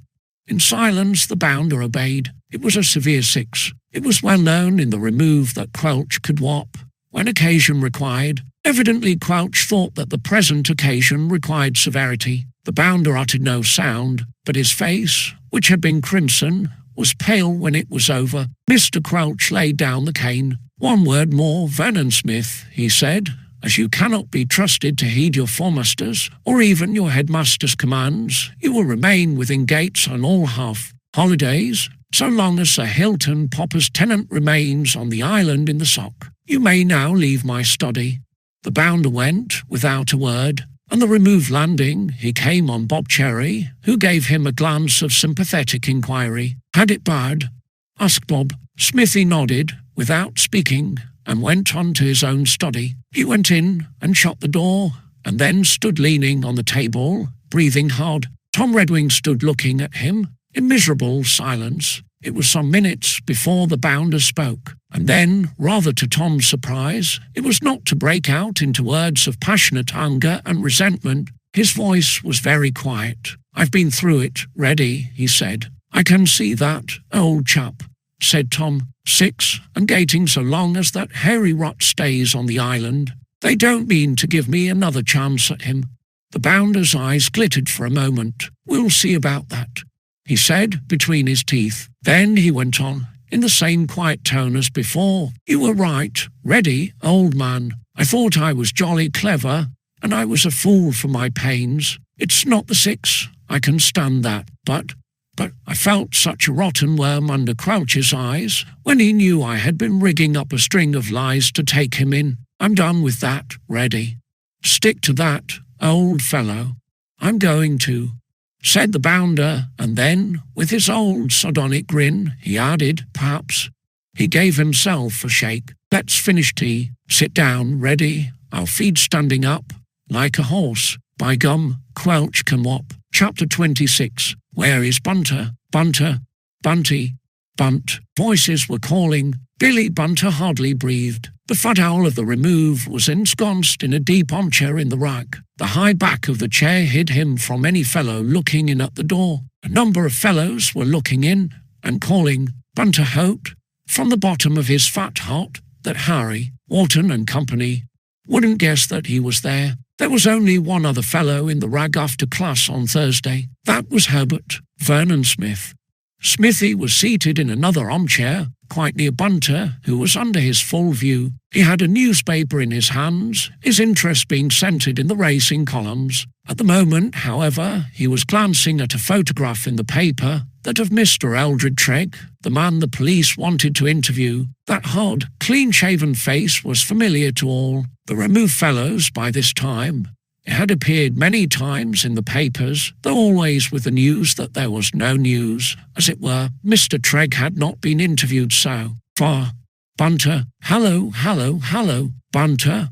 The bounder glanced up irritably from the newspaper. He stared across at the fellows in the doorway, and then at Bunter. Billy Bunter made him an almost frantic sign to be silent. The bounder stared at him, grinned, and dropped his eyes to the newspaper again. If Bunter wanted to keep Doggo, Smithy was not going to give him away to the fellows who were seeking him, and Bunter did want to keep Doggo. He was due in Quelch's study for an hour of extra toot. In a few minutes, Quelch, in the kindness of his heart, was giving up a whole hour of his scanty leisure to help the fat junior on his way towards a founder's scholarship. There was no doubt that Bunter needed that extra tuition. He was aware of it himself. Really, he wanted it, as well as needed it, but he did not want it at that precise moment. Bunter was going to work for that school. His fat mind was made up to work for it. At some time or other in the future tense, he was going to slog and swat like anything, but not at the moment. It was the present tense that worried Bunter. So, like that sagacious animal, Fox, Billy Bunter lay low and said nothing, and as the bounder also said nothing, he hoped that he was going to escape. Laziness chained him to that armchair. The mere thought of an hour with Quelch in his study made him feel that life was weary, stale, flat, and unprofitable. Later on he was going to swat. Not now, if he could help it. "Where has that fat idiot got to?" exclaimed Bob Cherry in the doorway. "Squiff," said he, "came here." "Dodged out, I expect," said Frank Nugent, laughing. "Poor old Bunter. I expect he's sorry by this time that he asked us to back him up." "Well, it's up to us," said Harry Wharton. "The fat chump is trying to do the right thing for once, and we're bound to help if we can. I suppose he can't help being the laziest slacker at Greyfriars as well as the fattest beast," murmured Bunter under his breath. "Might as well let him rip," grunted Johnny Ball. "Fat chance he will have for the founders at this rate." "Well, we said we'd keep him up to the mark, and he jolly well needs it," said Bob. "We're going to keep him up to it. We must be cruel only to be kind, as jolly old Hamlet remarked. Ha, ha, ha. But where has the fat snail crawled since class?" exclaimed Bob. Hallo, seen anything of Bunter, Smithy?" The bounder glanced up from his newspaper again. "Lots," he answered. "There's plenty of him to be seen. Fathead, know where he is now? He was here 5 minutes ago." "Oh, then he can't be far off. Come on, you men." Bob Cherry tramped away with his friends to look further afield. Billy Bunter gasped with relief. The danger had passed, for the moment at least. The bounder's reply, though actually veracious, had certainly given the famous five the impression that Bunter was no longer in the rug. They were welcome to look for him anywhere else, as long as they liked. The bounder gave him a sarcastic glance. "You fat ass," he said. "What have you entered for the founders at all for, if you're too slack to do a spot of work for it?" "Oh, really, Smithy? Why not brace up, you fat slacker? If your pater's in a jam, as you've been telling the world for a week or more, it's up to you." I know," mumbled Bunter. I ain't going to slack, Smithy. I'm going to work jolly hard, but not just at this minute, you know. Any time but the present, what? It's deponent verbs," moaned Bunter. "Crouch is going to take me through those rotten verbs that are thingamy in form and what do you call it in meaning. Besides, it may not be necessary after all, you know. They may get hold of that man Treg. Looks a lot like it," said the bounder. "They've got his mug here again, and somebody thinks he's seen him in Hampshire, which probably means that he's 100 miles away from Hampshire. The other day somebody saw him, or more likely didn't, in Wales. Well, his picture's all over the place," said Bunter. "Anybody who saw him would know him." "Rot. Think he wouldn't alter his looks, with his photograph in every newspaper in the country. I don't suppose he looks anything at all like his mug here, since he bolted." "Oh," ejaculated Bunter. "If you're banking on that, old fat man, you may as well forget it," said the bounder. "Look here, get a move on. Quelch will be shirty if you don't turn up for extra toot." "Well, I can tell him I forgot the time. I suppose he will take a fellow's word about that," said Bunter with dignity. "Oh, my hat," said Smithy, and he returned to his newspaper, this time to the racing columns. He had given Bunter good advice, but he was not disposed to take trouble about him like Harry Wharton and company. He was much more interested in the 2:30 at Wapshot on Saturday than in William George Bunter. Bunter stretched himself luxuriously in the armchair. He was going to Quelch's study later, perhaps half an hour later, perhaps a little more. The more he thought about those irritating Latin verbs, which are passive in form but active in meaning, the less he was disposed to make a closer acquaintance with them, and it was very comfortable in that deep armchair. But alas for Bunter, hardly 10 minutes had elapsed when there was once more a tramp of feet in the doorway, and this time the famous five came in. "Has Bunter been here, Smithy?" called out Harry Wharton. "Blow Bunter," answered the bounder without looking up. "Well, blow you, if you come to that," said Bob Cherry cheerfully. "Look round for him, you men. He doesn't seem to be anywhere else, and I shouldn't wonder if he's parked in one of those armchairs. Oh, crikey. Hallo, hallo, hallo." 5 fellows came round the fat owl's armchair and stayed at the plump figure sprawling therein. "You fat villain." "Oh, really, Cherry? We've been looking for you all over the shop, you fat slacker," exclaimed Frank Nugent. Have you?" gasped Bunter. I say, I. "You're 5 minutes late for Quelch already," said Johnny Ball. "Get up and go, you lazy fat frump." I'm just going," gasped Bunter. I'm going in a minute or two. Don't you fellows wait. I expect you want to go down to the nets, and I wouldn't like to waste your time." "Get a move on, my esteemed Bunter," said Harry Jamset Rumsing. "A stitch in time saves 9pence, as the English proverb remarks." "I'll take him to Quelch's study," said Bob. "Come on, Bunter." "Wow, leg o' my ear," yelled Bunter. "I'm going to take it to Quelch's study. You can come with it or not, just as you like." "Ha, ha, ha. Yahoo!" Billy Bunter almost bounded out of the armchair. with Bob's finger and thumb fastened like a steel vice on a fat ear and pulling hard. The fat owl was stirred to unusually rapid motion. "Yow-oh-oh, will you leggo my ear?" he yelled. "Yes, at Quelch's door." "Oh, beast." "Wow." Bob Cherry walked across to the door. Bunter's fat ear went with him, in that vice-like grip. Needless to add, Bunter went with the ear. A potting would have been altogether too painful. The fat ear accompanied Bob Cherry, and with a series of indignant squeaks, Bunter accompanied the fat ear. They arrived together at Mr. Quelch's door. With his free hand, Bob tapped at the door and opened it. Then he released that fat ear. It was too late for Bunter to escape. The gimlet eye was on him. Bunter. "Oh, yes. Sir, you are 6 minutes late." "Oh, aye. You may come in," said Mr. Quelch. Bob Cherry walked away, leaving Billy Bunter to Quelch and deponent verbs. Chapter 27. After lights out, Harry Wharton's eyes opened. In the glimmer of moonlight in the removed dormitory, the summer moon sailed over the ancient roofs of Greyfriars School, turning the old quad into a pool of silver and glimmering in at the high windows. Something had awakened the captain of the remove.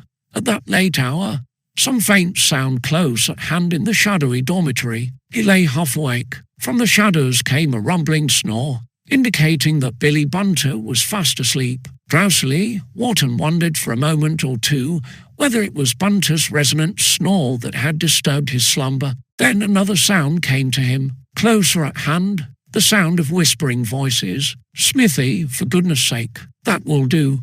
But Smithy, Harry Wharton started into wide wakefulness. It was Tom Redwing's voice, in tones of almost beseeching earnestness. He lifted his head from the pillow and looked in the direction of the whispering. Two other fellows, at least, were awake, in the sleeping dormitory. In the dimness, he made out a figure standing fully dressed. It was Herbert Vernon Smith, and a gleam of moonlight on his face showed it dark and angry. Tom Redwing was sitting up in bed. Harry Wharton's lip curled. The bounder was up and dressed at an hour when all other Greyfriars fellows were asleep in bed. That could only mean that he was breaking out that night, as he knew that the scapegrace of the form had done a good many times before. No doubt the Three Fishers, or the Cross Keys, was his destination, where the sportsmen of the remove had sporting friends.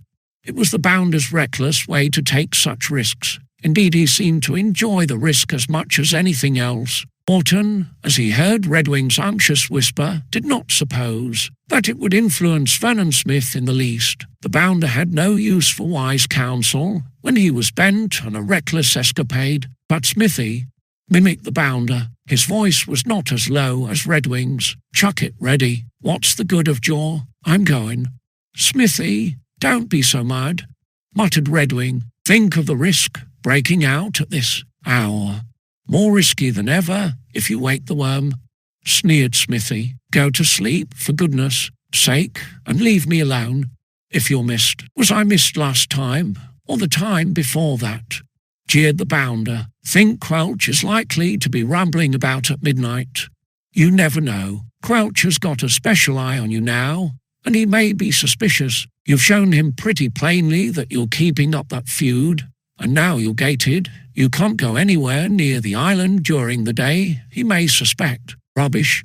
He knows you, Smithy, and what a reckless fellow you are. He might guess, if he looked in here." "Oh, chuck it, Reddy. Think you can put the wind up me and scare me off?" snapped the bounder. "If there's a spot of risk, I don't care. It's past 11, and you know that Quelch goes to roost at 11 as regular as clockwork. What does that man on the island matter, anyway?" urged Redwing. "He's a cantankerous brute, but he's not worth this risk." Harry Wharton gave a little start as that came to his ears. Apparently it was not the Three Fishers or the Cross Keys this time, but some move in the bounder's feud with the tenant of Popper's Island that had caused Smithy to turn out at that late hour. "He matters a lot to me, till I've given him something back," answered the bounder, "and he's getting it tonight, Reddy. I'm going to make that cheeky rotter sorry that he laid hands on me." Harry Wharton sat up in bed. "Smithy," he whispered. Vernon Smith stayed round in the glimmering moonlight as he heard Wharton's voice. "Oh, You're awake, are you?" he snapped. "You two woke me up," answered Harry, quietly. "Look here, Smithy. Better wake up the rest of the fellows, ready, while you're about it," said the bounder, sardonically. "If this is the talk of the form tomorrow, Crouch may very likely hear something." "Is that what you want, Smithy?" exclaimed Redwing. "Oh, shout," said Smithy, in the same sardonic tone. "If you want every man here to sit up and see me off, I don't mind. I'm going all the same." Redwing made no reply to that. "If you won't listen to Redwing, Smithy, listen to me for a minute," said Harry Wharton, quietly. "Oh, go it," sneered the bounder. "As I've had 6thly from Redwing, I may as well have 7thly from you. Carry on." Wharton compressed his lips. "If you're thinking of going to that island," he said. "Just that, if you want to know," jeered the bounder. "I'm not seeing a man about a horse this time. I'm going to right the beaver's camp and bring down his tent on his head. Shout it out all over Greyfriars if you like. Have a little sense, Smithy. You won't be able to get a boat out. I've fixed that up all right. Oh, I've heard that your skiff's at the boat builder's for repairs. You won't be able to get it at this hour, says you," jeered Smithy. "If you're interested, my skiff's hidden in Hobban's Wood, a quarter of a mile above the island, waiting for me when I want it. Anything more you'd like to know?" "Oh," repeated Wharton. He realised that Vernon Smith had laid his plans well in advance for this escapade. "Well, look here, Smithy. You know that it's the sack for breaking out at night." "And don't need you to tell me," interrupted Smithy. "I'll tell you this, at any rate," said Harry. "I believe that Crouch has his eye on you, as Redwing has told you." "You can believe what you like. I'm pretty sure of it," said Harry. "And when beaks are suspicious, they sometimes make a round of the dormitories." "How often?" sneered Smithy. "Not often, I know. But you've as good as yelled it out to Crouch that you won't leave that brute on the island alone. You're gated for that very reason. Think it might not occur to Crouch that you might try it on after lights out. He may have looked in here last night, while we were all asleep, for all you know. He's welcome to look in. I've fixed up a dummy in my bed, and if you struck a match you'd see that it looks exactly as if I were in it." "Hallo, hallo, hallo," came a sleepy murmur. "Somebody up?" Bob Cherry was awake now. "Keep quiet, you fathead," hissed the bounder. "That you, Smithy?" Bob peered through the shadows. "Go back to bed like a sensible chap. Go and eat coke." Vernon Smith certainly had no intention of going back to bed. His plans were laid, and he was going to carry them out, risk or no risk. "Smithy, old man," Redwing spoke again, at last. "Make a converser's irony of it," sneered Smithy. "I'm going. Cheerio."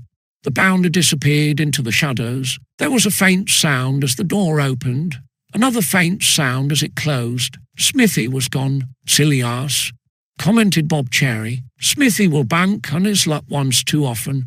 Bob laid a sleepy head on his pillow again. Harry Wharton followed his example, but Tom Redwing's eyes did not close. He was too anxious about his wayward chum to sleep. Smithy had always had wonderful luck, and he was wont to bank on his luck, as if fortune could never let him down. But there was more than usual risk this time, and Tom, sleepless, listened for a sound he dreaded to hear, the sound of an opening door. If Crouch was suspicious, and if he came, he knew that it was possible, that it was indeed likely, and his heart was heavy. This time the reckless bounder was running more risks than he realised, or at least chose to realise. The long minutes passed slowly. Wharton and Bob Cherry had gone to sleep again.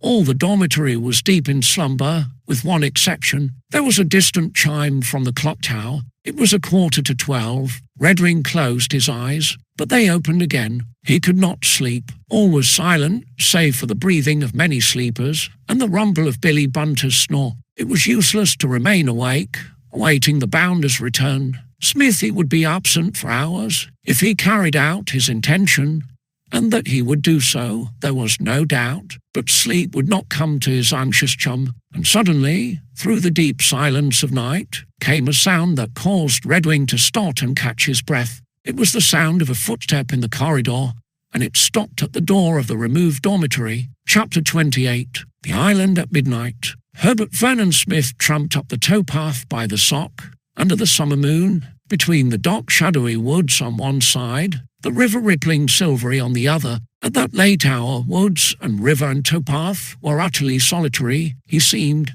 alone in a world of glimmering moonlight and dusky shadows. But silence and solitude did not affect the bounder's nerves. Both were welcome to him, for he was well aware of what must be the outcome if he were seen out of school bounds at such an hour. He swung on his way with a steady stride, and did not pause till he reached the point on the bank opposite the island in the Sock. There he paused to look across. All was dark, silent, and still, and the little wooded island. There was no gleam of a light. Among the thick trees, the tenant, no doubt, was fast asleep in his blankets at that hour. Smithy had no doubt of it, and no doubt that the Beaver was booked for a sudden and startling awakening. After scanning the island, he resumed his tramp up the river. It was a quarter of a mile further up the Sock, to Hubbards Wood, where his skiff was hidden. His vigorous strides covered the ground rapidly, and he was soon at the spot where he and Redwing had concealed the little craft a few days ago. He plunged through the gap in the old fence, and groped among the hawthorns for the boat. It was exactly as he had left it. No one had chanced upon it, hidden deep in the thicket. Heedless of scratches from the thorns, he dragged it out, and dragged it to the gap in the fence. He put his head through the gap, and scanned the towpath cautiously before going further. But all was as solitary as he expected and wished it to be. From somewhere in the far distance came faintly the chime of midnight. No one was likely to be abroad at that hour. He stepped out, dragging the skiff after him. In a few minutes he was sliding it into the water. The Sock flowed round it in 1,000 ripples of silver. Coolly he sat to the oars and pulled, helped by the strong current. Out on the river it was, almost as bright as by day, and Smithy would have been glad of a cloud over the moon. But there was no cloud on a sky of deep dark blue, and he was a conspicuous object on the shining water. But there were no eyes to see. Even the tenant of Popper's Island, watchful and wary as he seemed by day, was certain to have closed his eyes at midnight. A chance passerby must have seen him, but at midnight there was no chance passerby, and it was not a long pull. As he neared the forbidden island, the bounder ceased to row. Silence was his cue, and the current was sufficient to carry the skiff onward. He steered in silence towards the dockmast that rose against the shining water. He steered into the channel between the island and the Poppercourt bank, but he did not steer for the landing place opposite the bank. That was the easiest way, but the bounder was too wary for that. He was going to land at quite another point. There was some wind on the river, and the Beaver, when his tent collapsed on his head, might suppose that the tent pegs had pulled out unaided, as tent pegs will sometimes do. Smithy hoped so, and that the man would not guess that there had been a midnight visitor on the island at all. That would make matters safer for him at the Greyfriars End. But it was quite possible that the man might guess that a hostile hand had been at work. In that case, he would be raging on the track of the midnight visitor, and he was not going to know where to look for him or his boat. Smithy had thought his plan out in every detail. He might get through without trouble, or he might have some very active dodging to do, not only to escape the angry man's hands, but to escape being seen and recognized in the bright moonlight. He did not want those hefty smacks to land on his head again, and still less did he want a report at Greyfriars, with a sack to follow for breaking out at night. In such a reckless adventure he could not be too wary, but the bounder of Greyfriars was as wary as a fox. He steered silently past the dockmasts and round the lower end of the island. There a landing was more difficult, but it was more secure. At the lower end, trees and bushes grew thickly down to the water's edge. He dipped an oar and silently steered round and ran his skiff under thick, dark, overhanging branches. There he laid down the oar, and catching a branch overhead, pulled himself in with his skiff. Under the trees, with their heavy masses of foliage, it was almost as black as a hat. His boat floated in darkness. Beyond that darkness, the river flowed like polished silver, but within the deep shadow of the trees, the bounder could hardly see his hand before his face. but he was well acquainted with Popper's Island. He knew of a tiny inlet at the lower end, almost buried in bushes. He could see little or nothing,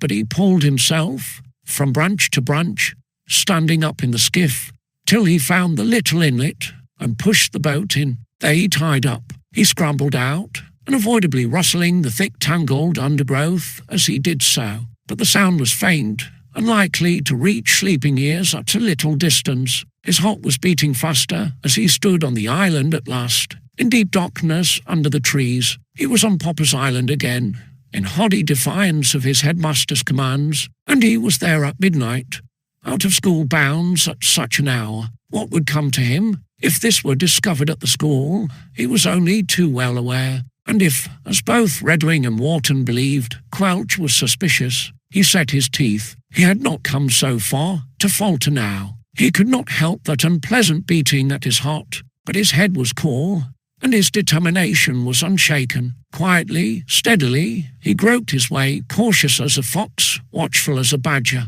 He pushed through thick bushes, parting branches, eluding rustling twigs, more and more cautious as he neared the little open glade in the centre of the island. Gleams of moonlight came to him now. He stood at last on the edge of the open glade and looked from the shadows into bright, clear moonlight. The glade lay open to the moon that sailed above like a bowl of silver. All was silent and still. He stayed across at the tent under the branches of the great oak. There it stood, exactly as he had seen it on the day of that unlucky picnic. The tent flap was closed, the camper, no doubt, within and fast asleep, but the bounder was leaving nothing to chance. He had not forgotten how he had been taken by surprise and caught, and his last visit to the Forbidden Island. For long, long minutes he stood in the shadows, scanning the glade and listening intently, but no sound came to his ears, save the sough of the wind from the sea in the branches overhead,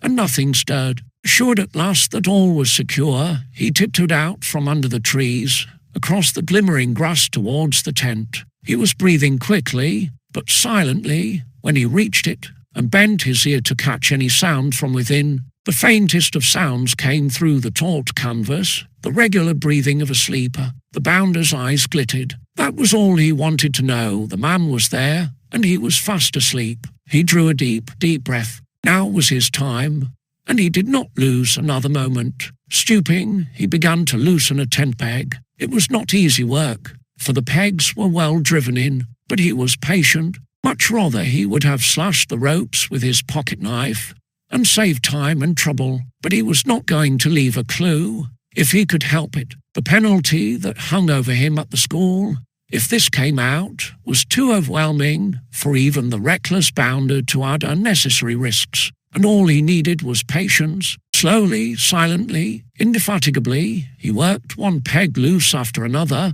and one side of the tent, the side nearest the massive trunk of the great oak, one after another they came loose, and the canvas began to sag. At any moment, now, the collapse might come, and still the regular breathing within went on uninterrupted. Not till the crash came would the beaver know that anything was happening. It came so suddenly that the bounder himself was startled. A gust of wind from the sea rustled the trees and caught the sagging canvas. One moment the tent was still standing.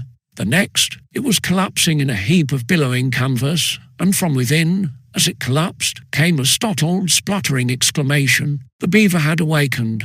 Suddenly, with his tent wallowing over him as he lay. That gasping exclamation was followed by an angry howl. The canvas billowed over a struggling form as the awakened sleeper strove to free himself. A pyjama-clad leg shot into view. Vernon Smith fairly bounded. In the twinkling of an eye, he reached the trunk of the great oak and dodged round it. He had no time to lose, for the man was already struggling out from under the collapsed tent. But that massive trunk covered the bounder from view, and having placed it between him and the tent, he did not lose a second. With the activity of a monkey, he clambered up the trunk into the oak branches. Hidden deep in foliage, he held on to the branches, suppressing his hurried breathing as much as he could, and listening. If the beaver spotted him there, he had to take his chance of cutting across the glade to the trees, but the beaver was not likely to spot him there. He heard the sound of rustling and rumpling canvas, and the growling voice of an angry man.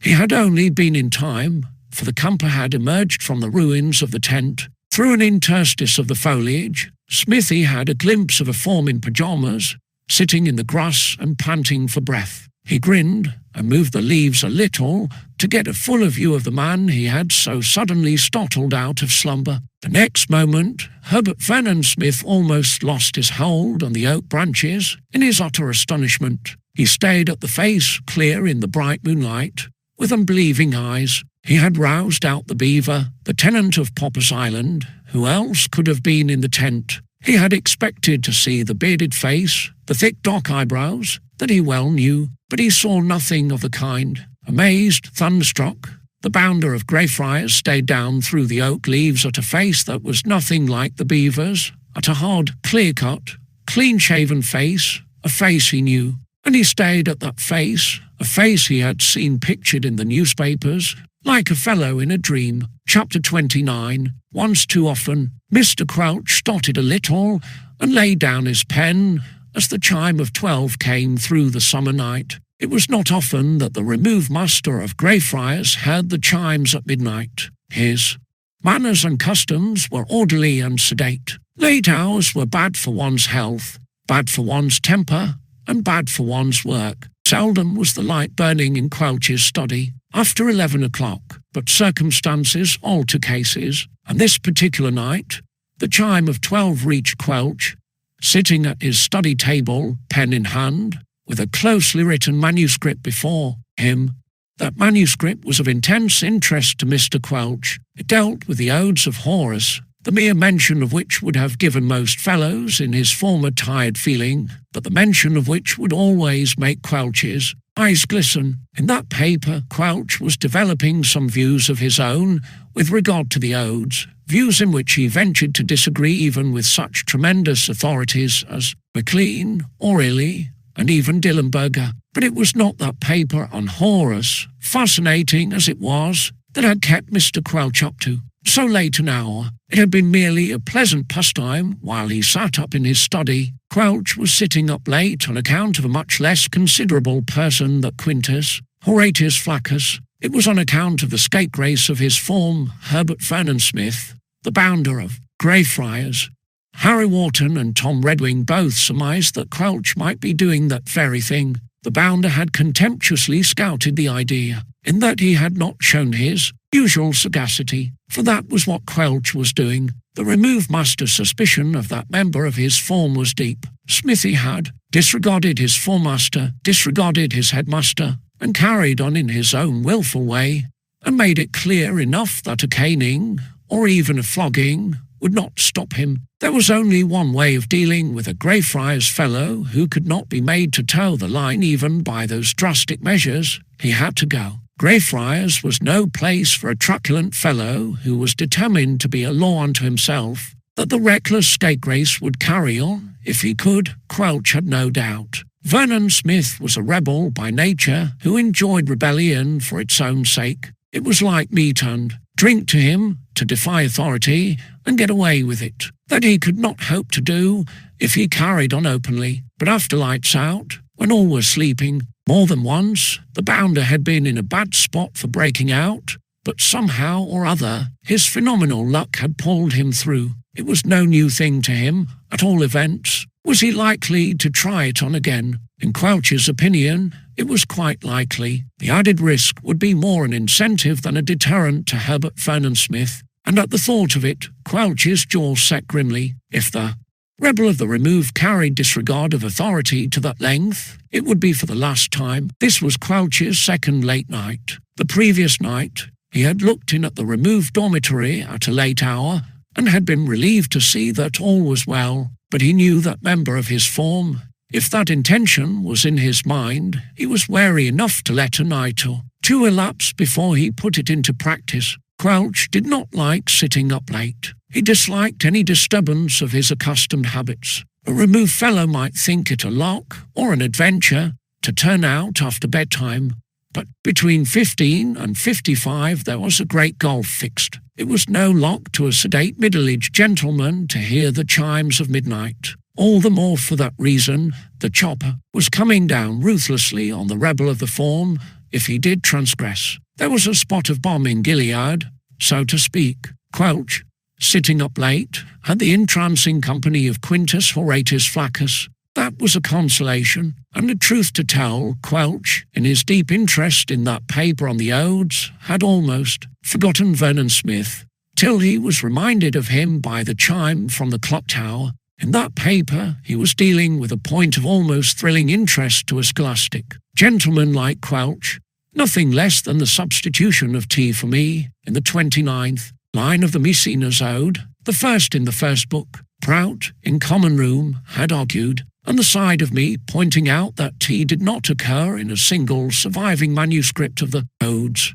This Quelch had to admit, pointing out, however, that common sense and lucidity were both on the side of tea. Prout, impervious to common sense and lucidity, stood like a rock for me, which of course confirmed Quelch in his fixed belief that it ought to be tea. Quelch was elaborating this in his paper while he sat up on Vernon Smith's account, so really the time passed very pleasantly. However, the chime from the clock tower recalled Quelch from the Sabine Form to Greyfriars School. He laid down his pen and rose. "Bless my soul," he murmured. He had not intended to leave it quite so late as this, but Quintus Horatius Flaccus had the same effect on Quelch as a jump taught on Billy Bunter. Quite irresistible. However, he gave QHF a rest now. He was going to bed, after glancing into the removed dormitory to make sure that every bed there had an occupant. He switched off the light, left his study, and went up the stairs.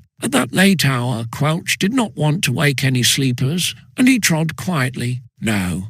Sleeping here in the removed dormitory would have heard him approach, and at that hour, certainly no fellow in a junior dormitory should have been awake. But there was one who was wakeful, and Tom Redwing's heart beat painfully as he caught that quiet tread in the corridor. As it stopped at the dormitory door, Redwing laid his head on the pillow and closed his eyes. He knew that it must be Quelch, and Quelch was not to see that anyone was awake. There was perhaps a chance for Smithy yet. The door opened, and the light switched on. Redwing lay quite still. Everyone else was fast asleep. There was nothing seen from the door to rouse suspicion. If Quelch was satisfied with looking in from the doorway, the dummy in the bounder's bed would pass muster. From a short distance it looked exactly as if a sleeper lay there. There was a moment or two of dead silence as the removed muster stood looking in. Then Redwing's heart gave a painful throb as he heard the quiet tread coming in. Quelch was not satisfied with a distant view.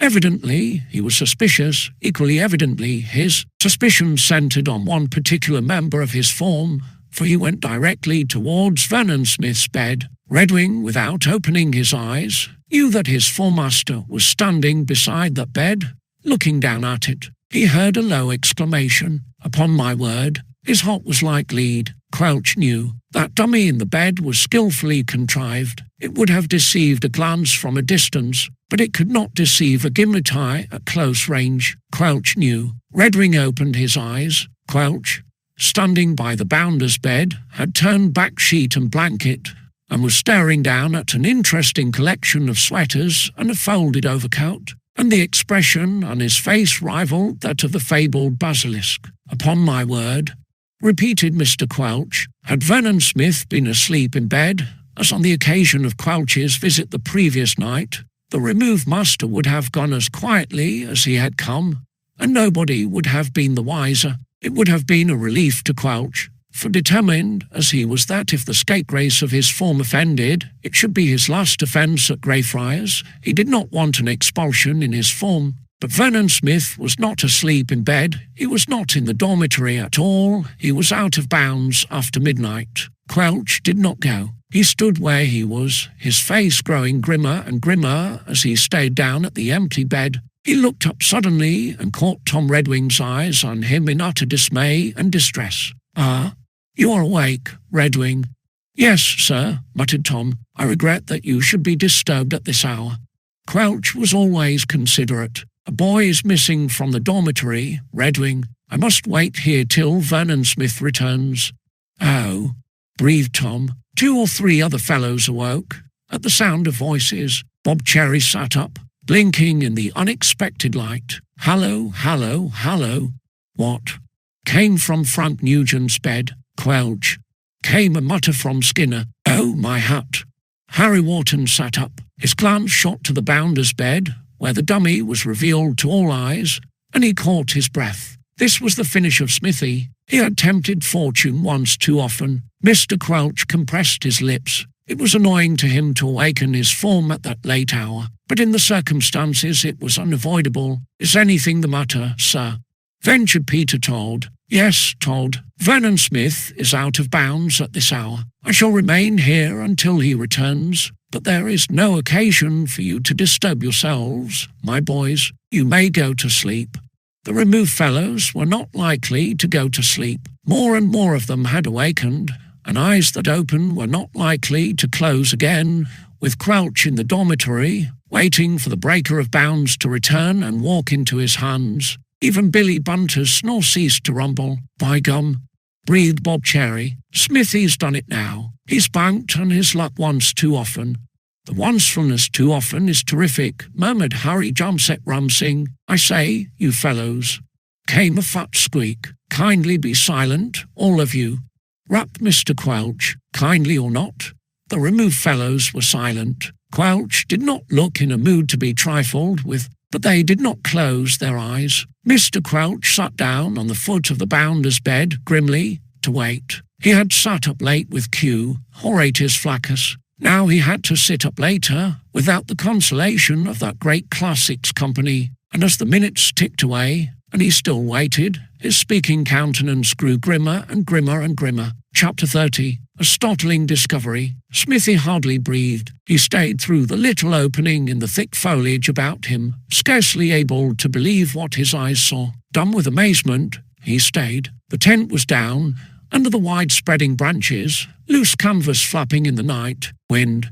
The man within had scrambled from under the flapping canvas and rolled clear. He sat in the grass, where it shimmered in the moonlight, and panted for breath. Full on his face shone the moon that sailed high over the island in the sock. In the bright light, every feature and detail of that face was clearly revealed. The hard mouth, the smooth chin, the light eyebrows over the shop eyes, the close-cropped fair hair, and the head. Anyone at Greyfriars who had seen the picture of Eldred Tregg in the newspapers would have known him at a glance. The bounder knew him beyond the shadow of a doubt, yet it was so utterly unexpected, so utterly amazing, that he doubted the evidence of his eyes. Eldred Tregg, the man on the run, the absconding secretary who had disappeared with £5,000 worth of bearer bonds from Mr. William Samuel Bunter's safe, the man who had vanished in the car more than a week ago, leaving no trace behind, only the abandoned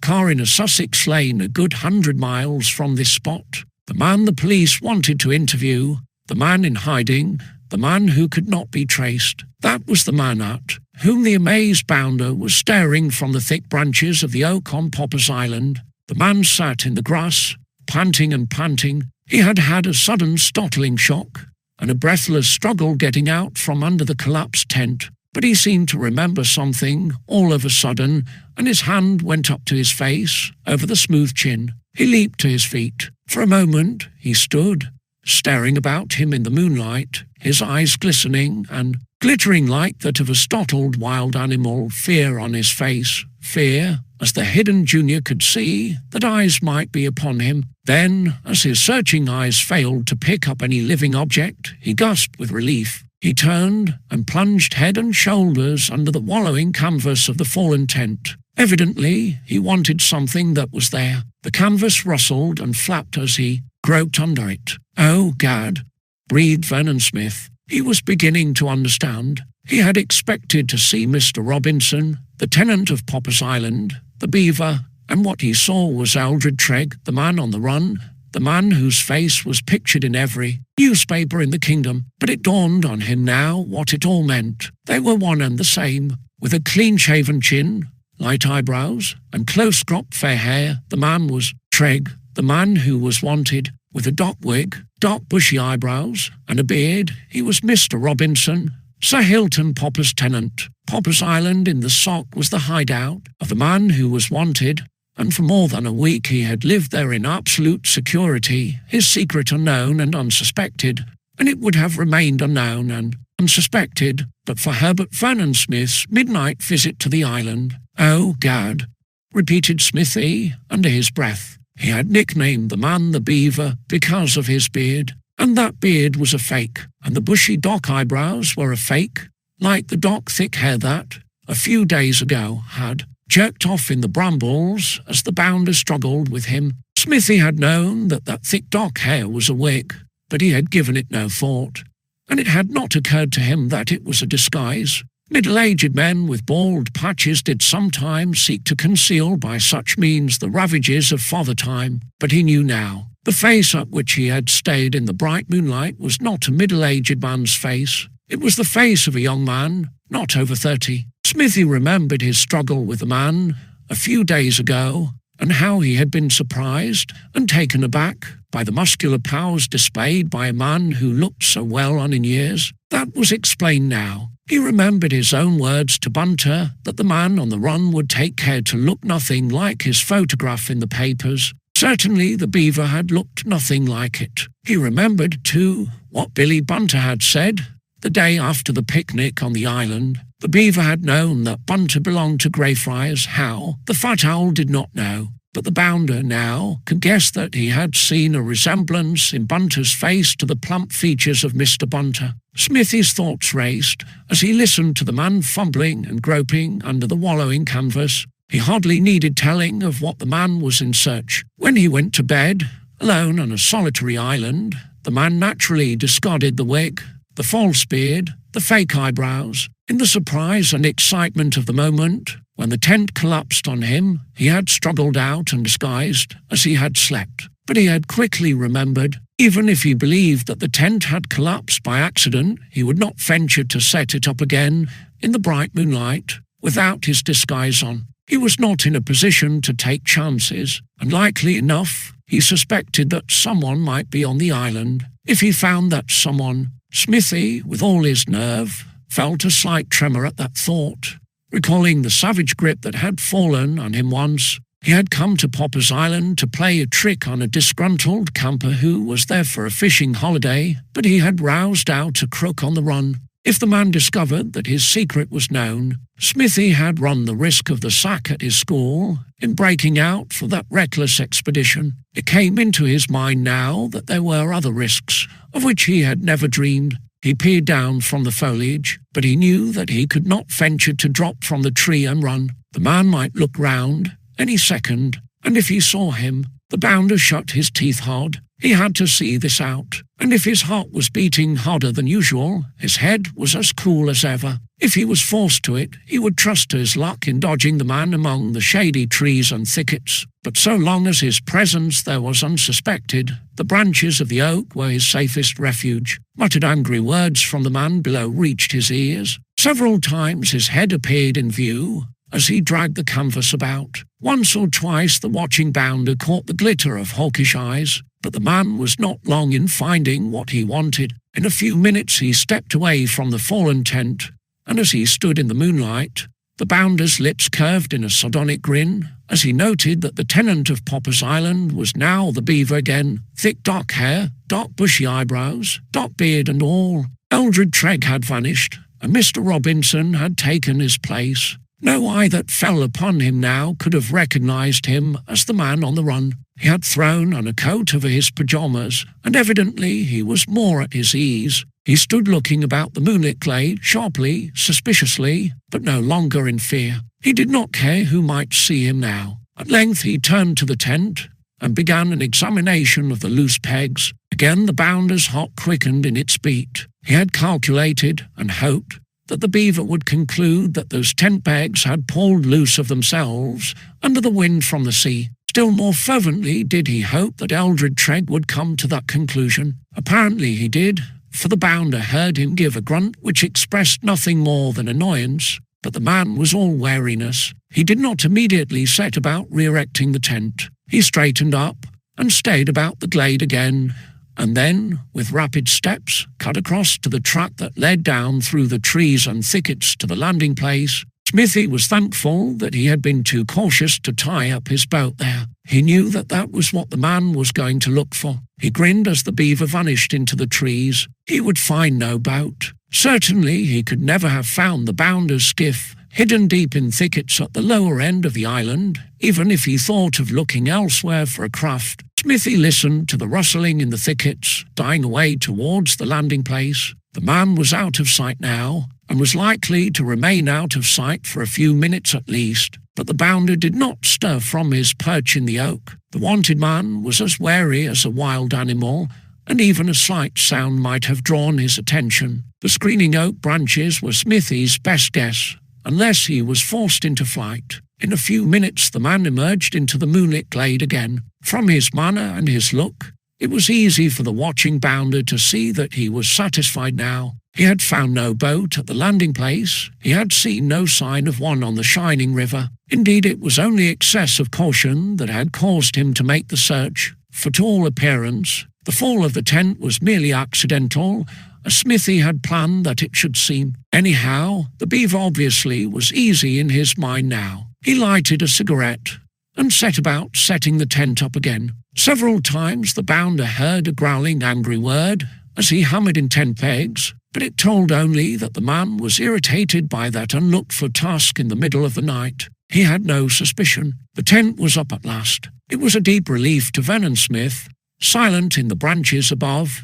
to see the man disappear into it and close the flap after him. A creak that came to his ears told that the beaver had thrown himself upon the camp bed. The man was settling down again for the night, but Smithy did not stir yet. Caution was his cue, within a few yards of a hunted man whose liberty was forfeit if his secret became known. Long minutes passed before Smithy made a move, and when he moved, at last, it was with infinite caution. There was hardly a rustle in the foliage as he descended from the oak, and the further side of the massive trunk, where he had climbed it, and a red Indian on the warpath could hardly have trodden more lightly than the bounder as he crossed the moonlit glade to the trees and plunged into their shadows. Even at that distance, he did not forget to be cautious. He wound his way silently through trees and bushes, back to the little inlet where he had hidden his skiff. He breathed freely, at last, when he pushed out the skiff and floated on the glistening waters of the Sock,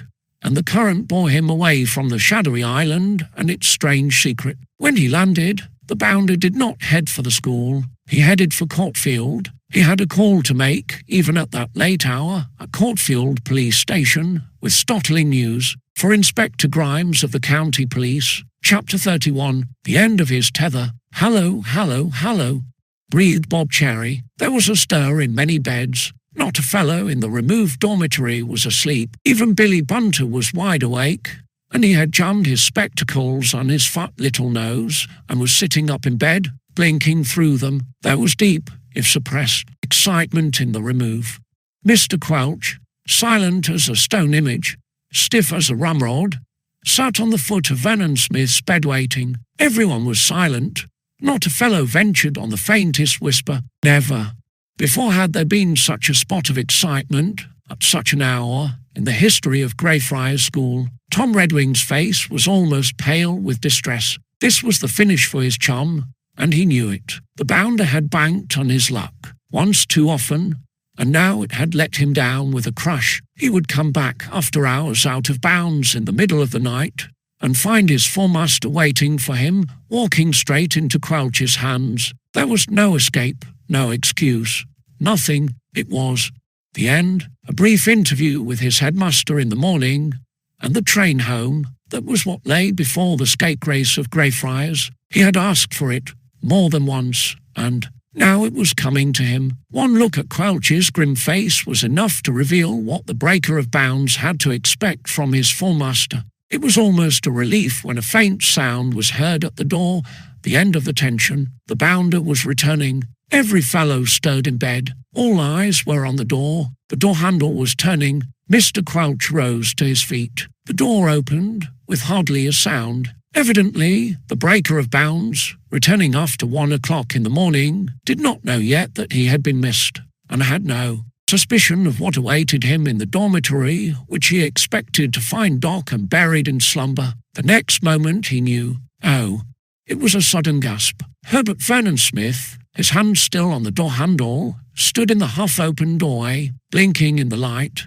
All eyes were upon him. For a long moment there was dead silence, after the bounder's startled gasp. Then Quelch's voice was heard, not loud but deep. "Come in, Vernon Smith." The bounder stayed at him. He stayed at the many faces that looked from the long row of beds. Then he stayed at Quelch again. Seldom had any fellow been so taken aback as Herbert Vernon Smith was at that moment. But almost in a moment he recovered himself. He stepped quietly into the dormitory. Quelch's eyes seemed almost to bore into him, but the remove master's manner was calm, with a deadly calmness. "So you have returned, Vernon Smith," he said. "Yes, sir," the bounder answered quietly, almost casually. Smithy's nerve was well known, and he did not seem to have lost it now. From his manner, he might have been answering a question in the form room. "You have been out of school bounds at this hour?" "Yes, sir." It would not have been of much use for the bounder to deny it, if he had thought of doing so, but he made the admission without the flicker of an eyelid. "Where have you been?" "To Popper's Island, sir." "At this hour of the night?" "Yes, sir." "I had little, or rather no, doubt of it," said Mr. Quelch, but his look at the bounder was puzzled. Probably he had not expected such prompt and frank answers. "I'm glad at least, Vernon Smith, that you are admitting the truth, without resorting to futile prevarication." Smithy coloured a little, but he did not answer that. "How did you obtain a boat, Vernon Smith, at this hour of the night?" "I had one hidden, sir, in the wood up the river." "Then you had planned this?" "Oh, yes, sir." The removed fellows could only stare blankly at the bounder. If Quelch had been asking him about the weather, he could not have replied more composedly. "And why did you go to the island, Vernon Smith?" "To pull out the tent pegs and let the tent down on that man's head." "Have you done so?" "Yes, sir." "Upon my word," exclaimed Mr. Quelch. "Vernon Smith, I'm amazed at your effrontery." "You ask me, sir." The removed master set his lips. "Very well," he said, in a tone which indicated very plainly indeed that it was far from well. "Very well. I will say nothing further now, Vernon Smith. You will appear before your headmaster in the morning to be expelled from this school. You may now go to bed." "Thank you, sir," said the bounder imperturbably. Mr. Quelch said not a word more. He crossed to the door and stood waiting there till Vernon Smith had turned in. Then he switched off the light and left the dormitory, closing the door after him with a snap. "Oh, crikey!" came a fat squeak from Billy Bunter's bed. "I say, you fellows, is Quelch shirty?" "The shirtfulness is terrific," murmured Harry Jomset Rumsing. "You awful ass, Smithy," said Harry Wharton. "What did you want to cheek Quelch for?" "Did I cheek him?" drawled the bounder. "Didn't you?" grunted Johnny Ball. "I just answered his questions, like a good little boy who loves his kind teachers," drawled Smithy. "He seemed interested, so I told him all about it." "You've really been to Popper's Island?" asked Skinner. "Didn't you hear me tell Quelch so?" "Did the man spot you?" The bounder chuckled. "Not on your life. I spotted him, but he never spotted me. I fancy he would have cut up rusty, very rusty, if he had." "Anybody would, I think," said Harry Wharton. "You were lucky." "Oh, my luck's pretty good," said the bounder airily. "You'll need it all now," said Peter Todd. "Now you've walked right into Quelch's hands, sitting up and waiting for you." "Dear old Quelch," yawned the bounder. "What a night for him. He's lost his beauty sleep." "Smithy," muttered Redwing miserably. "Smithy, old man, it's the sack. It can't be anything else." "Oh, you never know. Might be extenuating circumstances," drawled Smithy. "You never feel the chop till the chopper comes down. It hasn't come down yet." "Oh, my hat!" exclaimed Bob Cherry. "You don't fancy the head will go easy after this, do you, Smithy?" "I shouldn't wonder." "Well, I hope you're right," said Bob. "But I'm blessed if I can see what you're banking on now." The bounder laughed. Amazing as it was to every fellow in the removed dormitory, he was in high spirits. If the sack impended over his head, it appeared to have no terrors for him, and that it would be the sack, short and sharp, not a single fellow could doubt. Not a fellow in the form could believe that Herbert Vernon Smith would ever walk into the old form room again, but if that was so, he did not seem to care. "Smithy," muttered Redwing, "I can't make you out. You've asked for it, begged for it. You've left them nothing else to do now, yet you think. Don't you worry, Reddy, old man." The bounder's mocking voice became softer. "I tell you, the game's not up, not by long chalks. But what? I've got a trump card to play. My luck hasn't let me down, old bean. Mum's the word now, but you'll hear some news in the morning. You're not going to lose your old pal Reddy. I can't see. Take my word for it, and go to sleep. I advise all you fellows to do the same. Late hours ain't good for little boys. I'm going to." And Vernon Smith closed his eyes on his pillow. If Redwing derived comfort from his chum's words, no other fellow in the removed dormitory gave them much heed. The bounder's number was up. There seemed not the slightest doubt of that. On the morrow, the gates of Greyfriars would close behind him for the last time. The bounder had always had phenomenal luck, but he was at the end of his tether. Or after all, was he? Chapter 32, Bunter Knows How. Bunter, Urug. It was rather unfortunate that Billy Bunter had just filled his mouth to capacity with jam when his foremaster addressed him. His reply to Mr. Quelch was a suffocated splutter. "Bunter, Warrag." Mr. Quelch's gimlet eye gleamed along the breakfast table. Quelch was not in the best of tempers that morning. Perhaps, indeed, he was in the worst. He looked it. Quelch was never at his bonniest early in the morning. A very late night did not make him bonnier. He had not gone to bed till 1:30, and he was feeling the effects of it. Moreover, he was deeply disturbed in mind. No muster could possibly like an expulsion in his form, and that morning a member of Mr. Quelch's form was to be expelled from Greyfriars. It might, perhaps, be a relief, in a way, to see the last of a reckless, mutinous fellow who was always more or less of a thorn in his side, but it was very disturbing and very unpleasant. Such an event was rare, very rare. If it had to happen, it was very disconcerting that it had to happen in Quelch's form. With his mind's ear, as it were, Quelch could already hear the comments in common room. With his mind's eye, he could see the sarcastic glances, the raising of eyebrows among the other beaks. At the breakfast table he carefully took no notice of Vernon Smith. The bounder was there for the last time. Most of the juniors took for granted. Many glances were cast at him. Even Billy Bunter, though deeply and earnestly occupied with the foodstuffs, gave him a blink or two through his big spectacles. But Bunter had little leisure to bother about Smithy and his affairs. In the first place, a meal was a very serious matter to Bunter, requiring much more careful attention than he ever bestowed on his lessons. In the second place, the fat owl was worried over a paper from Quelch, which he should have done the previous day, but hadn't. Bunter had been going to do that paper. Really and truly, Bunter did want to bag that skull, and he was going all out to bag it. He was going to help his pater out of that jam. Somehow or other, however, the state of going to lasted till dawn, and the paper was not done. Bunter was dreading to hear from his foremaster about it. Breakfast was at an end when Mr. Quelch addressed the fattest member of his form with a sudden bock. It was an unpropitious moment. Bunter had noticed that there was still some jam remaining on the dish. It was not Bunter's way to leave anything edible uneaten, especially jam. At the last moment, Bunter was bolting that jam when Quelch bocked out his name. A series of suffocated splutters came from the owl of the remove, by way of reply. Ugh, wag, grug, ooh.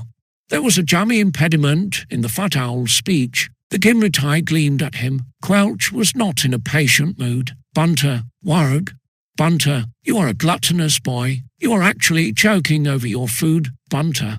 Ooh, Cherry. The foolish boy is choking. Pat him on the back, quickly. Do you hear? Oh, yes, sir. To hear was to obey, and Bob was quite willing to help. He gave Bunter a pat on the back. Smack.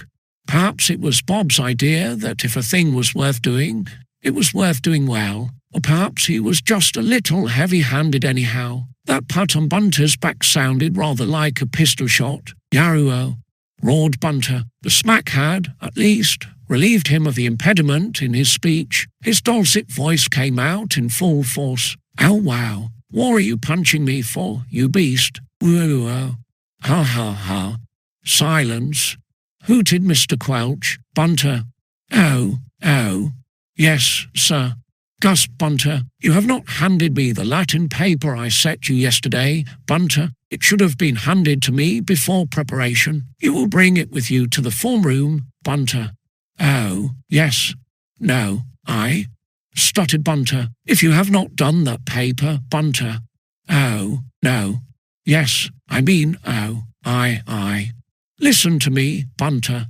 Quelch's voice was deep, with an edge on it. "I have endeavoured, Bunter, to give you assistance in preparing for the examination at the end of the term for the Founders' Scholarship. You have shown little or no appreciation of this, Bunter. You appear to be incorrigibly idle." "Oh, really, sir? Unless that Latin paper be shown up, Bunter, completed and carefully done, I shall cease to place any faith whatever in your desire to study for the Founders' Scholarship, and I shall not continue to give you extra tuition. Bear that in mind, Bunter." "Oh, law," mumbled Bunter. "Vernon Smith." "Yes, sir." "You will go to my study." "Very well, sir." The fattest face in the remove was also the longest as the juniors went out into the sunny quad. Most of the fellows were thinking of Smithy and what was coming to him, but the worried fat owl was not likely to waste a thought on Smithy. Much more important matters occupied his fat mind. Extra toot from Quelch was not the sort of thing that Billy Bunter could enjoy. In fact, he just loathed it. Quelch in the form room was bad enough. In Bunter's opinion, Quelch in the study was worse. But even with Quelch's kind assistance, it was doubtful whether Billy Bunter ever would bag that skull. Without it, the case was hopeless. Bunter was in the peculiar position of very much wanting something that he very much didn't want. Quelch meant what he said. If that Latin paper was not handed in when the remove went to their form room, he was done with the fat owl as a candidate for the Founders, and the hapless owl hadn't even touched it so far. Going to had not got even so far as beginning on it. In the quad, he clutched Harry Wharton by the arm. There was still one recourse, though perhaps a doubtful one. Quelch had to be satisfied, and Bunter knew how. At least, he hoped so. "I say, Harry, old chap," squeaked Bunter. "Don't bother. Smithy will be going up to the head soon." "Eh? Blow Smithy?" yapped Bunter. "What does Smithy matter? I'd like to know." "You fat owl." "Never mind Smithy. Think of me," exclaimed Bunter indignantly. "You heard what Quelch said at Brecker." "Yes, Lego my arm." "He meant it," said Bunter. "I'd be jolly glad to chuck up extra toot, of course, and jolly glad to tell Quelch so too. But I've got to bag that skull," wailed the fat owl. I ain't going to let the pater down, and I've got to take that putrid Latin paper to Quelch when we go into form." "Take it then, and give a fellow a rest."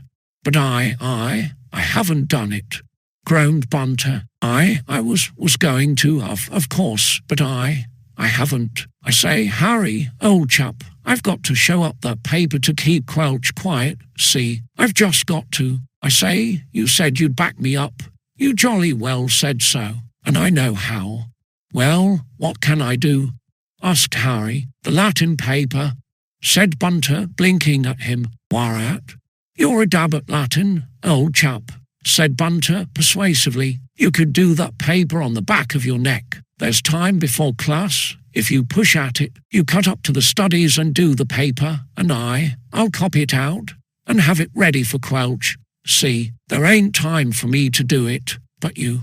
Harry Wharton gazed at him. "Quelch won't know a thing," urged Bunter. "He will think I did the paper, as it will be in my fist, and it will keep him quiet. And, you fat villain, oh, really, Wharton, you spoofing octopus beast, didn't you promise to back me up?" howled Bunter. "I'll back you up all right, you fat frump. I won't diddle Quelch by doing your paper, but I'll boot you all the way up to your study to do it yourself. That's for a stot. Yarua. One jolt on his plump trousers seemed enough for Bunter. He did not wait for more. He departed in his high gear. His last resource had failed him, and there was nothing for it but to swat at that Latin paper every minute till the bell rung for class. An awful prospect which made Billy Bunter wonder whether life on this planet was not, after all, a delusion and a snare, and hardly worth living at all. Chapter 33. The Bounder's Luck. Vernon Smith.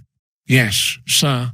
I shall now take you to your headmaster and report to him what occurred last night. I have no doubt of the view Dr. Locke will take, and that you will be expelled from Greyfriars. Follow me. The Bounder drew a deep, deep breath. He had been waiting some minutes for Mr. Quelch in his study. They had seemed long minutes to him, but he was quite cool and collected when the remove master entered. If it came to the worst, the Bounder had the nerve to face up to it, but he still had a cod to play, and as usual he banked on his luck. No one at Greyfriars knew, as yet, of the strange discovery he had made on Popper's Island. Mr. Quelch was about to learn. What difference it would make, Smithy could not be sure, but he knew that it must make a difference. "May one speak to you, sir, before you take me to the head?"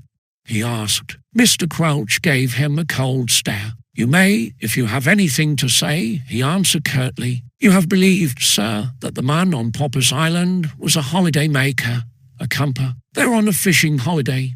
"So I have understood. What do you mean?" "He was nothing of the kind, sir. He was a crook hiding from the law, with valuable loot hidden in his camp." Mr. Quelch gave almost a jump. "Vernon Smith. I found this out last night. Sir, when one was on the island, he did not see me. I was careful to keep in cover, and he supposed that his tent had blown over, but I saw him and recognized him. Boy, when he scrambled out of the tent, sir, he was without the disguise he had been wearing. We nicknamed him the Beaver, sir, because of his beard. I saw him without the beard, and without the wig and false eyebrows, and knew him at once. His picture is in all the newspapers." Mr. Quelch gazed at the Bounder. His breath seemed to be taken away for the moment. "You must have seen his picture too, sir. He is the man Treg who bolted with the bonds belonging to Bunter's father." Mr. Quelch gasped. "I know, sir, that this is no excuse for my having broken bounds after lights out," said Smithy in his meekest tone. "But as I have been the means of bringing that man to justice, sir, and recovering Mr. Bunter's property, I hope, sir, that you will take that into consideration."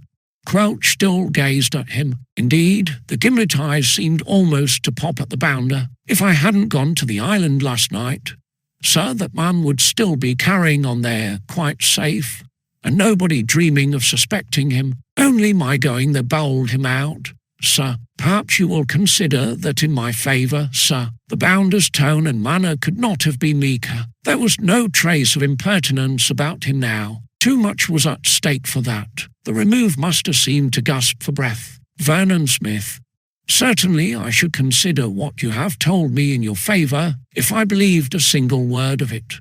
Quelch almost stuttered. "I'm amazed, Vernon Smith, that you should venture to relate such a story." "It is true, sir." "Nonsense. Inspector Grimes will bear me out, sir." What do you mean?"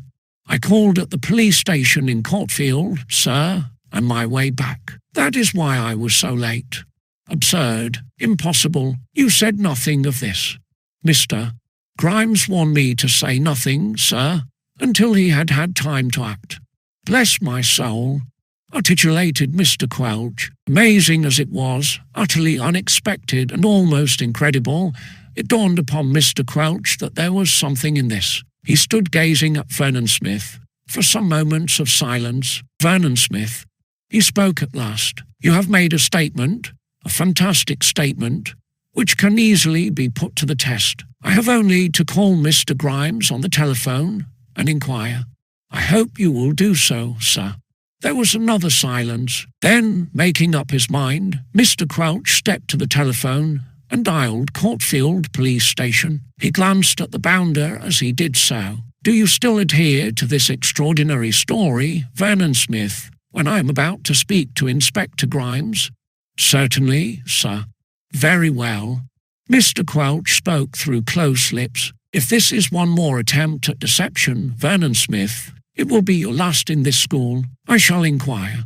He turned back to the telephone as a voice came through. Mr. Quelch speaking from Greyfriars. Can I speak to Inspector Grimes? I will ask him to come to the phone, sir. A few moments later a fruity voice came through. Inspector Grimes speaking. Good morning, Mr. Quelch.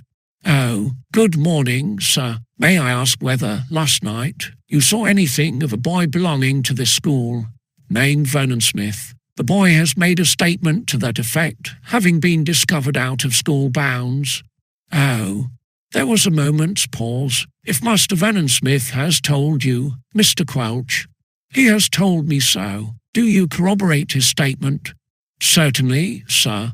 Oh, the boy has made a most extraordinary statement concerning Sir Hilton Popper's tenant on the island in the Sock.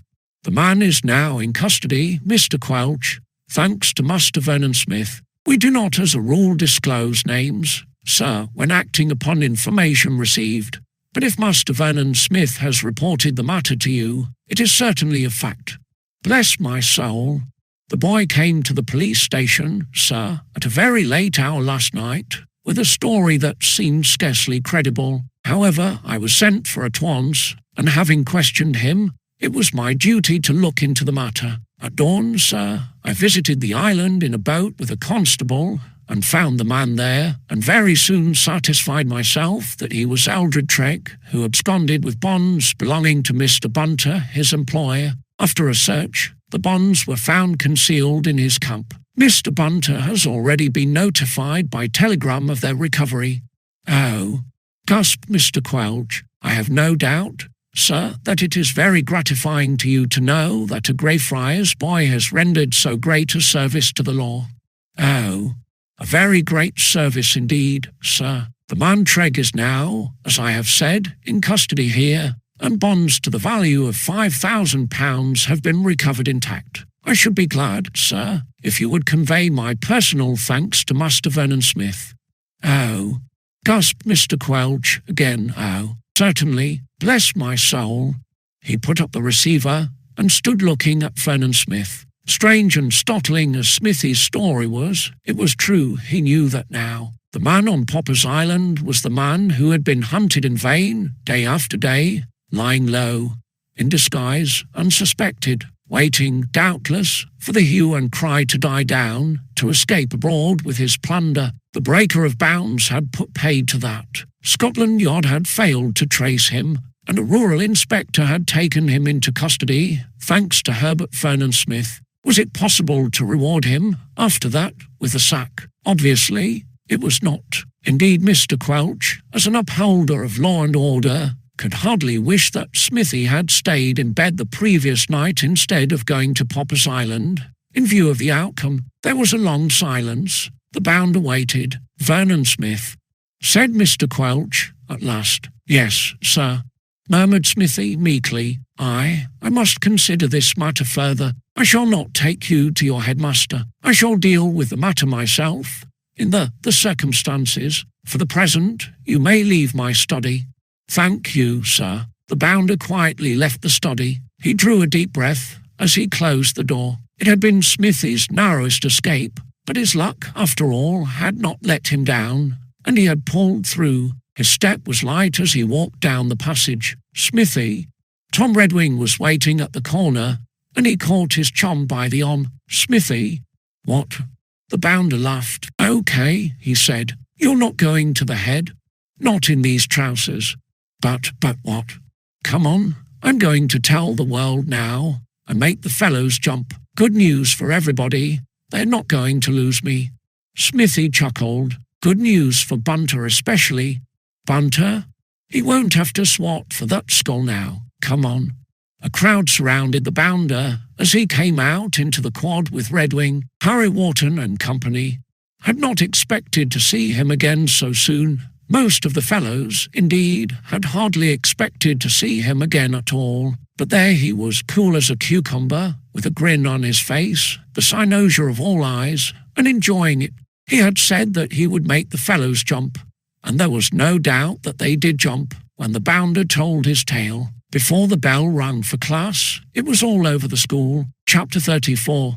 Gorgeous, Billy Bunter groaned. He groaned a deep, heartfelt groan, and that bright and sunny summer's morning, a Greyfriars Fellow, or any other fellow, might have been expected to be enjoying life. Bunter was not enjoying it. Indeed, to judge by the expression on his fat face, William George Bunter was plunged into the deepest depths of woe. If looks went for anything, all the troubles of a troubled universe had landed in one tremendous stack, and Billy Bunter's fat shoulders. Bunter was working. He sat at his study table. Down below, in the quad and the passages, excited fellows were discussing exciting news. Bunter had not heard a word of it so far. Smithy of the Remove was up for the sack. Bunter couldn't have cared less. Smithy, with his usual amazing luck, had pulled out of it. Bunter didn't know, and wouldn't have wanted to know. If a hum of voices reached him from a distance, he did not heed it. Bunter was working at Quelch's Latin paper in his study, and he had to get through somehow before the bell for class. That was more than enough to fill Bunter's fat mind. He sat with that Latin paper before him, a dictionary at his right hand, a Latin grammar at his left, blinking from one to another, and from another to one, with a lackluster blink through his big spectacles. He was tempted, strongly tempted, to chuck it. If he did not hand in that paper in the form room, extra tuition from Quelch was to stop. From the depths of his podgy heart, Bunter longed for it to stop. But if it stopped, his chance of bagging that skull, slim at the best, was a goner, and he had to bag that skull if he could. He had made up his fat mind to it, and he was going to do it. Somewhere under Billy Bunter's layers of fat there must have been a spot, if only a small spot, of heroism. Laziness was almost too strong for him. The mere mention of work gave him a tired feeling. Yet here he was working hard against time. He longed to hurl the Latin dictionary out of the window and the Latin grammar after it, and to jump on Quelch's Latin paper, instead of which he swatted. He had to get through before the bell rang. There was none too much time, and it meant real hard work. Billy Bunter groaned and worked. There was a sudden tramp of feet in the passage. "Hallo, hallo, hallo," came a familiar roar. 5 cheery faces looked in at the door. Bunter gave them an irritated blink. "Don't come in," he snapped. "But," began Harry Wharton. "Go away, my esteemed fat Bunter," said Harry Jumset Rumsing. "Shut up, we've got news for you," said Johnny Ball. "Keep it, my dear old porpoise," began Frank Nugent. "Shut up," yelled Bunter, with a glance at the famous 5 that might have cracked his spectacles. "Can't you see I'm working? Poor old Bunter," gasped Bob Cherry. "Does it hurt? Ha ha ha." "Get out," howled Bunter. "I've got to get this through for Quelch. 'Tain't more'n 5 minutes to class now. Go away and let a fellow work." "Oh, my hat," gasped Harry Wharton. "Look here, Bunter, we've got news. Smithy isn't going to be sacked after all." "Blow Smithy. He found out something on that island last night." "Blow that island. And will you clear off and let a fellow work?" shrieked Bunter. "Ha ha ha. If you don't clear, I'll jolly well shy the inkpot at you. Get out." "But we've got news," bawled Bob Cherry. "They've got that man Trigg." Bunter jumped. Ink shot from his pen and scattered blots over Quelch's Latin paper. He did not heed them. His little round eyes popped through his big round spectacles at the famous 5. "What?" he gasped. "They've got him, and the bonds he bolted with too. Oh, crikey. It's all over the school, Bunter," said Harry Wharton, laughing. "We came up to tell you." "Oh, Jiminy," gasped Bunter. He jumped up from the table. The fat face that had registered woe and anguish brightened up. It was like the sun coming out. They've got him," he stuttered. "Got him under lock and key. And the Pater's bonds that he bolted with." "Yes." "Oh, crumbs. Then the Pater won't lose anything," gasped Bunter. "Not a thing." "Oh, crikey. I say, you fellows. Then it's all right for the Pater. Right as rain. The rightfulness is terrific. Gratters, old fat man." Billy Bunter blinked at them. Then he blinked round at the table at the Latin paper, the Latin dictionary, and the Latin grammar. Then he blinked at the famous 5 again. I say, you fellows, if it's all right for the pater, I needn't go on swatting for that putrid skull. He gasped. Ha ha ha, blessed if I see anything to cackle at. Now it's all right. Why not keep it up? Now you've started, grinned Bob Cherry. Eh? Mad? Asked Bunter. Ha ha ha. I'll watch it, gasped the fat owl. No more swatting, no more extra toot. Oh, crumbs. I say, you fellows, I was really going all out for that putrid skull. I wasn't going to let the pater down, but now it's all right. Billy Bunter grabbed the Latin dictionary from the table and hurled it into the fireplace. He grabbed up the Latin grammar, and it landed with a crash on the Latin dictionary. Then he grabbed up Mr. Quelch's Latin paper, hurled it to the floor, and jumped on it. Ha ha ha, yelled the famous 5 as they watched those proceedings. Evidently, Billy Bunter's career as a swat was over. Extra toot was a thing of the past. The famous 5 were not required to back up Bunter anymore. Whoever was going to bag that skull at the end of the term, his name was not going to be William George Bunter. He, chuckled Bunter. I say, you fellows, ain't it gorgeous? I say, ain't it prime? I say.